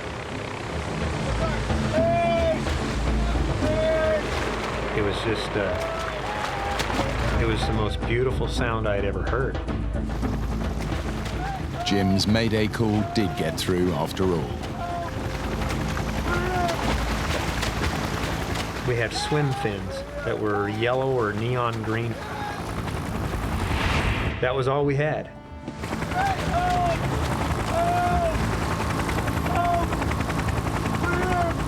And then the noise got quieter and quieter and quieter. And we realized he didn't see us. He's not coming back.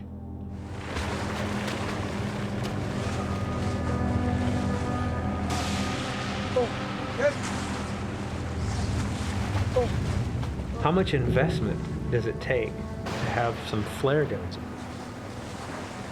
You know, you can pull them out, pop, and all of a sudden now, you're an instant target to your would-be rescuer. It was just terribly disappointing because by that time it was now late in the afternoon. The prospects of being out there all night were really frightening.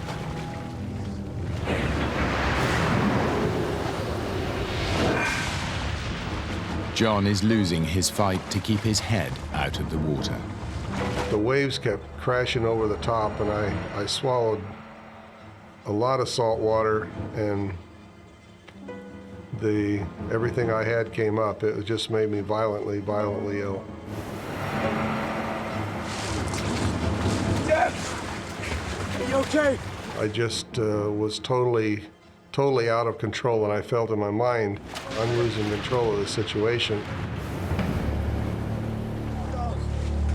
As Jim was trying to comfort me, I was trying to assure him to get that guilt off of his mind, because I think he was guilty, felt guilty because we were in the water, he felt guilty because I was sick, he felt guilty because he thought maybe I wasn't going to survive or I wasn't going to make it.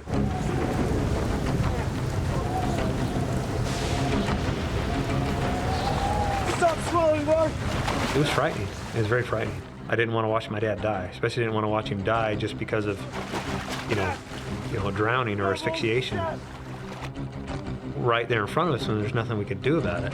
Dad, please hold on! John's vomiting is rapidly dehydrating him. If it doesn't stop, it could prove fatal.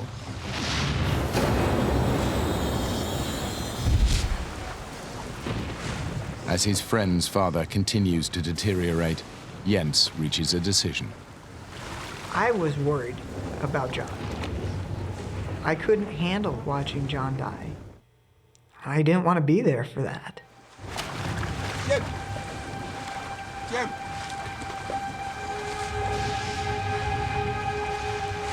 Jens and Jim separated from us for some reason. We need to get help for your dad! I don't think anyone's coming! I'm gonna try and make it ashore. My plan at that point was to leave Jim with my dad to care for my dad in case something happened. Okay, let's do it! No, Jim! On my own! And I said, come on, that's... Are you gonna swim you gonna swim alone? You're just gonna leave us and swim alone? That doesn't make sense. We should swim together. I had already made up my mind at that point that I was leaving. Jim, I need you to stay here. I need you to look after your dad. He's sick, Jim. He might not make it. And if he goes, I need you to take care of my dad. I don't want him to be on his own. Look, I need to go get help. I need to go now. Okay. Jens was so insistent, and his logic seemed sound. We'll all make it out of this, I promise. My concern at that point was that my dad would recognize that I was leaving before I was far enough away. Okay. I don't want my dad coming after me. You stay here until I'm out of sight, and then go back and tell him. He said, I'll see you later on tonight or tomorrow, and you know, you just keep swimming in that direction, and I'll do the same. And if they find me before they find you, I'll know where you're at, and vice versa. We'll all make it out of this alive. I could see him, and then I couldn't see him because of the waves, and then I could see him, and I couldn't see him. They were 1 wave farther away, and then 2 waves farther away, and 3, and it just kept going until 300 yards away, you couldn't see him anymore. Jens has only a vague idea in which direction the land lies. If he gets it wrong, he could end up swimming further out to sea. He finally disappeared from my sight. It was kind of a lonely feeling at that point because I was by myself then too. I think I would have been so frightened to swim by myself. I just remember feeling almost in awe at his bravery.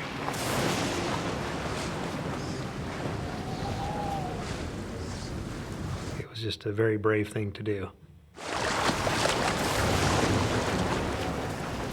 Jim knows it may be the last time he sees his friend. Now he has to break the news to Jens's father. Where's Jens? He's going for help. Why'd you let him go by himself? You shouldn't have let him go by himself. That's my son. And he said that they had decided that somebody needed to go for help.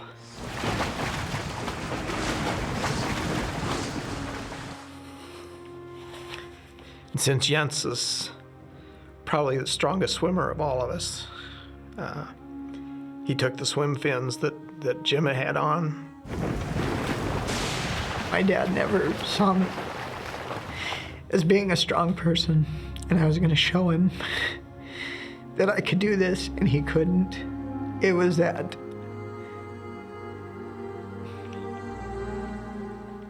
It was that I've grown up, and I'm going to show you.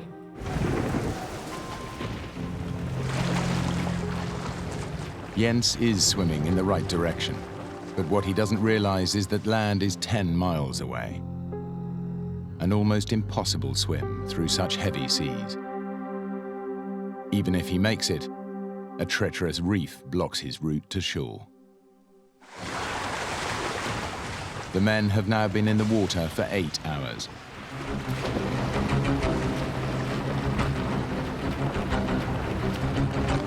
I was wondering how far has he made it? How far has he made it? And I remember looking at my watch and trying to calculate in my head how much speed he could be making through the water to shore and just, peering off into the distance and wondering, did he make it there?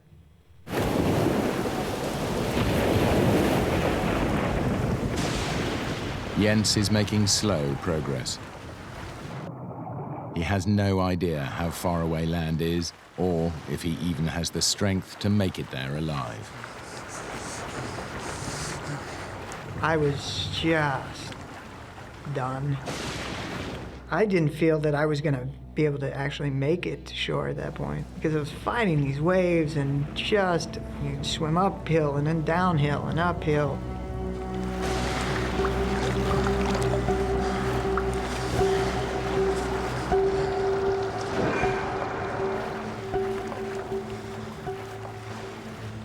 Jim's dad is now exhausted and seriously dehydrated. His condition is deteriorating by the hour. I felt very helpless because there's nothing I could do. I couldn't pick him up, I couldn't hold him, I couldn't drag him off in any direction to safety. There's a feeling of extreme helplessness.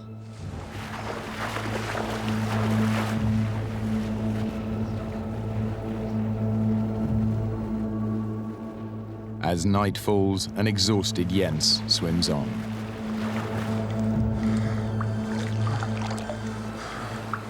the storm cleared up,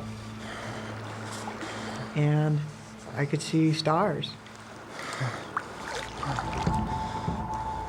As I was swimming, I thought about what if John didn't make it.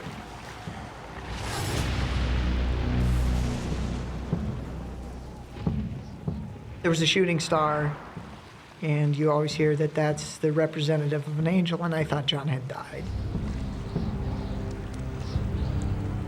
That was difficult. That was pretty hard. But I thought, I'm not going to let this beat me. With renewed determination to save his father and his friends, Jens pushes himself on. But then he gets a shock.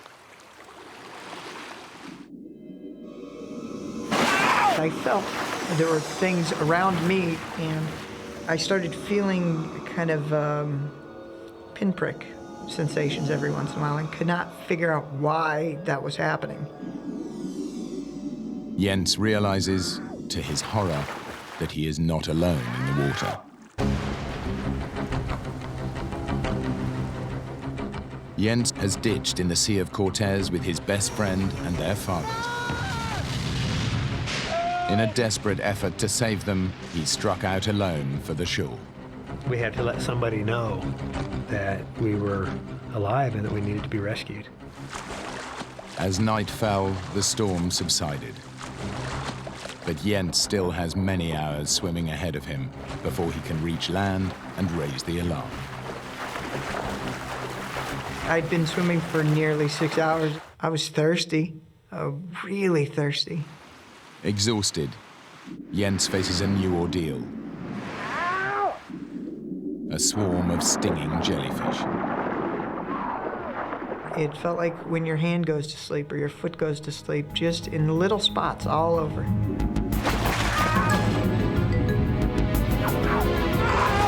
And they were getting in my shorts, which is not a place you really want jellyfish. The barrage of stings push Jens's already exhausted body to the verge of total collapse.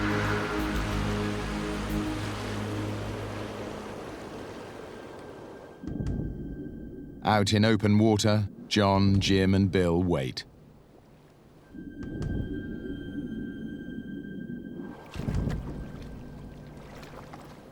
The men have no idea what lurks beneath them.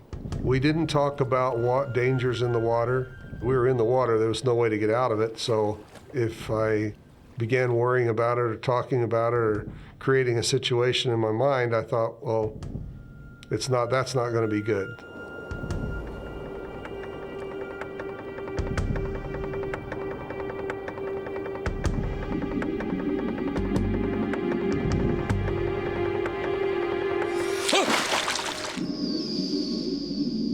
What the hell was that? What? I felt something. It felt warm. It brushed against my legs. I knew for sure there was something else in the water with us then. Are you okay? I don't know. It brought back also to the reality that, hey, maybe something is stalking us. Jim knows these waters are full of dangerous predators. One of the most feared is the giant Humboldt squid. The squid are very aggressive, and they're very large, and they're very capable of killing a person. They are very easily provoked into a frenzy. And if you're in the water during that time, it could be very dangerous. Mexican fishermen call the jumbo squid Diablos Rojos, red devils. They can grow up to 7 feet long and weigh more than 100 pounds. The squid's powerful tentacles pull the prey into its mouth, where it tears it to shreds with its razor-sharp beak.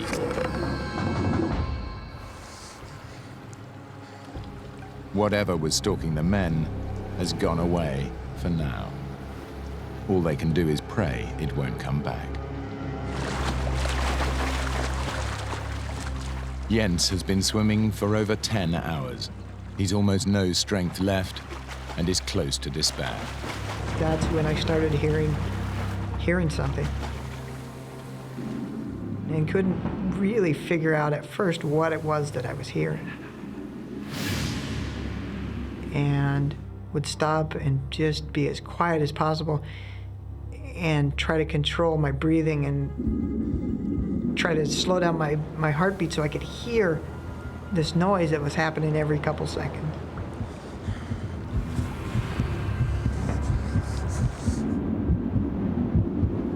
And finally came to the realization that I was hearing waves breaking on something.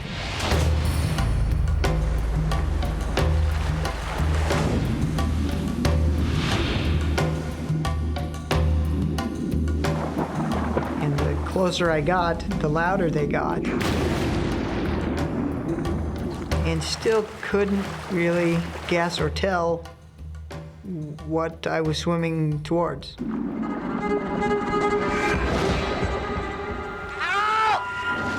I smashed my knee on something solid.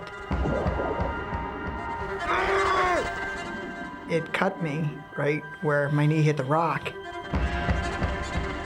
And then the rock is covered in sea urchins. And they went right through the swim fins, right into the bottoms of my feet. So now I'm kind of bleeding from my knee, bleeding from my feet, standing up on this rock. And that's the first solid piece of ground that I had stood on in over 12 hours. Jens realizes that after 2 hours swimming towards the crashing waves, he's still nowhere near dry land. Then started realizing that if I was on one rock, what I was hearing the waves breaking up was more rocks. And that I was headed right into a washing machine full of sharp rocks. Jens has reached the dangerous reef. A whirlpool of surf and treacherous rocks bars his way to shore. He has just one option. I knew that I had to swim back the way that I came. It was heart-wrenching to know that I had to push off of this solid piece of ground and swim back out into the ocean. In the open sea, John has stopped vomiting. Ironically, it's Jim, the youngest and fittest of all of them, who is now in the most danger. He is feeling the first effects of hypothermia. Here I am, I'm 24 hours without sleep. It's 3 o'clock in the morning. I'm very tired. I'm very thirsty. I've gone a long time without sleep, a long time without anything to drink or eat. Dad, are you cold? No, I'm okay. Bill? No, I don't think so. Are you all right? I can't stop shivering. You'll be fine. I'd have to rest my head on my dad's shoulder because I didn't have anything to support my head, and I began to get kind of fearful. I'm so sorry, Dad. I got us in such a mess. It's not your fault, Jim. You landed the plane, and we're alive. I had way too much to live for, you know? All I wanted to do was make sure I got back to my beautiful wife and my child. I could hear my wife's voice of encouragement. Just hang in there. You can get through this. I'm fighting off the cold. I'm fighting off the chills by using more energy to keep myself warm. And I remember thinking, how long can I keep that up? How long until the body finally just gives out? And will I be aware of that happening, or will I just sort of, all of a sudden, you know, there's a light and there's Grandma and Elvis and, you know. It's now over 12 hours since their plane was forced to ditch in the sea, and all 3 men are beginning to lose hope. They don't know if they can make it till daylight. Their only glimmer of hope is Jens making it to shore, but they have no idea if he is still alive.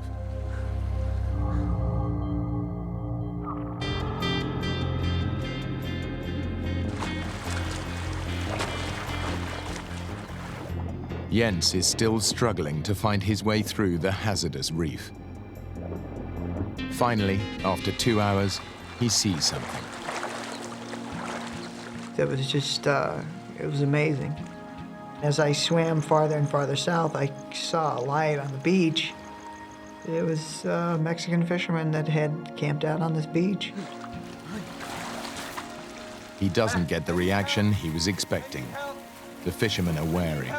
People coming ashore in the middle of the night are often drug smugglers. I'm sorry, I don't understand. No hablo español. The fisherman spoke no English. Not enough to communicate what happened and what I needed. Mi amigo, they're still out there. No, I don't understand. Cálmate, cálmate.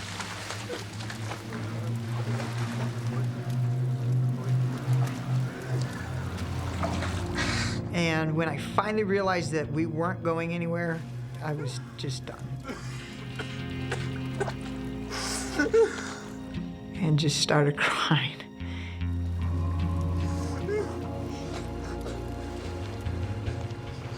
Jim's condition is deteriorating. All they can do is hang on to the hope that Jens has made it ashore. Jens has made it, but any hope of rescue is still a long way off.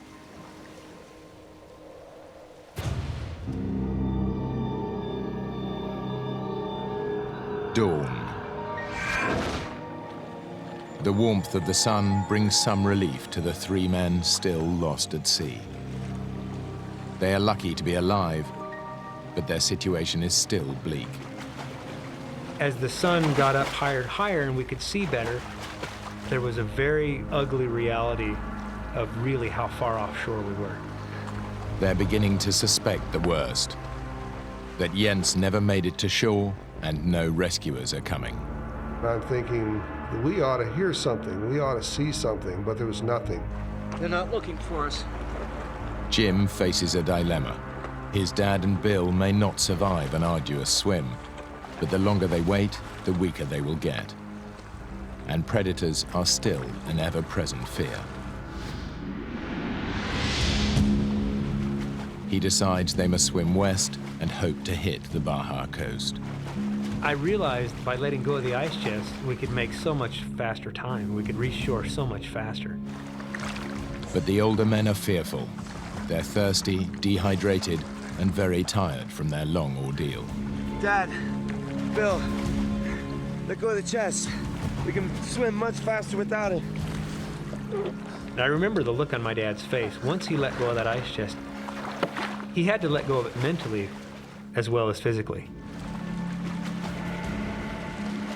And I'm thinking, well, I can make twice the time when we're off that ice chest as I can without it. Bill, let go of the chest. Bill did not want to let go of the ice chest, and it wasn't long before we were 50, maybe 100 feet apart. And it became apparent to Bill that he was a stationary object. But the shore is a long way away. After more than 18 hours in the sea, the strength of all 3 men is nearly spent. Jens is led away by the fishermen. He has no idea where they're taking him, but he's given up trying to make himself understood. It was horribly frustrating to not be able to tell them, look, we need to go back out there and find these other people. They are in danger. And instead of heading out to look for the others, they started taking me south. What Jens doesn't know is that the fishermen are taking him to the port of Loreto. There, he can at last alert the authorities to mount a rescue mission. Now, he faces an agonizing wait for news.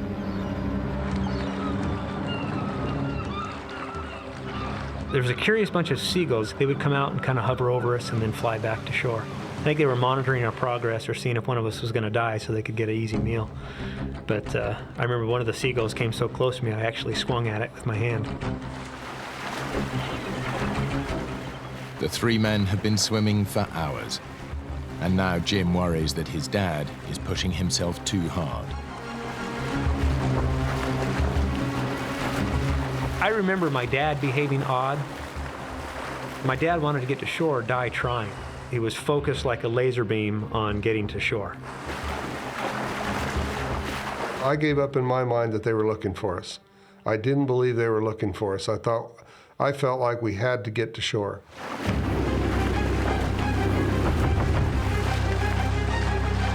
I could see something appear on the horizon. Dad, hey, it's a helicopter. It was coming our way, but my dad didn't stop swimming. Help! Hey! Hey! Here! Not here! Help! Stop swimming!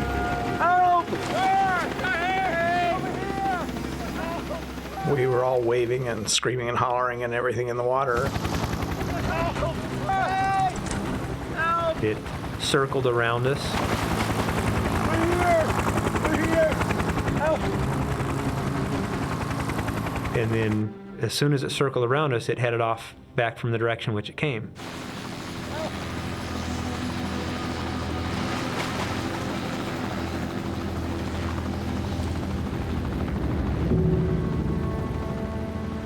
And as it turned away from us, I thought, why aren't they coming over us and just hovering, waving, throw us a candy bar, something, do something to let us know that they've seen us, that they found us.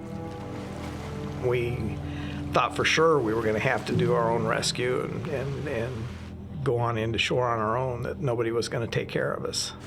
The exhilaration of seeing them was very high. It felt like you'd just jump out of the water and run on the water. And yet the letdown was even stronger when it turned and went away. For the second time in 24 hours, the men feel alone and abandoned.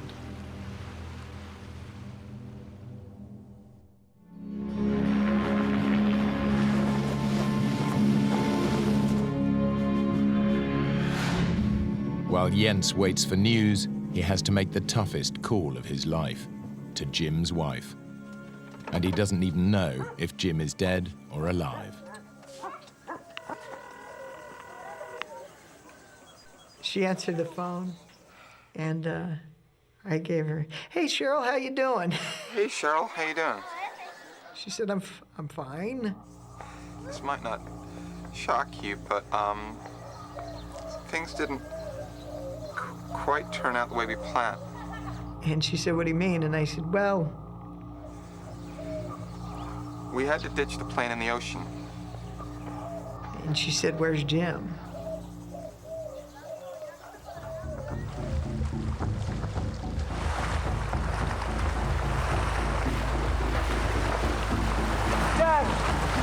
Dad, stop swimming! Dad, you gotta keep swimming! Dad! They're here! Keep swimming, Dad! Look! Look! They're here! Help! Dad, look! Help! Help! They're here! The Mexican Navy, alerted by the helicopter search crew, are on their way.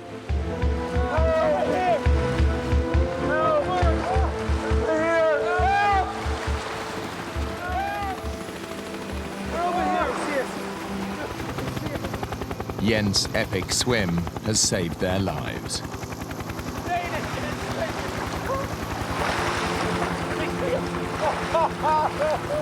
We could see on the deck of the boat a large party of sailors.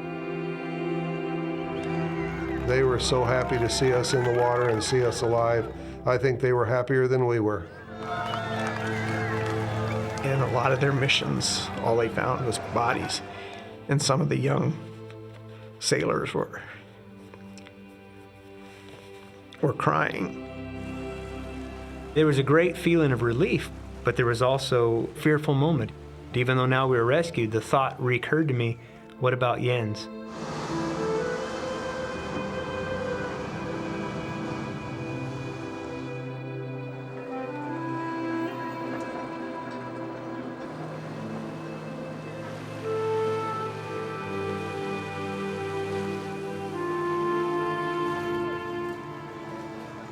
There was this crowd mulling around at the dock.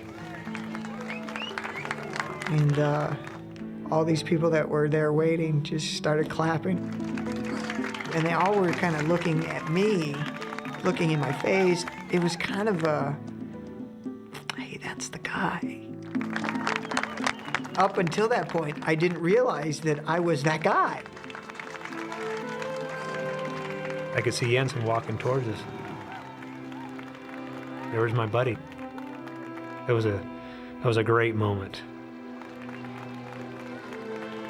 It was so great to see him in person, and it's like, thank God, thank you, you know, that you allowed him to survive.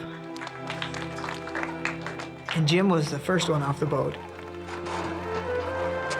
And he hugged me. I thought you were dead. There was a huge sense of relief for the both of us to see each other again. Yes. And my dad came over and hugged me and told me he loved me. And that's the first time my dad had said that in years. At that point, I really felt that he did. I felt that he was proud of me. And I still think of him as a hero.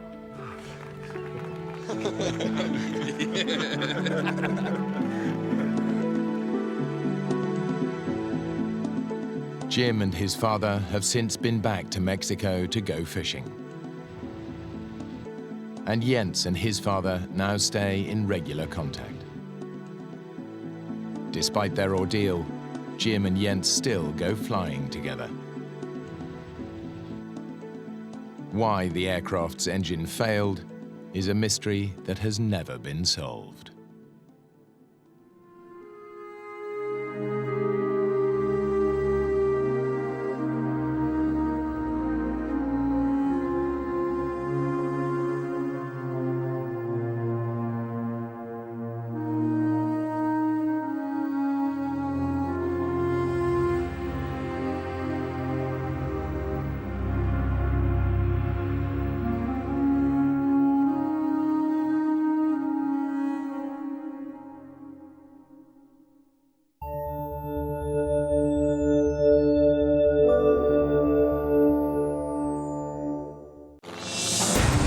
Hey, watch that!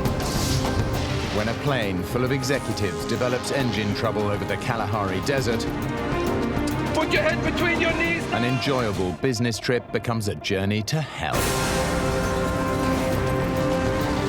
Badly injured, the survivors are vulnerable to attack by animals.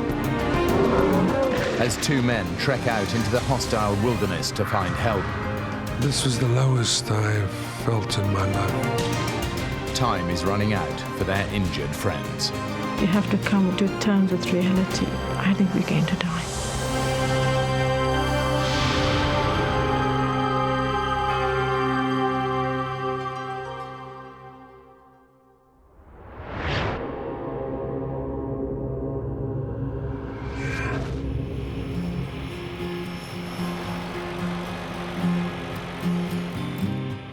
Carl Duplessis is executive director of a thriving courier company in South Africa. He lives in Johannesburg with his wife and has two small children. Today, he's chartered a private plane to take him and his team on a promotional tour of Botswana. I enjoy flying, so I don't often have an opportunity to just relax and enjoy the journey, so I was really looking forward to it. Carl's close friend and business partner, Neb Graurak, is originally from Serbia, but now lives in Botswana with his wife. Also traveling are Mike and Lynette Nikolic. They just got married and are hoping to start a family. Lynette is from Botswana, and Mike is from Serbia like his friend Neb. I had experience flying with the small planes, and they always been my concern. But it's quite a normal day. Nothing really that you could sense or see there are problems. Lynette's not so sure. I am looking forward to the trip, but I was just feeling a bit uneasy. I thought to myself, Lynette, if you need to say anything, it should be now. But I couldn't get myself to express my feelings to anybody. It was all internal.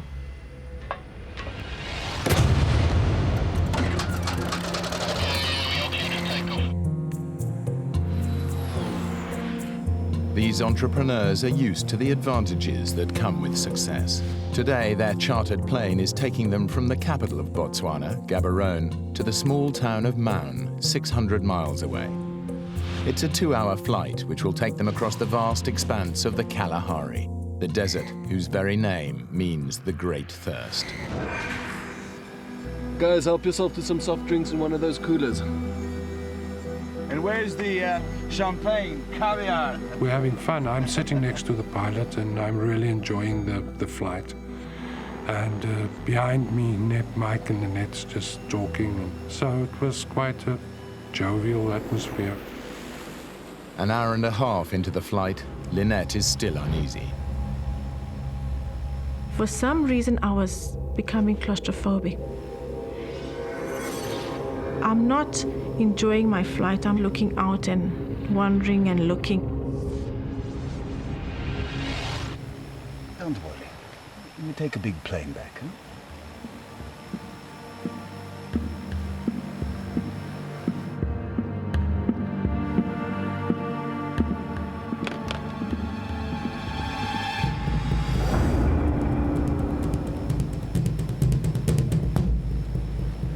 I looked towards one wing, the engine, and I saw a bit of oil coming out of the wing.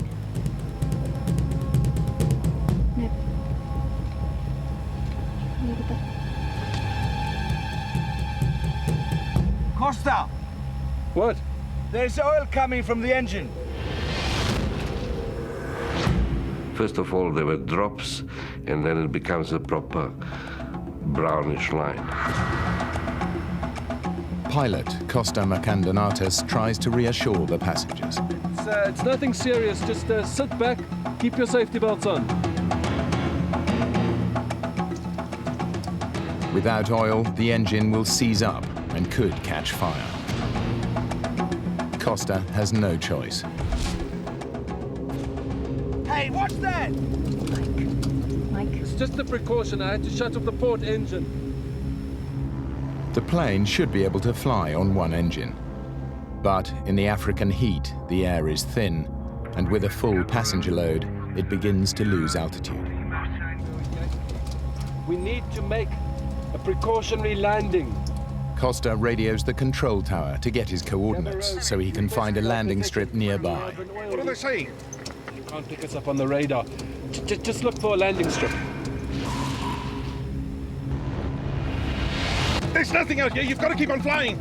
I'm losing altitude. I can't. Gaborone requesting our position. Their only lifeline is the radio. Gaborone? Gaborone. Damn! Lost radio contact.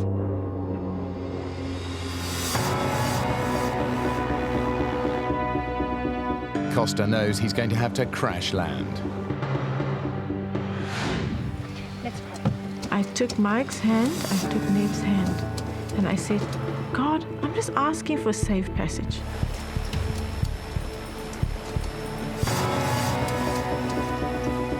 All I know that I have maybe a minute or a minute and a half to live, and I'm just worried about my children. I remember elephants running in a panic because of the aeroplane coming. I just saw the earth coming closer and closer and closer. I know that air crashes, you really don't survive. Put your head between your knees now!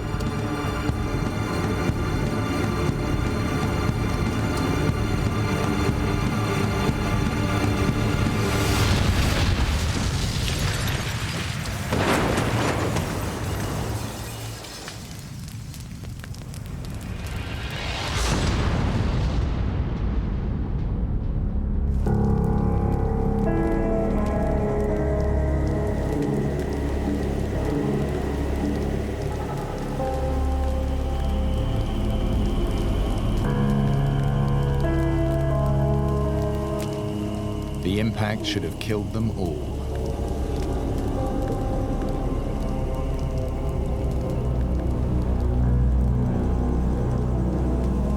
I'm still alive.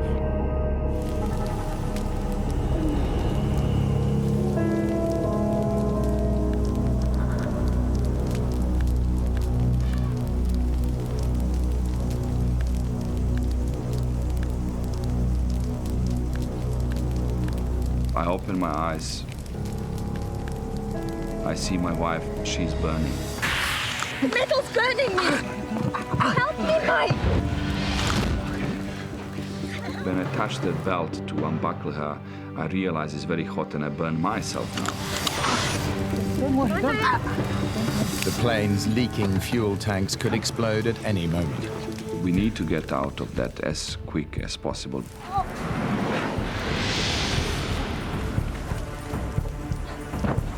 Your body is kind of state of shock. You try to get up and you just fall down.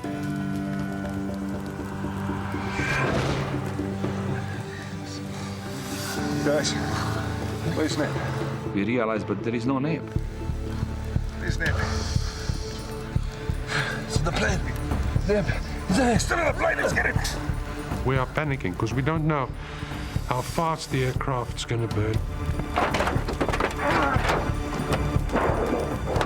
Are you okay? Let's get him out. Careful, shoulder up. Neb, please. Is he still breathing? I don't know. Neb, it's okay.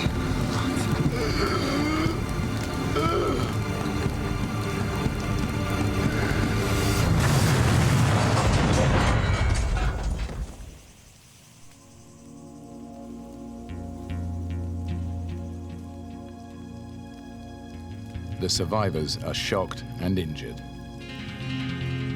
There's lots of blood around. My nose was broken. Mike, Costa, and Carl's injuries are superficial. But Neb is in a bad way.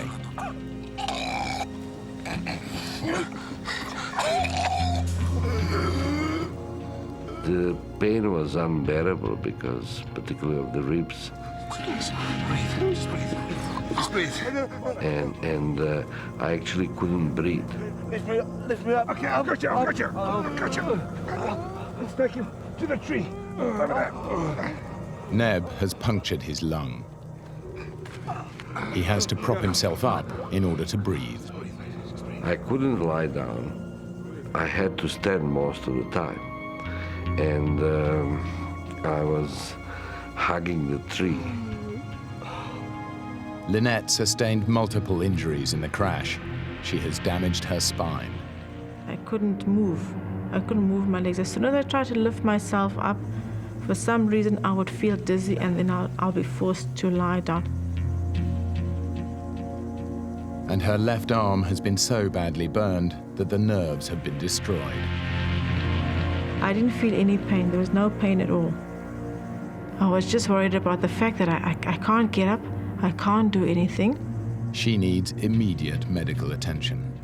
Don't worry. They'll come soon. We'll get you to a hospital. The crash has destroyed the radio. But the passengers believe that the plane's emergency transmitter will soon bring rescue. As the afternoon wears on, they begin to have doubts. We're realizing now that it's getting dark, nobody can land. So we're getting used to the idea that we need to spend the night here.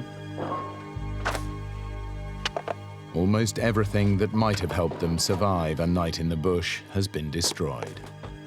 Anyone got matches? They need to find a way to ward off predators. It is a sample only. It's for promotions. Oh, we've got to get the fire going and keep it going all night. Who knows what's crawling out there? I was very concerned about the area where we crashed.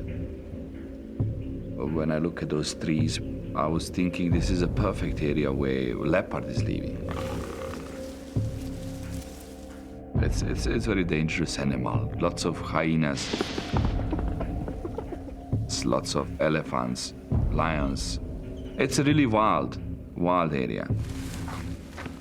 Carl manages to start a fire using the last piece of smoldering wreckage.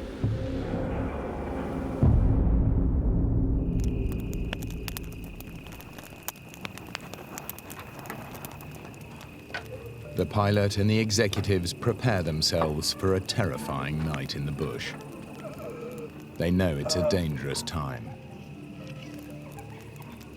Lion, leopard, and hyena are out hunting, on the lookout for weak, vulnerable, or injured prey. I can hear things move around in the forest, and I'm scared. There's a totally alien environment. You can feel the presence. There are they, you know, you don't see them, but you can feel that there is something is around you. The only thing that keeps them going through the night is the knowledge that they will be rescued in the morning.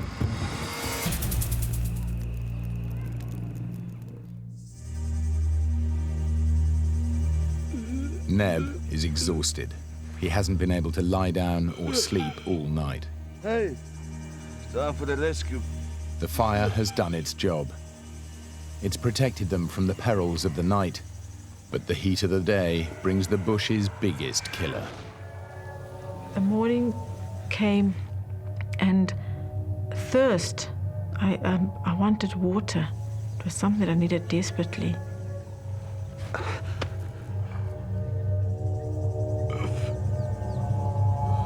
The thirst is unbearable. Your mouth is so dry that you can even feel the pain in your mouth, in your tongue. They can find no water, so they take advantage of a fleeting source of moisture. Dew.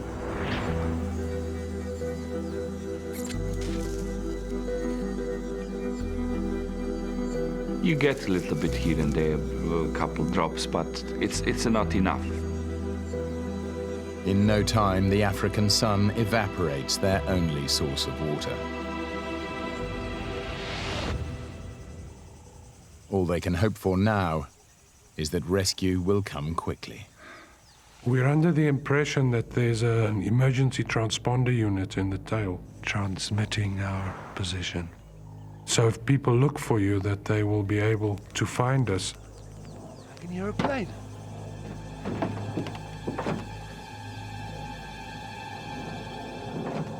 Over there. Over here! Help! Over here! Oh, let's make some smoke! Over here! That's right! Help! Over here! Help! Over here!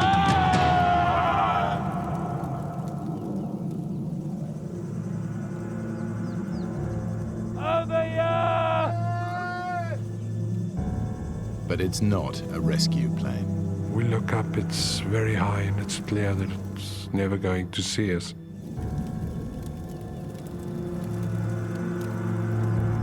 Carl can't understand why the emergency transmitter hasn't brought rescue. If you check if it's transmitting. Emergency transmitters are compulsory in Botswana. You have transponder, right? It's not compulsory. But not in South Africa, where this plane is registered. So now no one knows where we are.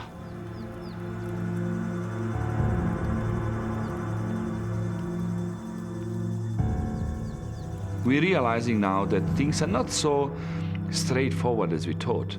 What is going on? They'll be here soon.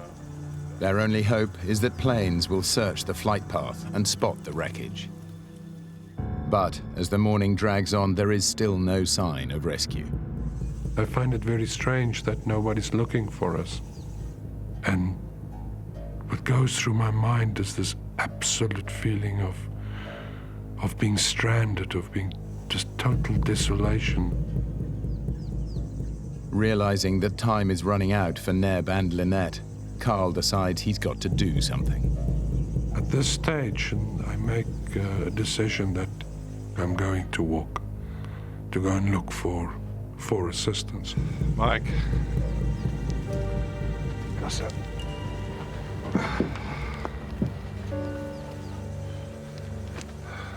I'm gonna walk. Don't be crazy. You'll die. If I walk, we double our chances of rescue, and Lynette and Neb need a doctor. I go with you. No. I'm not injured. I'll go. Be safer with the two of us. Costa has calculated that they've crashed about 150 kilometers south of Maun. So when do we leave? I think the sooner the better. I think it's quite easy to walk 5 kilometers an hour. If I walk 8 hours a day, I can walk 40 kilometers a day. I can walk to Maun in 4 days. You thought that you are not going to see him again, because you are not going to be alive. These are obviously enormously emotional situations. The decision to walk is not an easy decision to make. Will the people that are staying behind, will they cope without Costa and I? I'm worried that they don't have water. I'm worrying whether Mike can take care of both his wife and Neb. But it's the decision that I've made, so I decided to just go with my decision. And Costa and I set off. They set out and we said bye-bye to them. I felt very vulnerable again because now I felt that I couldn't help in any way. I was just lying there, and it wasn't my nature to feel helpless.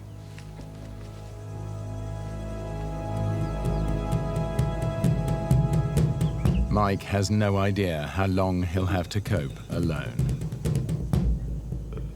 If I collapsed, then things can go bad.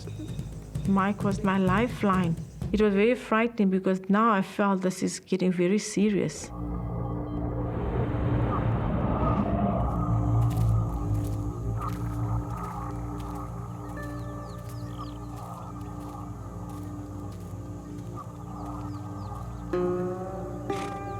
As they trek into the bush, Carl begins to have serious doubts about their position.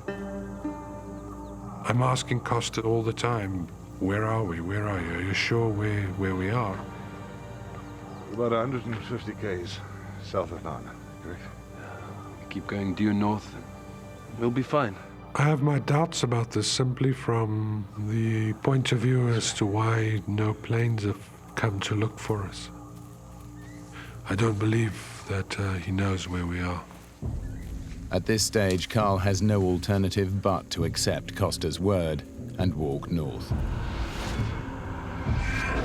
But Carl and Costa are taking a huge risk. They have no experience of bush survival, and if they don't make it, neither will the others. By midday, the temperature at the crash site has risen to over 40 degrees. Mike, Lynette and Neb have had nothing but dew to drink for over 20 hours. Lynette's condition is deteriorating rapidly, and she's desperate for water. My throat is burning. I don't have energy. I mean, it's like completely dry. From my throat right into my tummy, it's dry, and it just needs some sort of moisture, water. Lynette is more thirsty than the others because she's losing moisture through her burned flesh. Her only chance is that Carl and Costa will bring help soon. But as they continue walking through the bush, it becomes increasingly impenetrable. Walking through the bush is turning out to be extremely difficult. You have thorns sticking into your clothes all the time. But then they stumble across a solution. Costa, over here, quick!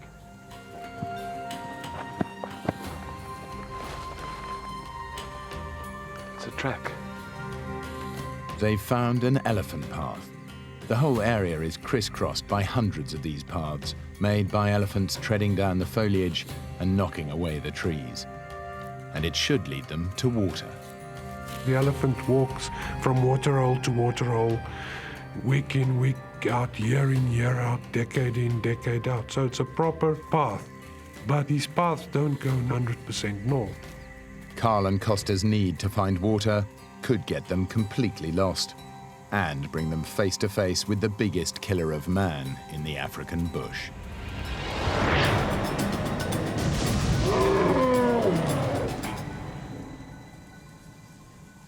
plane crash survivors Carl and Costa have made the risky decision to leave their injured friends behind and trek out into the African wilderness to find help. They've been following elephant paths for hours and are desperate for water. Costa, look. Right in front of us, next to the path, is a water hole. It's just a really small, little, muddy water hole.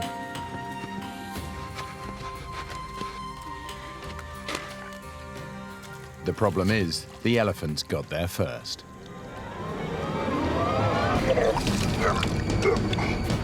It smells awful. It tastes awful. It's full of excrement from the elephants, urine from the elephants. It's really foul. The water is a breeding ground for dangerous bacteria. This putrid liquid might give them dysentery, which could be fatal. I'm concerned that it would have harmful effects on my body.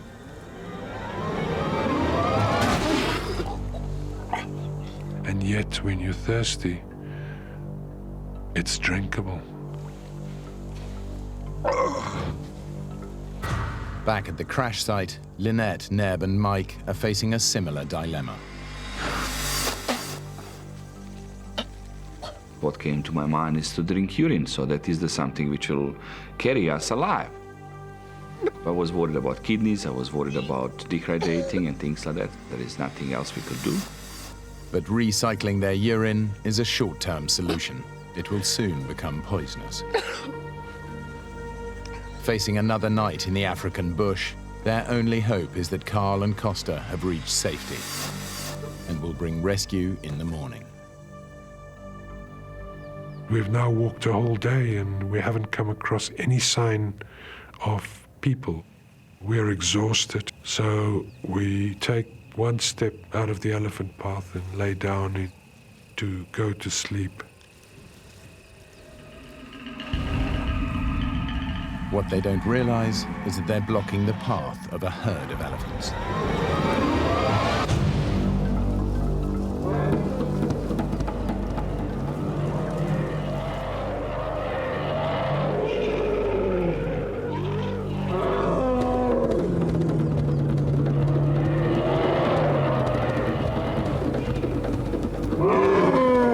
Don't move.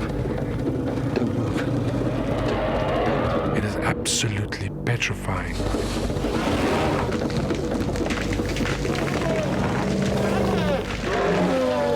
Costa's telling me not to move, but I'm unable to follow the instruction.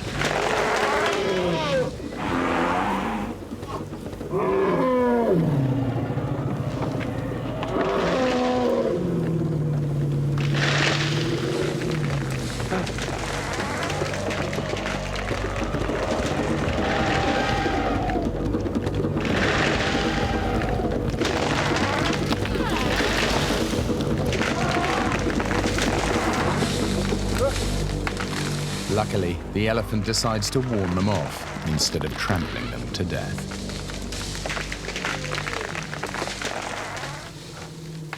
As night falls, the African bush has another surprise for them.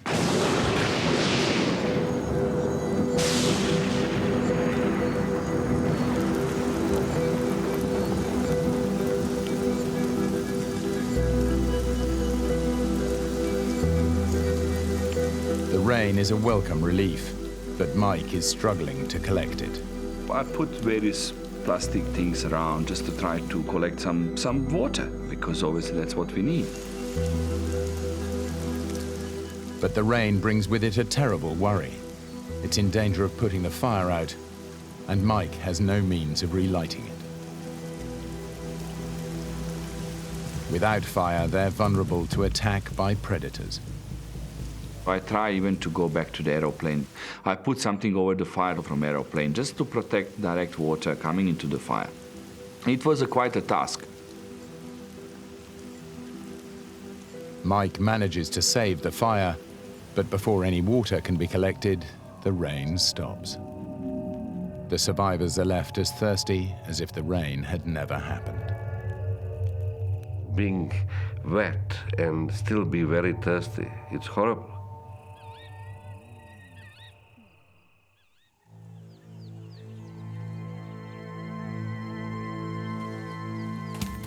Carl and Costa have survived another night in the bush, but Carl is increasingly worried that they're nowhere near to Mound. If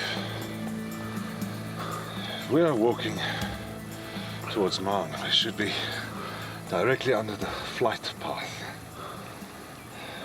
Where's the planes? Costa and I discuss why we haven't seen any planes. We're heading the right way. But I just feel that we are, of course, because we haven't come across any sign of people. I didn't see a track of a car. I didn't see a piece of paper. Nothing. This is wilderness. So I feel that we might be way, way away from Mound. Carl's suspicions are correct. Their flight veered way off course and crashed 140 miles east of Mound in uninhabited bush, which is why they have seen no search planes. Although a massive rescue operation has been launched, it's scouring an area over 200 miles away, beneath the Gaborone to Mound flight path. Carl and Costa are walking north to nowhere. And time is running out for the survivors at the crash site. Things are getting worse and worse. Lynette is now getting more seriously sick. Sometimes she loses herself for 10, 15 minutes, doesn't know what's happening. And I vaguely remember him raising his voice. He said, we're going to live long, we're going to have children, you know, everything will be fine, we'll be happy. Mike is also struggling to look after Neb, who's had to stand up for 3 days and nights just to be able to breathe. Sleep deprivation and chronic dehydration are weakening Neb's grip on reality. Thoughts about snakes, hyenas, putting you into panic mode. Neb is panicking. He wants to go now. Mike was trying to advise me not to go. It's too dangerous out there. I'll go on my own. I can't leave Lynette. She can't move. Sometimes you have this fix in your brain, you want to do it. Mike thinks he'll never see his friend again, but there's absolutely nothing he can do.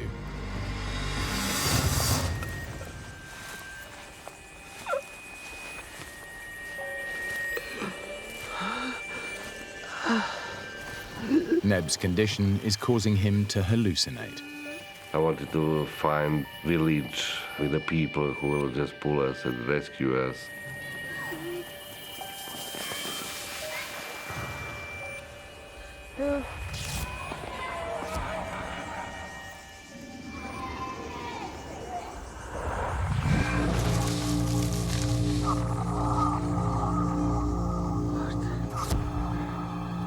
You really believe and you really see something what is not there.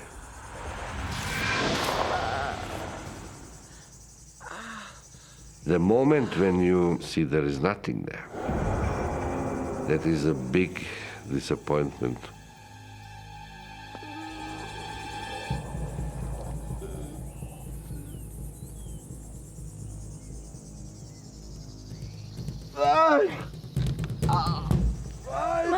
Suddenly I hear him shouting, there is a water, come and see this. Obviously after all stories which we went through, and I did not believe him straight away, there is a water.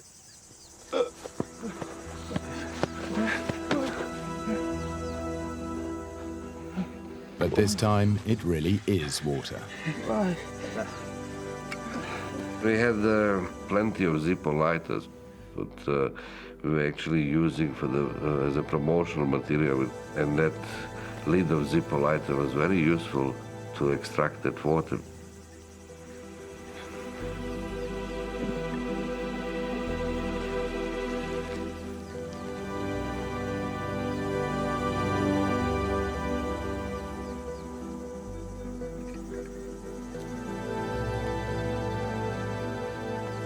Funny enough, more I give them, they need more water. They put lots of pressure on me. They need the water now. Now or they're dying. I need more. So I said, okay, fine.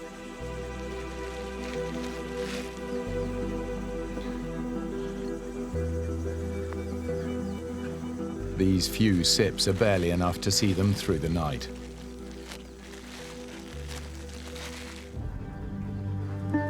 But Carl and Costa aren't even that lucky. We're just walking and walking and walking, and we're not finding any water. I'm really, really thirsty. And I'm constantly thinking about how the other people are doing, constantly evaluating whether the decision was the right one to leave them there. And it becomes clear to me that we're going to have to go to sleep that night without having had anything to drink.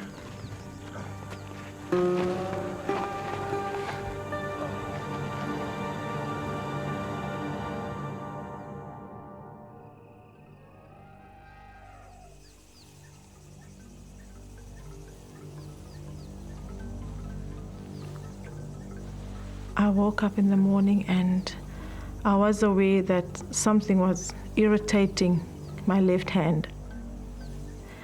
And I looked and I lifted up a little bit and I saw all these little wiggly things on my hand. And then I realized it was maggots. I tried to clean the maggots out with my fingers, try to clean the wounds, because I thought it's a very bad thing what's happening. Mike doesn't realize that the maggots are helping to cleanse Lynette's rotting wounds. For him, they're proof that he's powerless against the wildlife of the bush. Even a little bit of control and hope is going away. You start doubting where is Carl and Costa, why they're not coming. The whole world has forgotten us. After 3 days of walking in the blistering heat, Carl and Costa have still seen no sign of human habitation, and they're completely disoriented. Mentally, this whole thing is starting to take its toll. I believe I hear a car, but I don't seem to get any closer to where the sound emanates from. I realized that it was my imagination. And I just wonder how I got myself into this mess. It's much worse than he thinks. Not only are they hopelessly lost, but because they've been following the elephant paths, their route has zigzagged. They've walked for 60 miles, but in fact they're still only 20 miles from the crash site.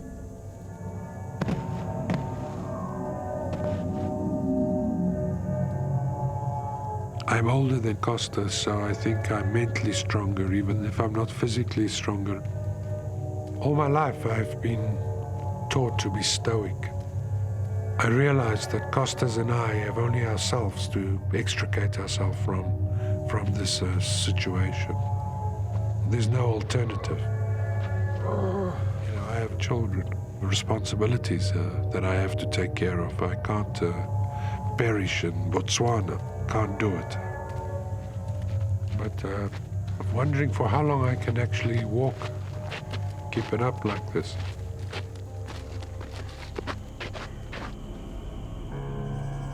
For Lynette and Neb, things are going from bad to worse. Mike no longer has the energy to look after them. I sort of fell into depression that afternoon. And I remember even it crossed my mind to go and commit suicide, take my belt or hang myself on the tree, because, you know, you just wanted to end it.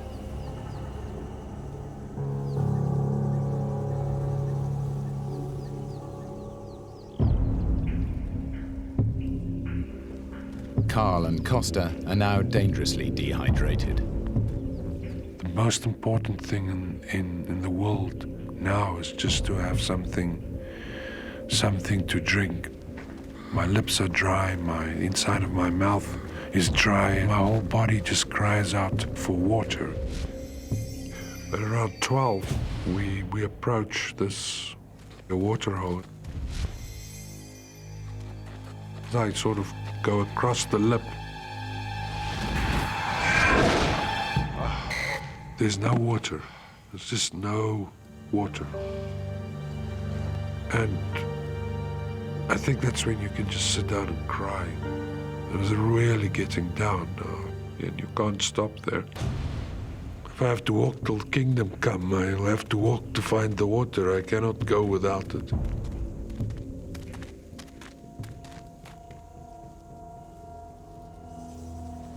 Mike, convinced that rescue is never going to come, decides to make preparations for death.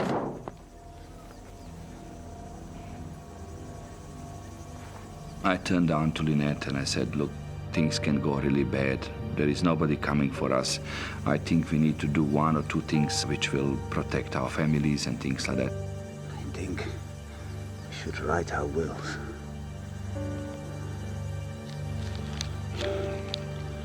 So we took one of my credit card slips and eyebrow liner, and then we wrote the last will and testimony.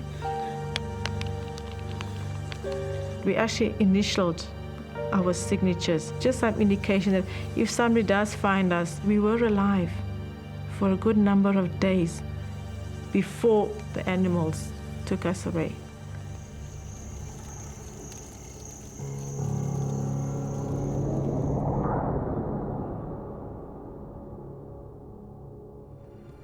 After a team of business executives crashed in the African bush, survivors Carl and Costa set off into the wilderness to get help for their injured colleagues. They are now totally lost, exhausted, and dehydrated. This was the lowest I've felt in my life. It's totally uncharted territory. I was absolutely despondent. I'm starting to doubt whether I took the right decision to walk.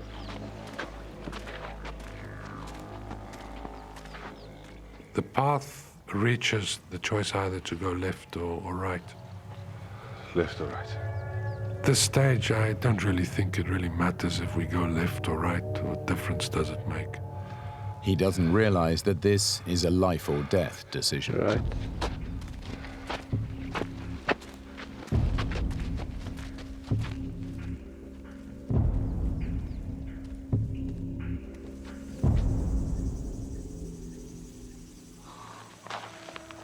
At the crash site, Lynette's body is beginning to shut down. I woke up in the morning and I started feeling very, very cold. And I was lying in the sun, thinking now, Lynette, you have to come to terms with reality. I could see that she's losing strength in her and the body getting like an old tree. You could feel that he's coming to the end. Neb is also getting worse and worse. The pain is now unbearable, awful. We were thinking definitely that we are coming to our end. I think my mind and my body was kind of giving up on the situation.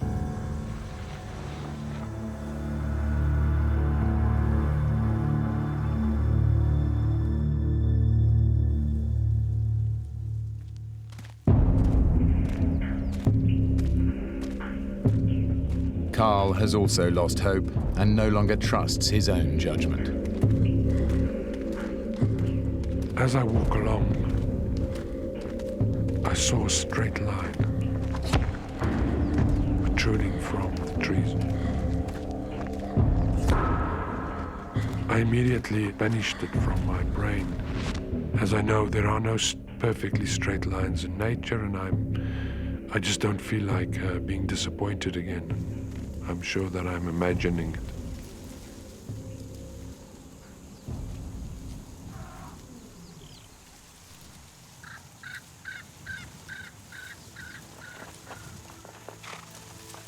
As I got closer, I see the structure built against the side of the hill.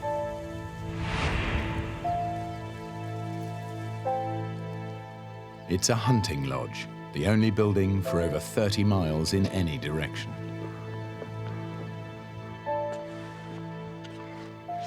I see a young girl reading a magazine. I'm sorry. I didn't mean to frighten you. It's quite a surrealistic experience. My name is Carl Duplessis. We were in a plane accident. Can you please radio for help? without even asking, I just took a bottle of juice. And while I was drinking, I'm really worried about the people back at the plane, and I still don't know if I did the right thing to walk, if I shouldn't rather have stayed there. It's now too dark to send out a rescue team.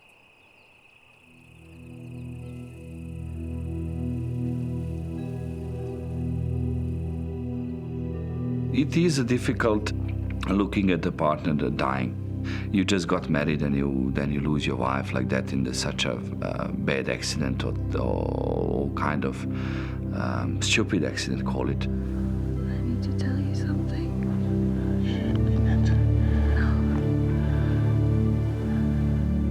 I said, I love you very much, and I honor you, and whatever happens in your life, my blessings, and I know that, you will find love again.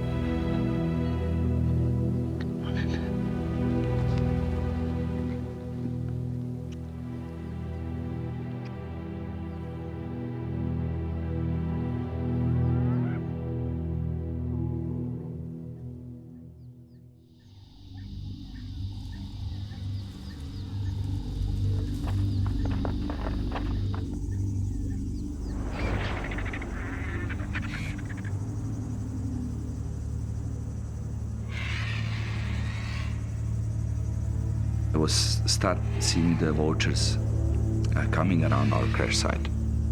I felt that they coming for the meal.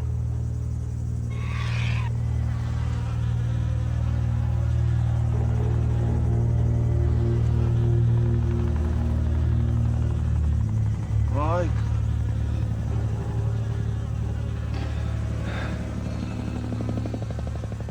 Helicopter. After 5 days here, even mosquito for me is like a helicopter. I just hallucinating. Helicopter. Over here.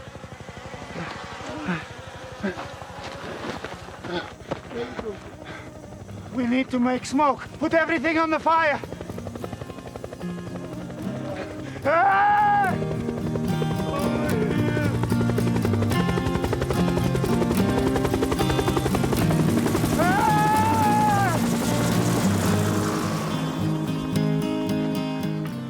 Although the Botswana Defence Force launched its largest ever rescue mission, the plane had crashed so far off course that they would never have found them in time.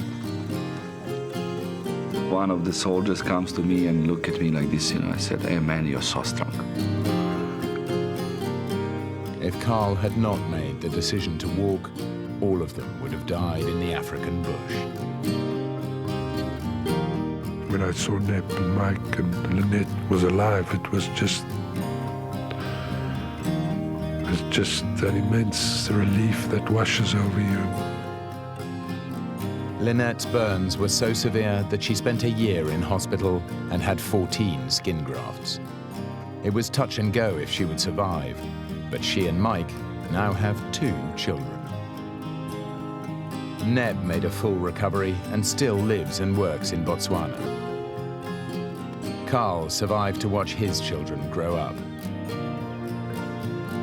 The pilot, Costa Markandonatis, died 2 years later in an unrelated flying accident.